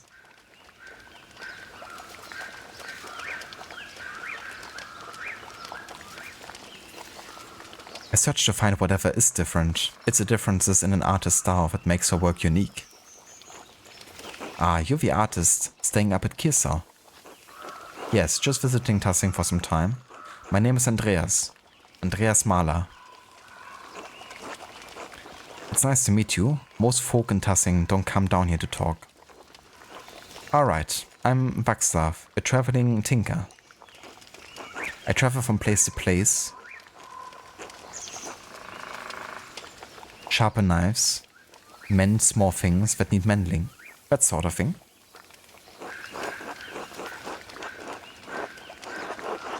I'm something of a craftsman myself. Nice. I'm not sure if this was like on purpose, you know, worded like the meme, but I suppose it was.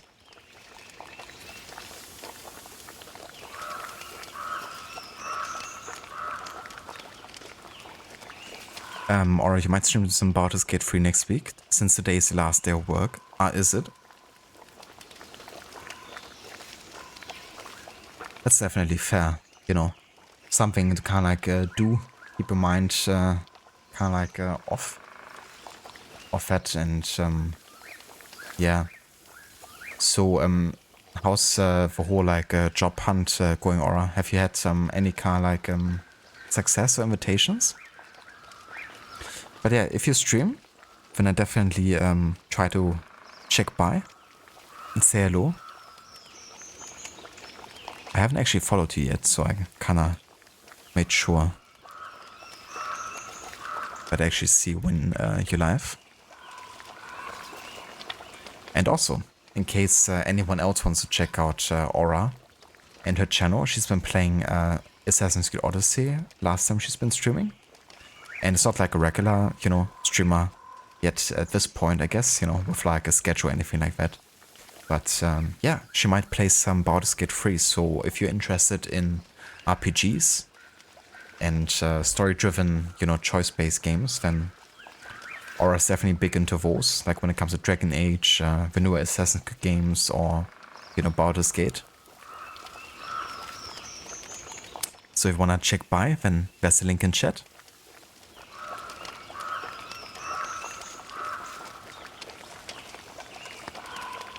I gotcha, Aura. Yeah, that's understandable. That's the thing sometimes, you know, just the requirements for even, you know, being able to apply to a job. Like how much experience you might need to have under your belt.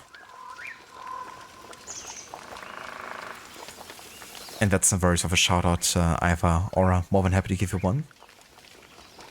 And yeah, if you're streaming, then I'm gonna make sure to try to come by. I'm something of a craftsman myself, well enough for my household, but not to make a vocation of it.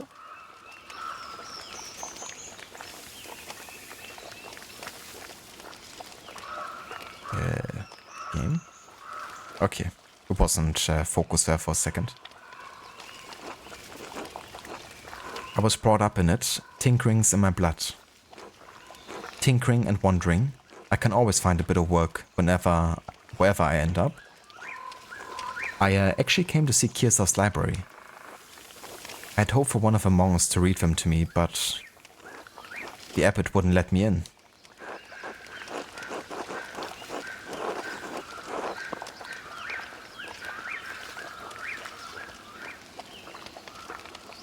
No one's allowed inside the library except the sisters. I'm not surprised they turned you away. Ah, what were you looking for? Well, I explained I was looking for a text about the elements. If they're primordial, as Aristotle says, then God didn't create them. They exist with him since the dawn of time.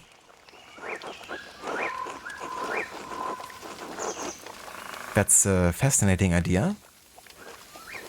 Not only that, but it explains the presence of the angels and demons before the creation of the world.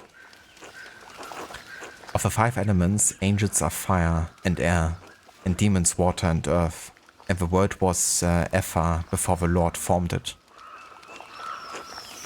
That's why Satan appeared as a snake to Eve. Snakes can only dwell in deep caves and pools.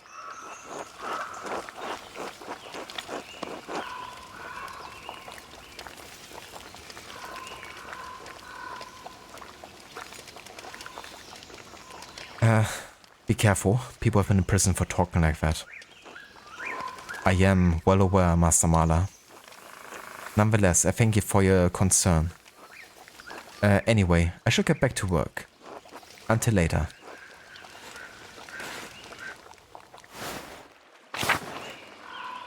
A snake. A snake in the grass.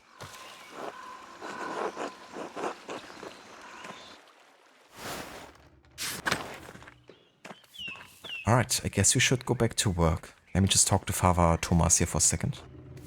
Okay, he doesn't say anything.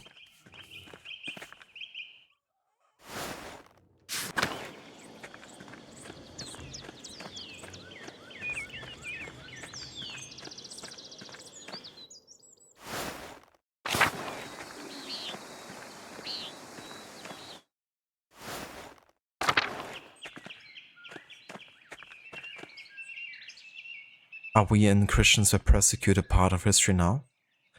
Well, we're definitely in a... Yeah, I mean, some Christians were persecuted in the way that, you know, the reformist ideologies popped up and really got more accessible to people through printing. So printing being like a rather modern recent invention here really sped up the, you know, kind of like time that information could be delivered to people and made it much more accessible, I guess. And that led to some kind of like almost revolutions, I guess, from the poor and the farmers against the aristocracy and the clergy. And also lots of people splitting up from the Catholic Church towards the Protestant evangelical thought. But it's a very interesting time, especially in Germany at this point. You know, with characters like Martin Luther and I forgot the name of the dude who invented the printing press. I should be ashamed.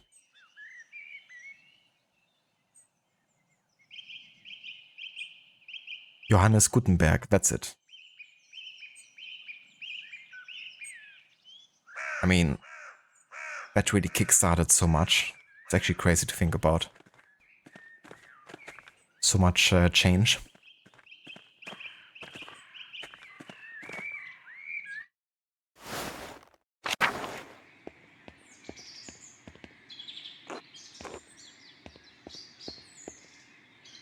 How dare you forget that?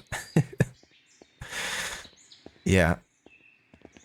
I mean, playing this game and being a German, I definitely should have known that, but I can't blame myself, really. I'm just bad with names in general. It doesn't mean how often I have heard a name. I'm still gonna forget them occasionally. My brain just doesn't work too well with, like, names.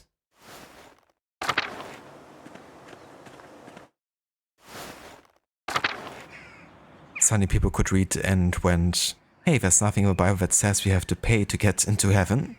Pretty much, yeah. Yeah, so this year right now that we're in, 1518, it's actually 1 year after Martin Luther nailed the 95 Theses against the church doors in Wittenberg. And those theses, of course, also included the criticism about the indulgences that people had to pay to, you know, get salvaged, I guess, or have their sins and so be salvaged. Their sins forgotten. An easy way for the church to make money, of course.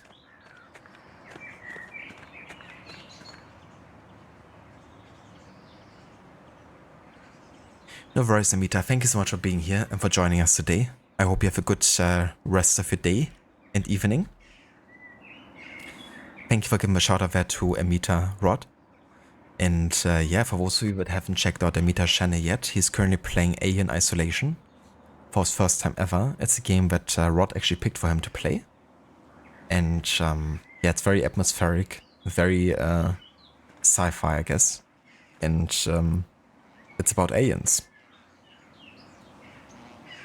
I guess that sums it up. But yeah, great streamer and a great game he's playing. So if you want to check it out, definitely have a look into the shoutout link.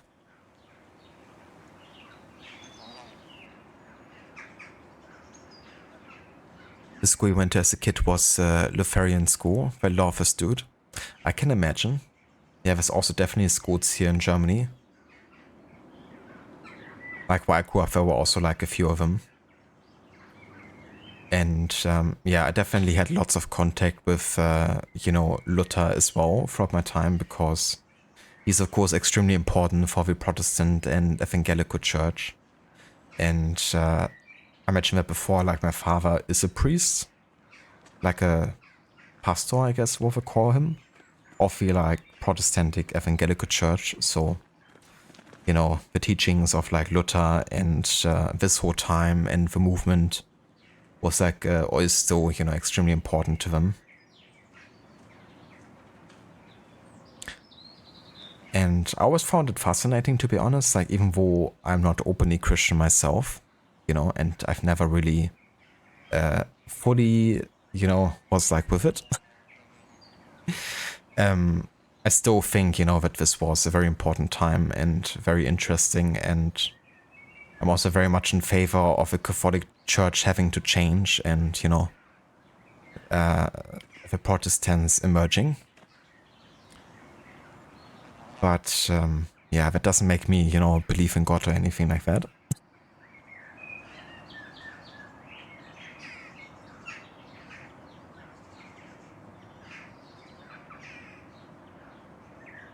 Huge agree, it was a very interesting time. It really was.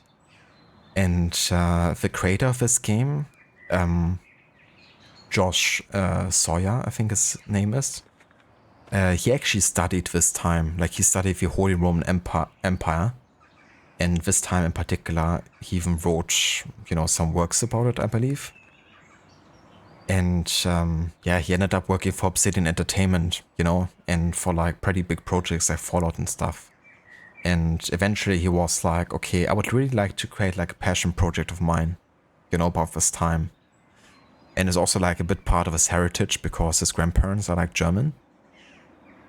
Which I guess is also where some of his interest in German history stems from.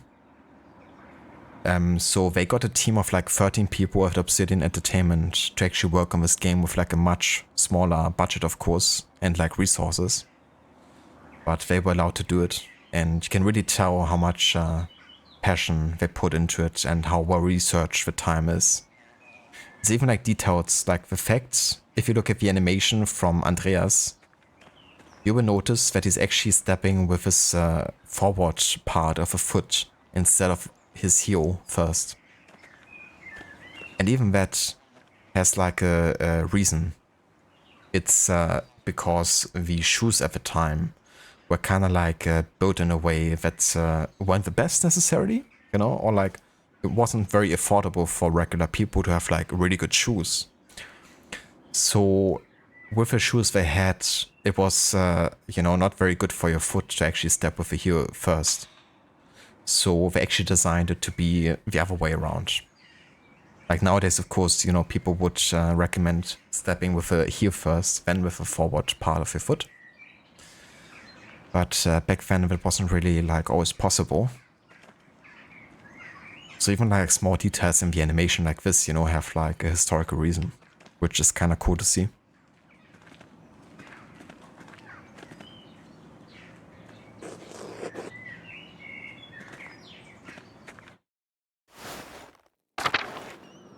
Sounds good, Aura. Enjoy your coffee.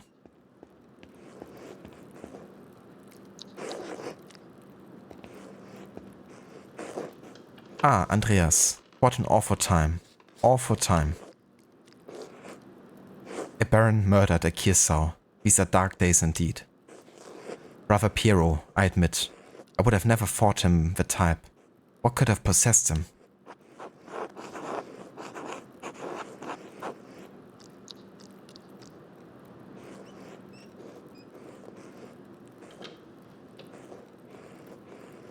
You can't believe Brother Piero would kill the Baron. It's not in his nature.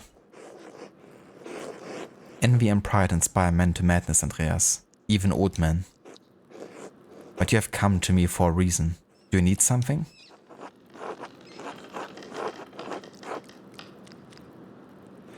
You rush into the scriptorium and hit something strange at your desk.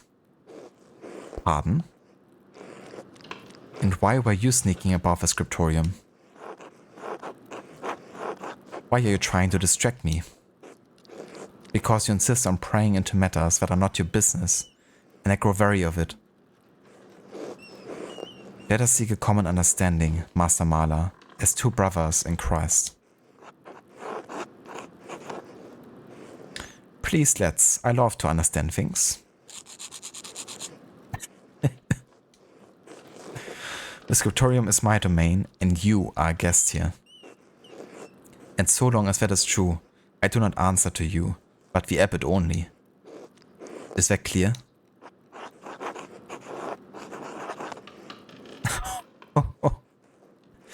Yeah, that would be really like putting salt in an open wound. I'm not gonna do that. I suppose. Praise be. Will that be all from you then? I'm not gonna stop though. I had a few more questions if you don't mind. Be quick about it. I've heard it said you perform blood rituals in the woods. Who would slander me with such a claim? What does it matter? The question is, are you a witch? Prior Frank. Keep your voice down. They were merely angelic invocations, entirely Christian and benign. Then why are you whispering? I remember too well what transpired in Innsbruck. And because I know the minds of men, even godly men, are now and again poisoned by fear and small thinking. And what were you doing in the forest, Andreas, that you would see me? Picking mushrooms for Clara Gärtnerin, naturally. That were most plump and juicy in the evening hours when all the ground is moist with dew. When you describe them like that, it sounds most ungodly. You've gotten your answer. Are you satisfied? No, you still haven't explained the point of your angelic invocations. He's a vampire. A vampire witch.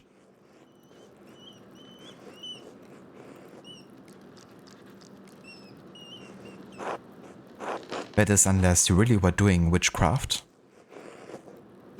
You will bring death on us both with that ilk. I was merely attempting to invoke the angel's aid to help with the Abbey's financial troubles.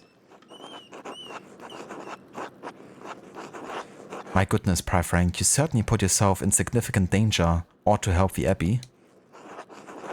You are a true servant of Christ. You are an insolent wretch, Andreas, and your presence is an insult to this place. While the abbot suffers, you continues to elude me.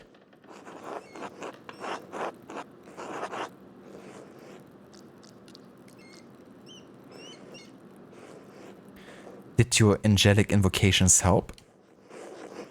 The Lord and his angels do not work on a mortal timescale. Now please, Andreas, you've drawn the truth from me. Leave me in peace. As you wish. Be well, Prior Frank.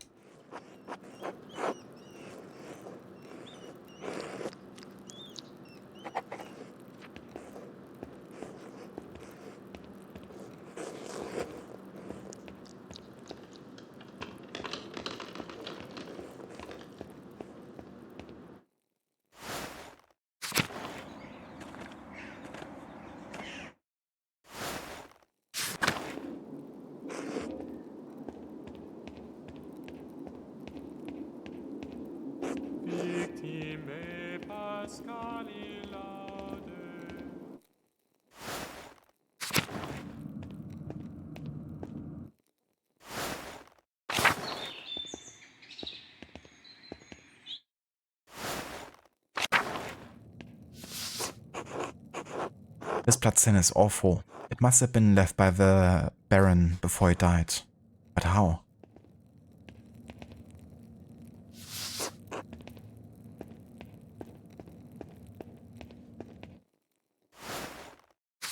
Or through the bludgeoning. That's how. Andreas. God bless you, Father Gernot. I want to speak with you on behalf of the Gärtners. The Gärtners? What about them?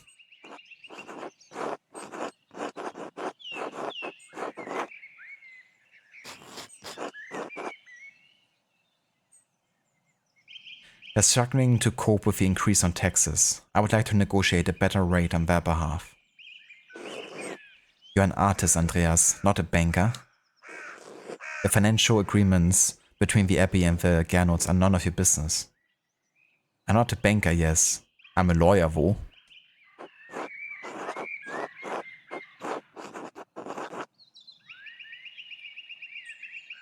Maybe not in the long run, father, but I hate to see them struggling. Can't we discuss something? Kirsa owns the land, the Gärtner's farm. We have a financial responsibility to the Abbey. It is not only my right to tax the farmers, but my responsibility to provide for my brothers and sisters. I'm sorry, but the Gärtners will have to find their own way to pay what they owe. God bless you. Jesus. What a dick.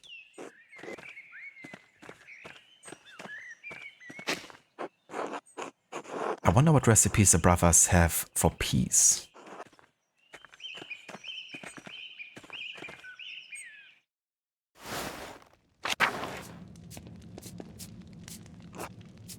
I'm sorry, Andreas. I can't let you down there.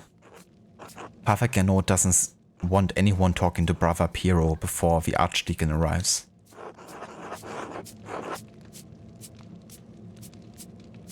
Just a few minutes? I really shouldn't. I need to talk to him. I'm sorry, I can't. Not even if it meant the Abbey might learn his secret. Nah, not gonna do that. I'm sorry. No, you're right. I leave it alone. God bless you, Andreas.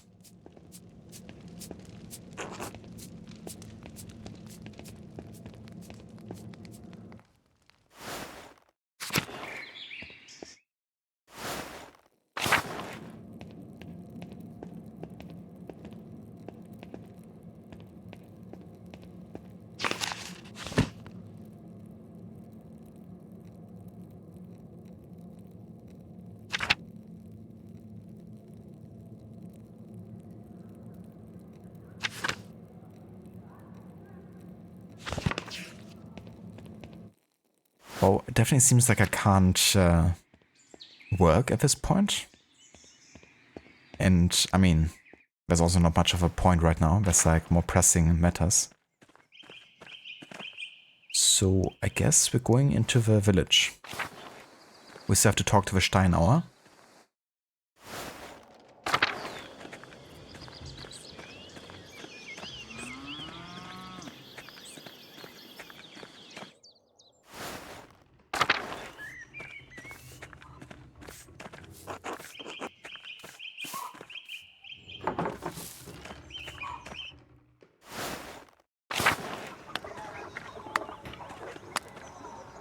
Schlau. That's an interesting name for a cat. It means smart.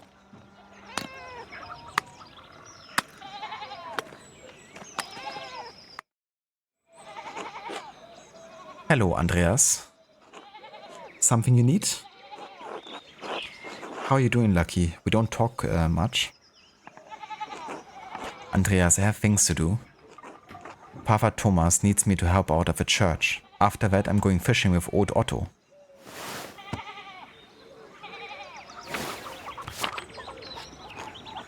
So if you don't need me to repair a wall or fallen chimney, then leave me be. I can see you're busy, so I keep it brief. I had hoped to ask you a few questions about Baron Rotvogel. No.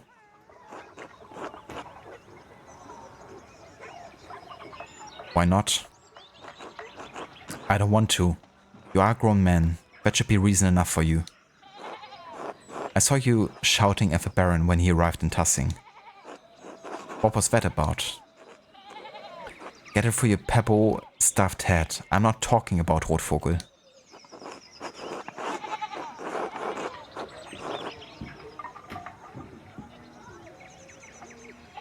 If he had no part in his death, you shouldn't mind answering a few simple questions about him. You think I'm stupid? You're twisting my words around already.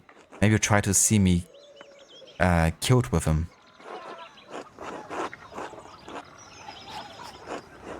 Alright, I won't press you.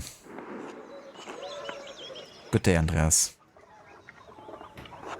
He was not being forthright with me and he seems eager to get away. If I wait here, maybe he'll leave and I can observe his actions. But should I do it now? It will probably take a while. Yes, we will.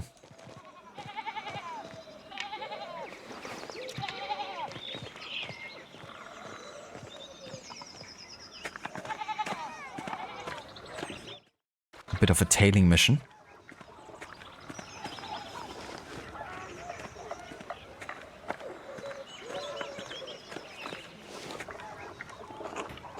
Oh dear, is something the matter with a Zimmerman's basin?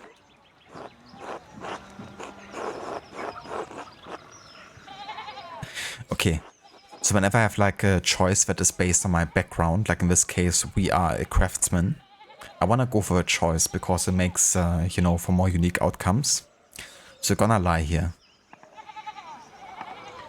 Such exquisite construction, the platonic idea of rainwater basins. Andrews made it. He's such a good man. Doesn't gossip with anyone, even me. Haha. Oh, he's welcome to start any time. Your poor mother, she fainted away from the shame. Oof. I assume the coffee is working, Aura. Coming in with those insults.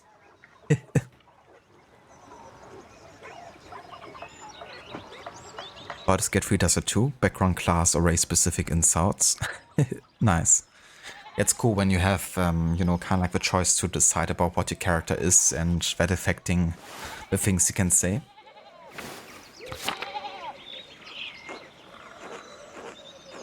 Are the gardeners feeding you enough? You're looking a little thin. Oh, take some of his bread. That should perk you right up. Nothing like bread to fortify the spirit. I'm delivering it to Father Thomas. You know how the father loves his bread. He's quite the bread enthusiast. My favorite customer.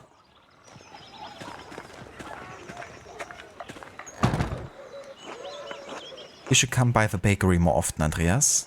Anna would love to see you. It's so cute when she tries to steal your head. Ah yeah, Anna. I gotcha, Aura. Yeah, dialogue.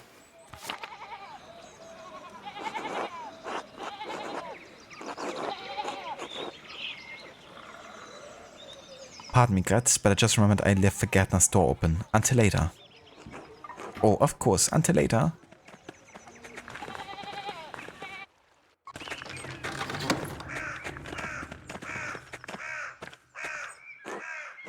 Master Marla, here you are, finally at church, and it's not even Sunday.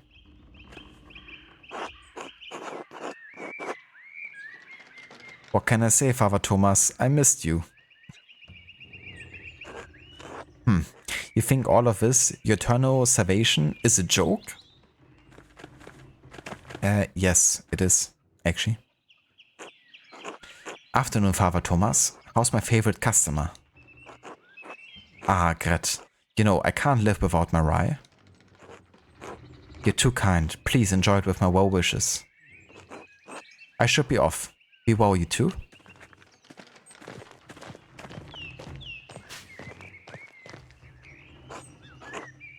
Andreas, what brings you to the church?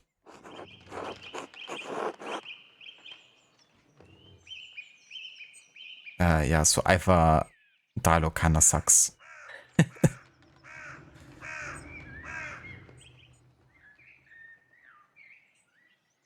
Haha, oh. Are you following me, Andreas? Lost nervously.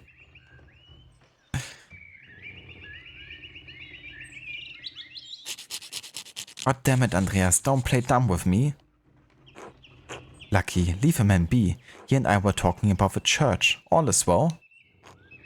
Now tell me, how's my wall? The damage is not difficult to repair. I can do it next week. And I can put the fallen stones back up now. That would be marvelous. I'm sure the lady would appreciate it too. But please don't risk yourself. Get some younger men to help you.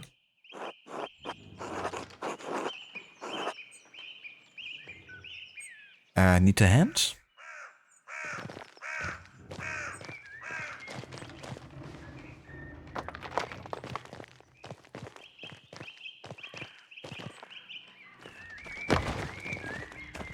I guess not.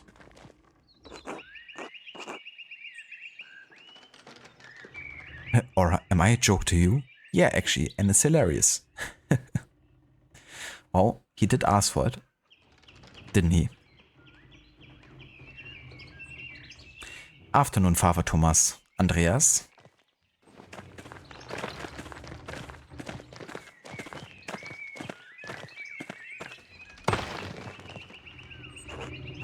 Lucky, see you soon. Don't work too hard, eh?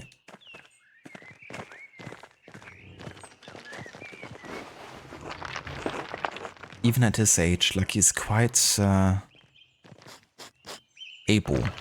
Only Big Yor can match his strength. Thank you for your labor, Lucky.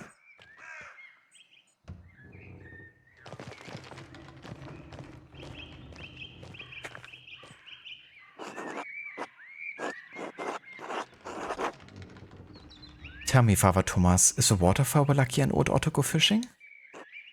I don't know there were many fish there.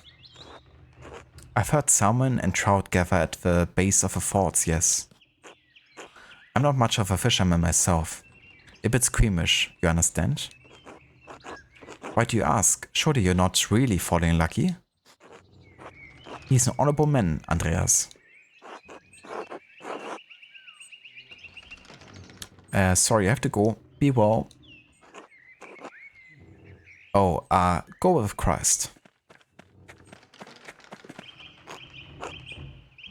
Goodbye? Very unusual man.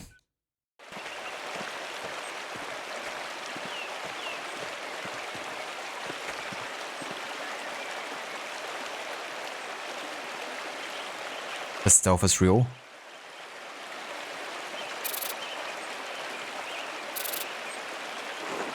Ah. Yeah, what was that?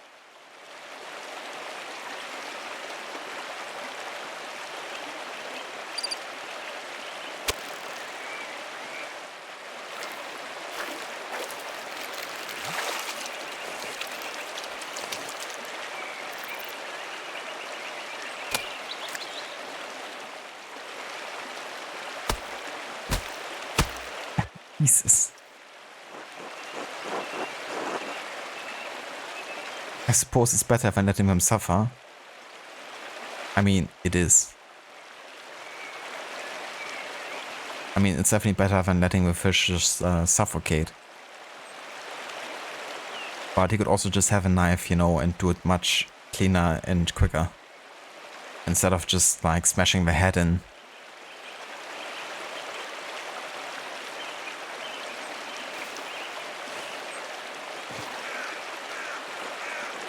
Until later, Otto.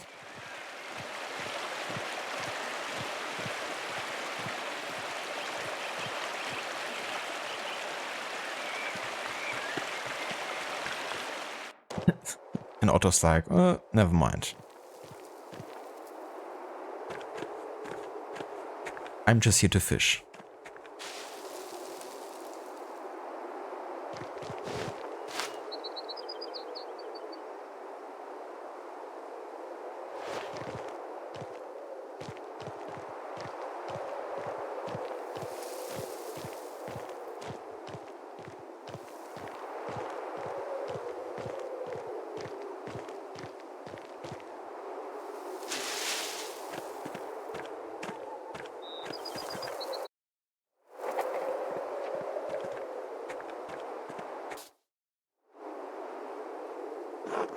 Zwei Unschuldige. Two innocents.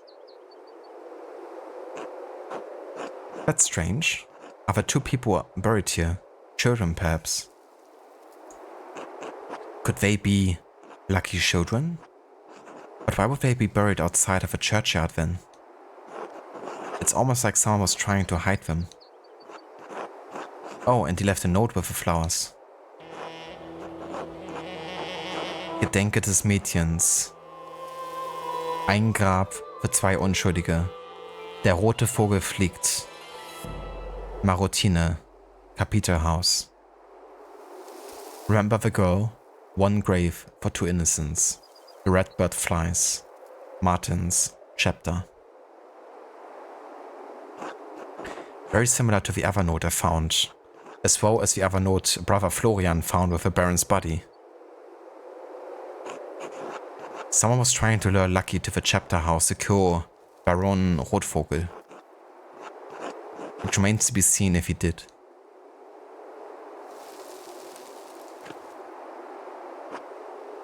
Damn, I've lost Lucky. This grave does seem important to him. But could it be motive enough for him to kill Lorenz? I won't know until I figure out who's buried here.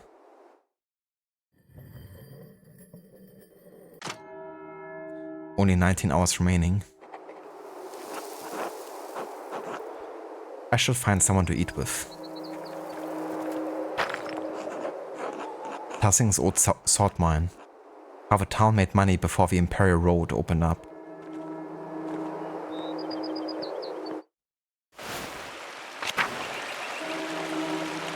And now murder mystery. Indeed. Yeah, that's what the first chapter is definitely very much about. Understanding the motives of the people here. Trying to solve the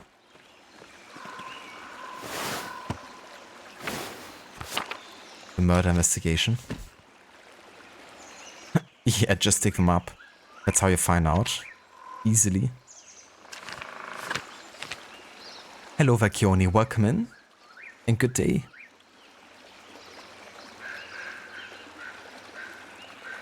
Okay, so we have been to the Franz Bauer family. We could go to the Johann Bauers. We could have dinner with the Gärtners. Like our own home.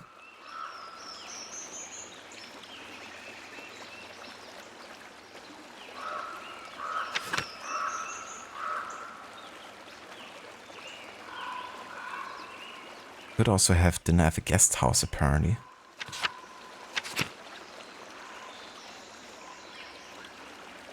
We can also go to the baker's, the midwife.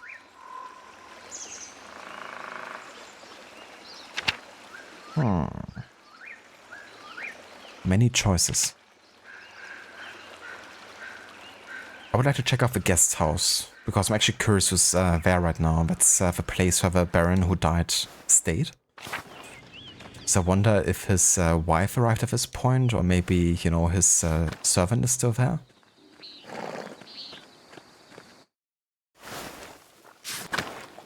Ah yeah. Fürstchen. That's an interesting name. So Fürst is a bit like a lord title. And Fürstchen is like the, you know, kind of like cute version of it. You know, like in Spanish when they have like lots of cute versions of names.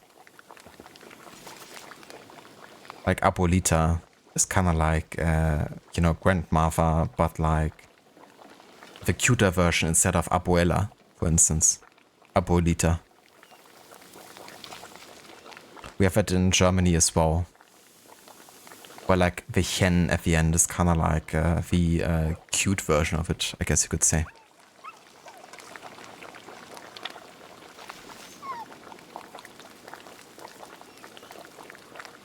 Such a great graphical style.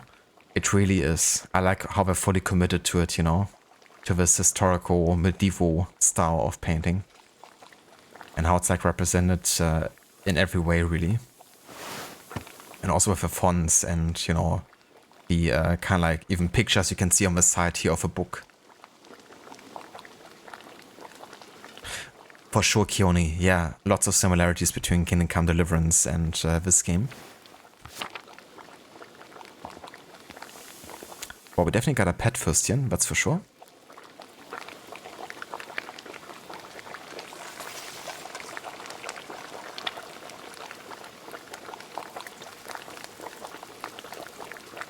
Got a mustache.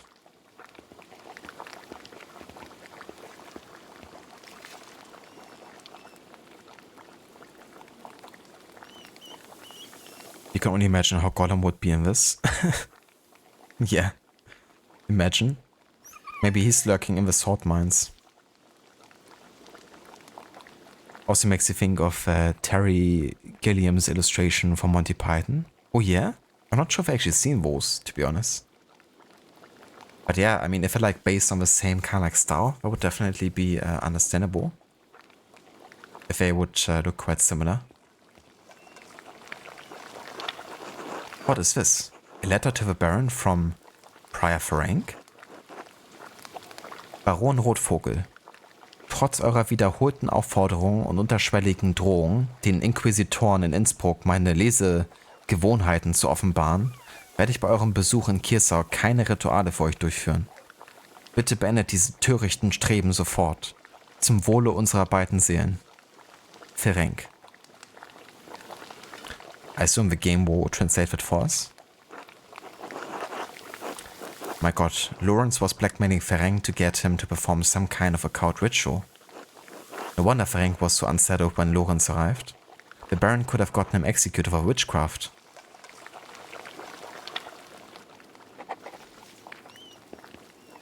You know, I really like the choice that they actually kept it in the original German language. Like even in the English version of the game, because I wasn't too sure, having played the game the first time in German, if I would actually do that. I also wasn't sure if they kept the names in like full English, in full German, or if they would actually translate something like Maler, you know, like the main character's name is Andreas Maler. If they would say like Andreas Painter. Because in a way you could have done it because, you know, what their surnames are is like the occupation. So to make them more understandable to English speaking folks, to kind of like go with the translation, the direct one. But I really like that they kept the original, you know, German names.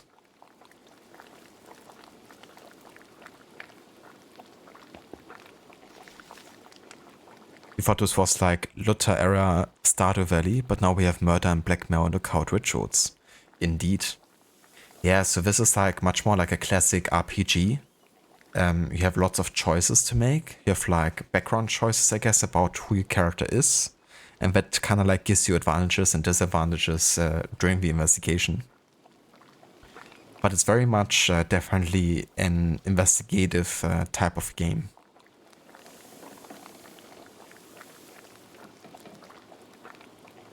There's not really much to kind of like farm or like keep, you know, care of in that regard.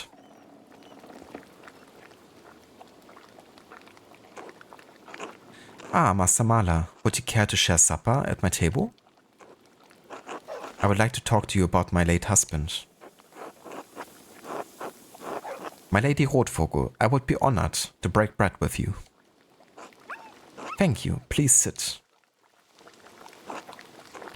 Bless us, O Lord, and these your gifts which we are both about to receive from your bounty.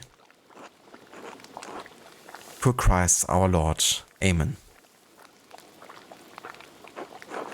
Amen.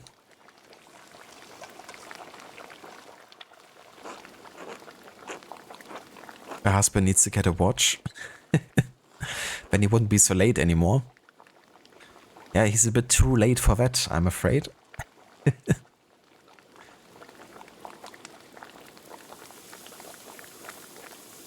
He's even gonna be too late to his own funeral. I find myself rather out of place here without the comfort of a Baron. Thank you for agreeing to share a meal with me, Master Mahler. Of course, the honor is mine.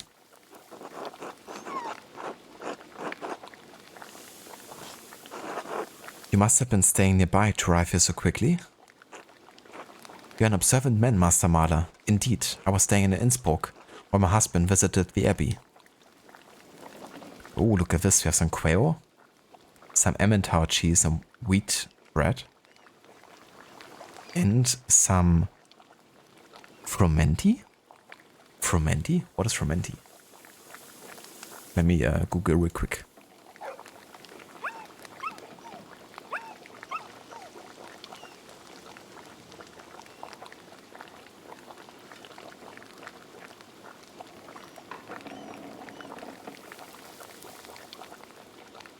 in French it's fromenté, a very popular dish in the West European kitchen. It's like porridge out of wheat. And then you would basically boil it in milk, meat, or vegetable stock. And sometimes I would also put in eggs, almonds, like fruit and honey, or even like cinnamon and meat. It was like a very versatile dish apparently. Interesting. But yeah, that's frumenty apparently. Sure, let's have some of that.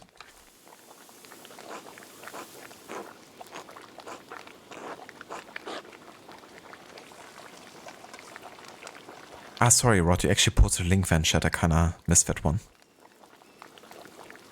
I see it now. Oh dear, what a picture.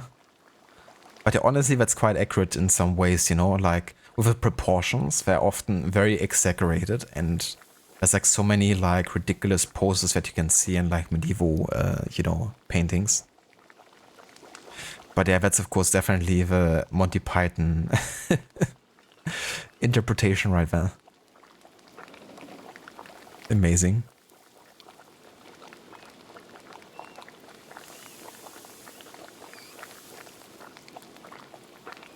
Yeah, I can imagine animation would be even better.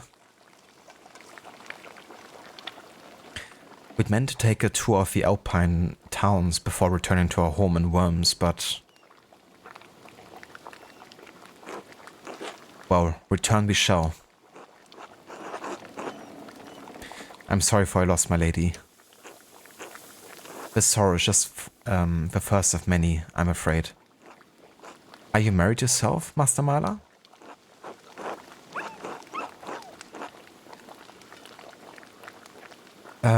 No, and truth be told, I'm not looking forward to the prospect. That is a shame. There are joys to be found in marriage, should you care to look for them.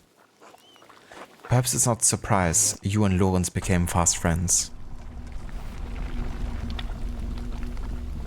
He wasn't too keen to be married either, I reckon. Raid! Hello Vigislek, welcome in dude, and thank you so much for the raid. Welcome in Stanley as well. How's it going today? I hope you guys are having a nice day.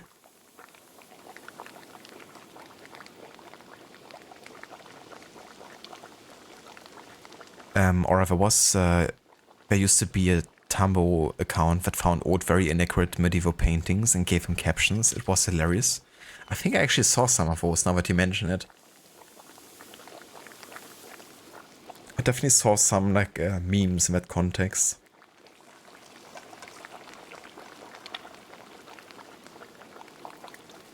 I've never been on like the platform, but yeah, I think they got around like Reddit as well.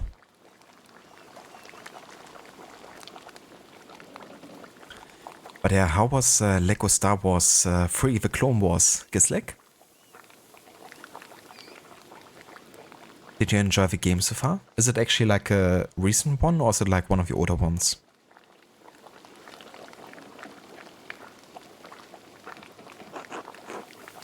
I imagine he saw something of himself in you.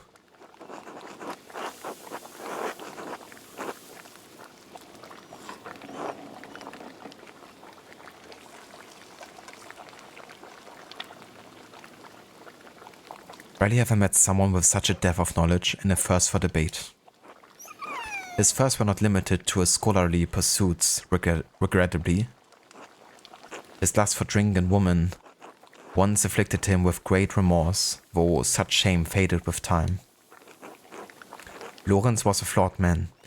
His various infidelities were no secret to me, but are we not all flawed before Christ? I loved him as a wife should properly love her husband, but I would not say that we were friends. I only hope his appetites are not what lead him to this end. I've been searching for the answer to that quandary myself. Were you and Lorenz so close that you had would trouble yourself so?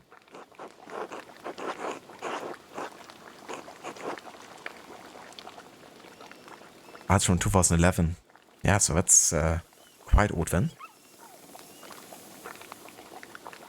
Back when they weren't trying to appeal to grammar Nazis. For legal reason, they had no actual dialogue or lines back then. Huh. Yeah, they just, like there used to be a time where Lego games didn't have like any kind of dialogue, right? Just like runs and the likes, wasn't it?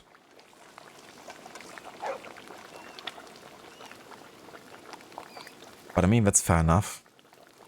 I guess when you would play like a Lego game based on a movie or something, you probably already knew the movie quite well. And you can probably guess like what is being meant. But I understand that that is definitely quite a discussion in the community, right? Like whether or not that was better than having dialogue.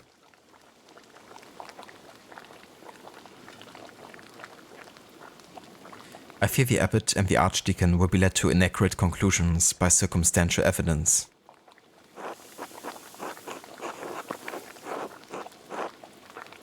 My mentor, Brother Piero, was found with the Baron's body, but I do not believe he killed your husband.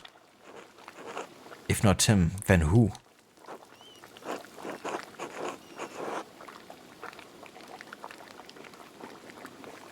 There are many possibilities, both here at the Abbey and in town. Your husband managed to cultivate many enemies in a short time here. That does sound like Lorenz. He was a man of many opinions and he gave them freely to all who would listen, and some who should not. The previous abbot, Father Matthias, seemed to appreciate that about him. This new abbot is perhaps more conservative.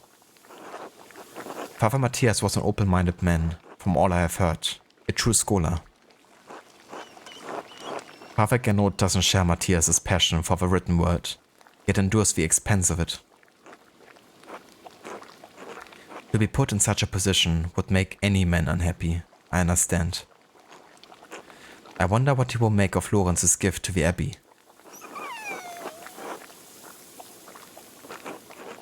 He had found a book about the history of Tassing. He believed if it contained some scandalous details. He said it corroborated fears Father Matthias had expressed, but he didn't share the particulars with me.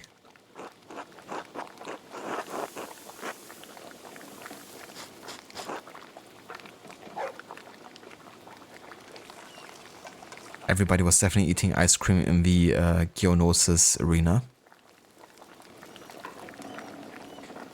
So, how far have you gotten with the game, Gisek? Have you was it your first time playing it today?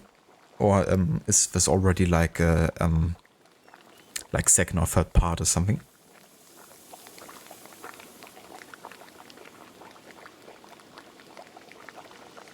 Was the appearance of the book peculiar or noteworthy in any way? It was neither large nor small, bound in blue leather. Unfortunately, I never examined it closely. My apologies. I'm sorry I can't be of more help. I have some education, but I lack my husband's thirst for knowledge. If you find the book, hopefully its significance will be apparent.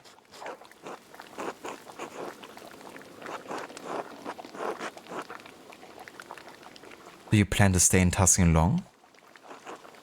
Only so long as it takes the Archdeacon to investigate my husband's murder.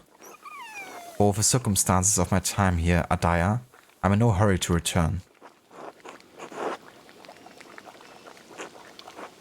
You are a disarming man, Master Mahler, and much too easy to talk to. To be frank, I do not know what will become of me when I return to Worms. My title and residence may be in jeopardy. Lorenz and I have a son, but he is young yet. I don't know many of the legalities, only that my position is at some risk. Well, good for you, I'm a lawyer. So maybe I can help her. Indeed. That's really cool that I can actually help her with lawyer stuff here.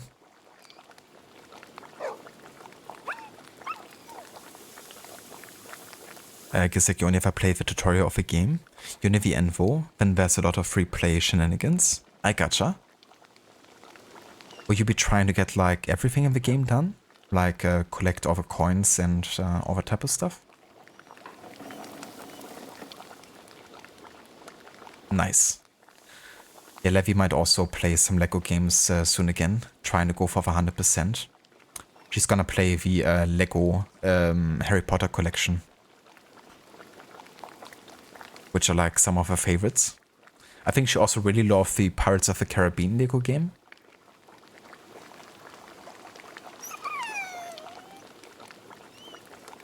Would you like me to elucidate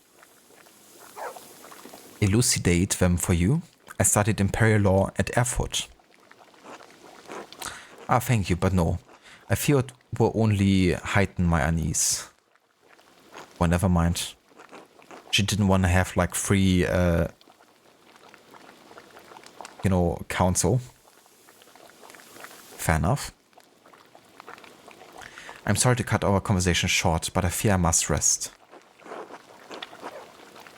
Thank you for having me at your table.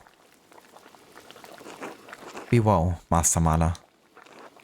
And whatever anyone says of my husband, I'm certain he appreciated your friendship.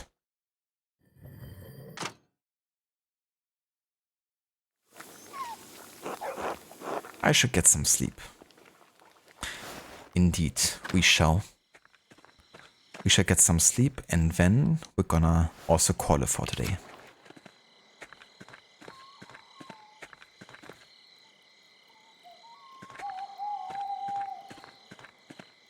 I love the sky here with all the stars.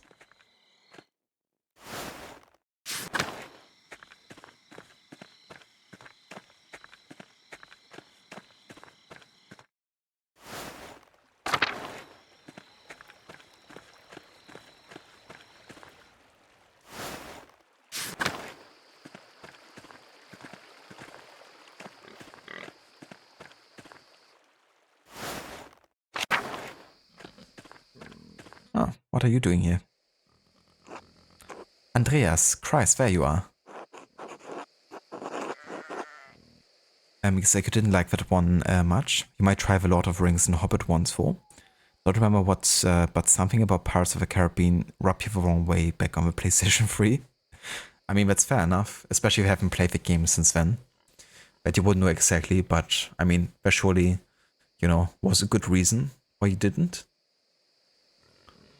We actually started playing the Pirates of the Caribbean Lego game together, but we didn't really continue. I think I also wasn't like too big on it, even though I love the movies, and kind of like the universe quite a lot. But I also don't think at this point I'm like that big into the Lego games either. Like we also played the Harry Potter games together like a little bit, but I don't know, like it hasn't really clicked with me yet. But I think I'm also just much more of a solo player than I am a co-op player, to be honest. So maybe if I play them like on my own time, maybe, I enjoy it better. Because with a co-op, the other thing is also you see only half of the screen and then the camera is a bit weird, where it's kind of like cutting through the screen. It's definitely creative, but I don't always like having to compromise theater vision. Lego Assassin's Creed would be funny. It definitely would. The question is, which one would they go for? I think Black Flag. Talking about Pirates of the Caribbean.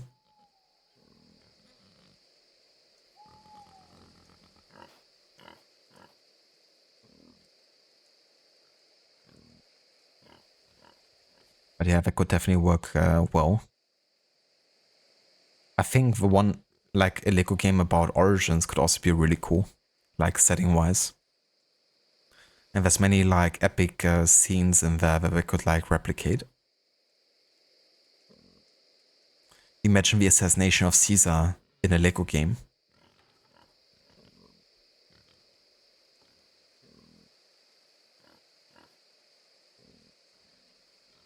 But what I really want is a Red Dead Redemption Lego game.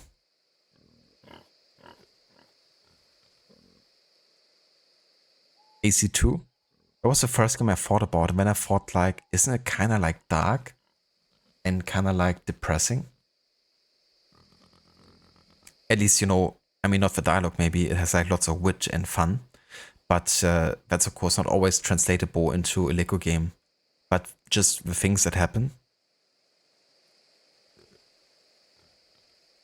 I mean, that's of course true for like many AC games, but yeah, with AC2, I mean, it's definitely so iconic that it would still work either way, I reckon. You have to rebuild the Abstergo elevator. Ah, that sounds fun. Brother Wojslav, what's the matter? It's the Archdeacon. He's come early with an entire retinue in town. He's questioning everyone who knew the Apron and Brother Piero. The Baron. I've already told him the little I know. He expects to speak with you tomorrow at Nona's. He requested you specifically. He's been informed of my investigation then.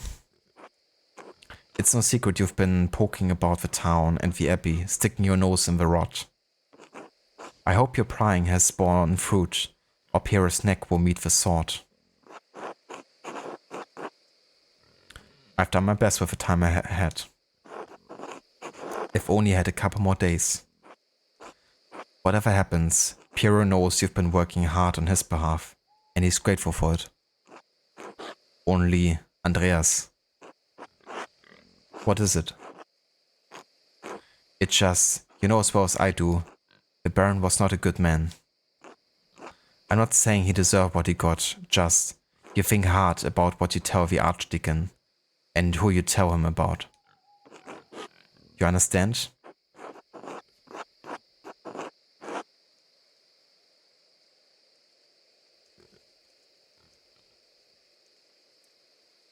You're worried to tell the Archdeacon what I've heard of Sister Matilda. All I'm saying is, if in your searching you heard anything about her, I'd ask you to keep it to yourself. I do what I can to protect Sister Matilda from censor.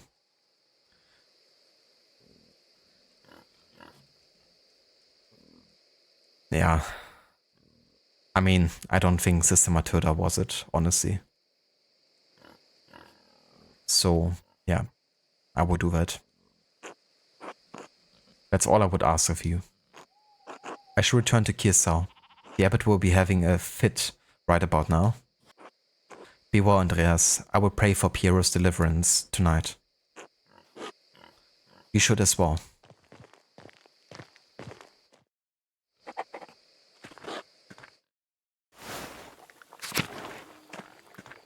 Alrighty. Tomorrow is a big day. But it's not today. So that's why we're gonna end the stream here. Yeah, no, not quite. But we're gonna end the stream here and we're gonna start the next day and the next stream. And that's also gonna be already the final day of a chapter, I believe. The day where we have to basically bring forward all of our evidence we found, and we will have a major involvement in choosing who to accuse. So we have to think hard about who, you know, we are willing to come into danger potentially, you know, and who we think personally has the biggest motive to actually do it. But it's not just a question about the biggest motive, you know, like, surely the people we have investigated, they all had their own motives. But who's actually capable of doing something like this? But, yeah. Gonna worry about that next time. For today.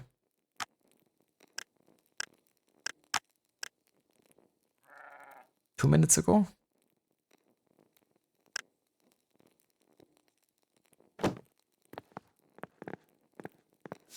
What if I end with this? Yeah, I mean, that's fine. If it's going back further, then...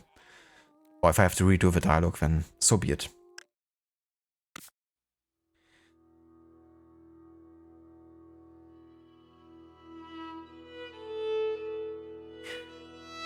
Thank you so much everyone for joining us today for the second stream of Pentiment. So the next one will probably be the last of the first chapter. And according to the timeline, we're gonna be watching Assassin's Creed Embers. After we finish this chapter and before starting the next one. I'm just gonna recheck the timeline again real quick.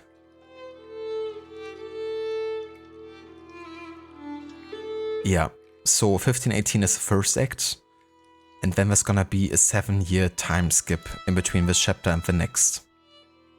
And that will be 1525, where the next act takes place in. However, in 1524 is when AC Embers takes place in, so we're gonna be watching that after finishing Act 1 of Pentiment. Then we're gonna play Act 2 of Pentiment, and then we're gonna play all of AC Chronicled China before going back to Pentiment and playing the final act of the game. So yeah, that's the plan going forward with the historical order run here. But yeah, making some good progress. I mean, I've also been doing like a pretty long stream. To be honest, with this game I don't even notice time passing so quickly sometimes. I think it's due to me just having to read so much that I'm like constantly involved in the game, I guess, you know, like actively. So it didn't even feel like 5.5 hours of like active talking.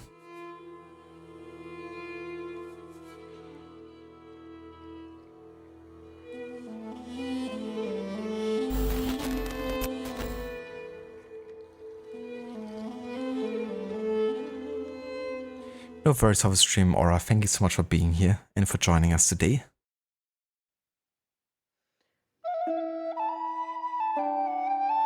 And you too, Rod. Thank you so much for being here. And no worries for the stream either. Seeing me play this, you would definitely like to play it in the future at some point. I think you would really like it. The writing, you know, is really, really good. It's of course based on a historical setting and very well researched, and the choices really feel like they have a lot of weight. And what I just love about this game is how alive and how real all the characters feel, you know? You really like immediately have a connection to them, whether positive or, you know, bad. But it really makes you care for the characters.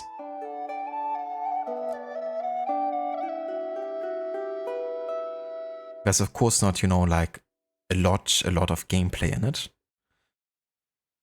There's like, you know, lots of reading you have to do, but I don't think you would mind that. You could probably also do like tons of impressions for the different characters. If you enjoy what that is. You know, doing that like consistently. So the other day I've been playing around with the AI voice changer software, right? That's one where you can basically change your voice in real time to other voice models, like for instance Ezio Auditore from AC Revelations, or like Arthur Morgan from Red Dead Redemption. And before I started this run, I've been actually thinking about what if I set up individual voices for every character, or like different archetypes of characters, like, you know, old man, old lady, young woman, whatever, like kid. And then kind of like change my voice in real time to roles that are talking. That turned out to be quite difficult, to be honest. Like I haven't gotten that to work yet, to actually with, you know, like with commands and like hotkeys and getting that all set up. But I have gotten at least my voice to work to be able to like, you know, change in real time, which is pretty cool. So I've been thinking to maybe add like a channel point reward where for like 5 or 10 minutes I have like, you know, change my voice to like Ezio or whatever, and I do the narration for the game in his voice, you know. Obviously, you know, artificially change. It's not like me doing an impression or whatever, because I'm not really the best in that regard, but I think it could be a fun reward to have like enabled every now and then. Of course not like for, you know, most of the game. But yeah, I might activate that for like every now and then to have like a bit of fun with it. But it's really funny, you know, because I played around with it a bit and I just, you know, said things like his classic quotes like Bene and like the Liberation or whatever. And, you know, it really did sound like Ezio, obviously with a different pronunciation. But when I would also try to imitate like the way of speaking of Ezio, it would sound so much like him But it was kind of like a bit surreal and funny. But yeah, it's of course obviously still my way of talking, so it still sounds different. And with a slight German accent. It's like, what if Ezio spoke with a German accent in AC Revelations? But yeah, if I can set that up properly, then I might, you know, make that a reward for the next couple of streams of Pentiment.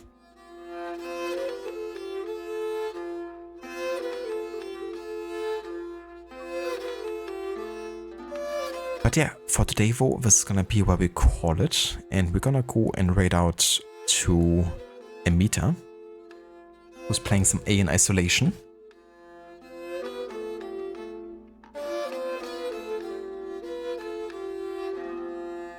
If you would like to join us with a raid over to Amita, feel free to copy and paste these raid emotes. And yeah, I might still catch you at some point of a weekend. If I stream, then it will be more spontaneous, for sure. And the next like fully scheduled stream will be next week, Wednesday, where we also do like a day stream. But surely until then, you know, we will do like a stream in evening times or maybe on a weekend afternoon. Gonna see. But yeah, thank you so much again everyone for being here, and I will catch you guys in the next one. Until then.